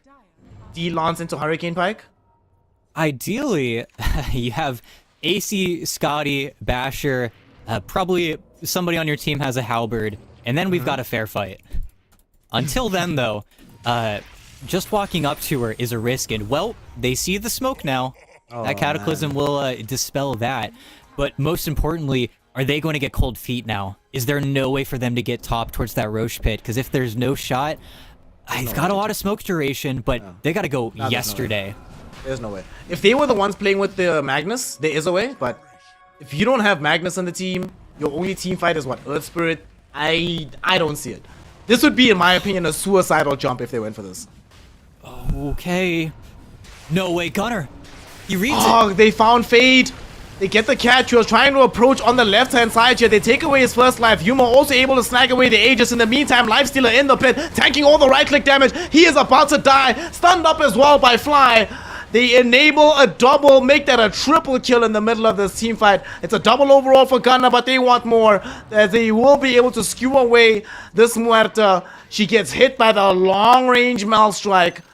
And Gunner just finishes off by tapping her for a triple kill. I told you, ET, approaching that fight is actually suicide in that situation. And unfortunately, it seems that Pomioka not necessarily opposed to the concept of self-determination, or self-deletion, rather, in that situation.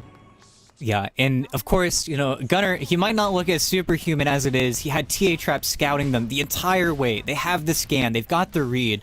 But having the balls to skewer them into the dying Roche is just another level. Of course, knowing that the Infest has already been used, times the RP perfectly, times the egg perfectly, it's just another beautiful executed fight in which now, what do? Yuma's on your racks, everything's blown wide open, they've got no spells, but they've got not a care in the world. You use the Aegis immediately, but 28k gold up. The only thing you have looking up for Pomioka is that nobody had to use a buyback in that situation, but that's about it. That's all that's going for you at this point. And Fade, oh boy. Is this going to be a slow death? He TP'd down here. It's not going to be slow, my friend, because he doesn't have any way to survive this. He is just quickly dead. Very quickly dead. And again... Well, yeah. Yeah. This is Dota 2. This is some Dota 2, bro. 30k gold lead. So across both games, the gold leads have been pretty substantial. Right now it's at a K a minute. But the scary thing is at a K a minute, despite the fact that Nans hasn't necessarily been accelerating the pace all that much. It's been... You said this word many times today, textbook Dota. This is just like the formula of how you should follow if you're in this position. and they're making it look so clean right now. A lane of racks about to fall on the top side of the map, on the bottom side. Top side gone already. And this might be the last fight. Roll in. They're looking to try and bring down Yuma. He doesn't have an Aegis right now, but there's an RP coming in from Gunner, catching 2 heroes with a Cataclysm bouncing on it. Kits is gone, so is Abyss. They skewer back this Muerta. She is maybe the only option, but her options are gone. She is dead. Flyer pops a Supernova, ensuring that they get this stun up onto Fade on the secondary life. They kill him off. He has no buyback. The only person who had buyback was Abyss, but now he's being corralled, surrounded by the Nouns players, and his life is forfeit. Walked back, did what he could, but it turns out, what could he do? Not much. GG, well played is called, and Nouns grabbed the 2-0, and even though TSM dismantled Fort Studios earlier today, I must say, Nouns' victory might be some of the biggest stompiness that I've seen in NA in a very long time, ET. No, it's beautiful Dota. It's simple, it's easy. It felt like they were in complete control. I mean, even in that last jump there from Pomioka, they try everything. They just jump onto the TA without BKB, without Aegis. It's their best bet. Both BKB targets immediately RP'd, shut it down, pop the egg, heal everybody up, nobody's dying. And it's just too passive a lineup. I think with the supports, with the NP Muerta, they were just outclassed. And then everything falls at the feet of Kits. And what can Kits do? He's already getting pwned by Stormer in lane. He's not getting help from anybody. And yet they tell him, you also have to be our stun. You got to go in. You have to be our guy. It's a miserable job, but tried his best. But it's Nouns. It's a new roster. It's them really showing their stuff. I mean, Gunner, he said, okay, I had a few missed blinks, a few missed RPs in this game. This game, flawless. 15-2 and 15. I mean, everywhere he needs to be. Same with Fly. I mean, the Phoenix play is just beautiful all the way through. And even though less flashy than the Meatbow, you also got to give props to Yuma, who just holds it down. I think this Nouns already is just showing consistency, piled upon consistency. It's terrifying. I hope that the other teams are watching this series coming into that next round now, because everybody's got to be looking at Nouns. Yeah, Nouns look terrifying, like you say. Looks quite scary. And I think it's, when you look at the Pomioka draft, okay, game 1, I think both of us agreed that we didn't really like their draft, but game 2, there was a lot of potential for them to be able to make plays. We did see a couple of moments of excellence from them, but to make a draft like this look genuinely useless is not hard. It's not easy to do. It takes a lot of effort. It takes a lot of understanding of the game, being able to move in the appropriate places. The amount of times Pomioka would make big smoke rotations to either find themselves finding absolutely nothing or finding a hero that just leads into a counterplay against them. It's not simply because they're bad players. These are very good players. It's just Nouns is looking pretty crisp right now and taking a very well-deserved 2-0. You were mentioning, obviously, some of the plays from Gunner, so some really good Supernovas from Fly, some amazing positioning from Stormer, some very good carry performances from Yuma, and especially some very good laning from him. I need an MVP. I didn't ask you in the previous game, so actually, since we're going to have a lot of time for the next series, give me an MVP from TSM from the previous series, and then give me an MVP for this series now. Okay, from TSM, that's going to be slightly harder, but I think the simple one is just Bryle. I mean, the man, he just shut down everything. Game of course, had supports that enabled him to that upper level, but he doesn't need them to start the lane. He takes that advantage and then he spreads it across the map and nobody can stop him. And that's the problem with that team, is that Bryle can just keep his head up in these situations, even though I kind of want to also give MVP to the Tusk play in general between both Whiteman and Immersion, because they made hell to play for any Pango player. They turned into a miserable affair very, very quickly. But I will say, Bryle, the GOAT. In this game, though, I feel like you got to give it to Yuma. He's just there. He does what he needs to do. The Meepo was a showstopper. In this game, I mean, he's a level 27 TA. It's kind of disgusting, but, you know, he does what he needs to do. He's just the top of the pyramid in this game. Highest net worth, scary guy, kept it down. Perfect play. Was genuinely perfect play coming in from him. Just perfect play for the most part coming in from Nouns. You can still see some growing pains. They're clearly not the final product just yet, but if this is the inaugural introduction, I can only imagine what the heights are left for them to claw through. Of course, they're not the only great teams that we've seen coming out here in the upper bracket. We've seen TSM, as E2 was just talking about now, also getting through in the upper bracket. Bami Soy has found themselves also getting through. Another team, though, I quickly want to talk about because I haven't necessarily seen them play that much. Did you get a chance to catch the Yamsen team play in the open qualifiers? And if you did, how would you rank them relative to a TSM and the Nouns that we've casted here today? I'd say not to, talk down the Bambi Soy team at all. I think they're a solid 3 right now. I think that they're right behind them. They're one of those teams of those core players where immediately after TI, whether or not they knew about their shuffles or their contracts not renewing, immediately it's time to scrim, time to practice. I've seen countless hours from all of their players just going into the lobbies, into just general, getting better at the game, solidifying things, cracking down. And they've got a hell of a lineup. I mean, Yamsun, Exantic, Speed, MSS, Dubu. You've got caliber players in a similar vein to TSM and Nouns. Maybe some players that haven't seen competitive play very recently, in MSS and Dubu, taking a bit of a step back, but still playing the game, still improving. They're still here. And I think, if anything, this is a huge opportunity for them to test their mettle, to prove themselves a little bit more. Maybe Yamsun even the most, that's saying, hey, I'm back on carry. I'm back on my own team. I'm trying to make it work still, and I'm still here. And that's exactly the vibe I get from Yang Ziganlu. Well, Yang Zhiganglu doing well, Bami Soy doing well. We've just seen Nouns doing very well, and obviously TSM already doing very well. The top 4, ET told us, gave us the spoiler alert, but they seem to be the teams that certainly are the ones to watch out for. Unfortunately, though, for all of us, we'll only be seeing those top 4 teams taking part in more ESL 1 qualifier action tomorrow. As today, for our final series of the evening, we have an elimination game at the very bottom of the pyramid. Team Rocket taking on the side of Fort Studios. That's going to be coming up, unfortunately, in a long time, right? Because we have a hard schedule here, we're giving everybody the opportunity to plan their days accordingly, giving casters a time to sleep, eat, rest, do all the things that make us human. It's going to be about a 2-hour break before our next series. However, you certainly do not want to miss it because that is going to be our first elimination game here in the North American side of the closed qualifiers. So don't miss it. Whether or not we see Fear, Jenkins, and the boys continue in the bracket, or if we have a non-content side representing NA going forward into the second and third days of the qualifiers, we have to find out in a couple of hours. So don't go anywhere. Myself, Snare, with the homie ET, we'll be right back. Okay, not right back, that's a lie, but we'll be back at some appropriate time for some Dota 2 action here in NA. So see you in 2 hours. Go get some sleep, go get a drink, go eat something. Whatever you need to do, just make sure you're right back in your seat for some more NA qualifier action in a couple hours.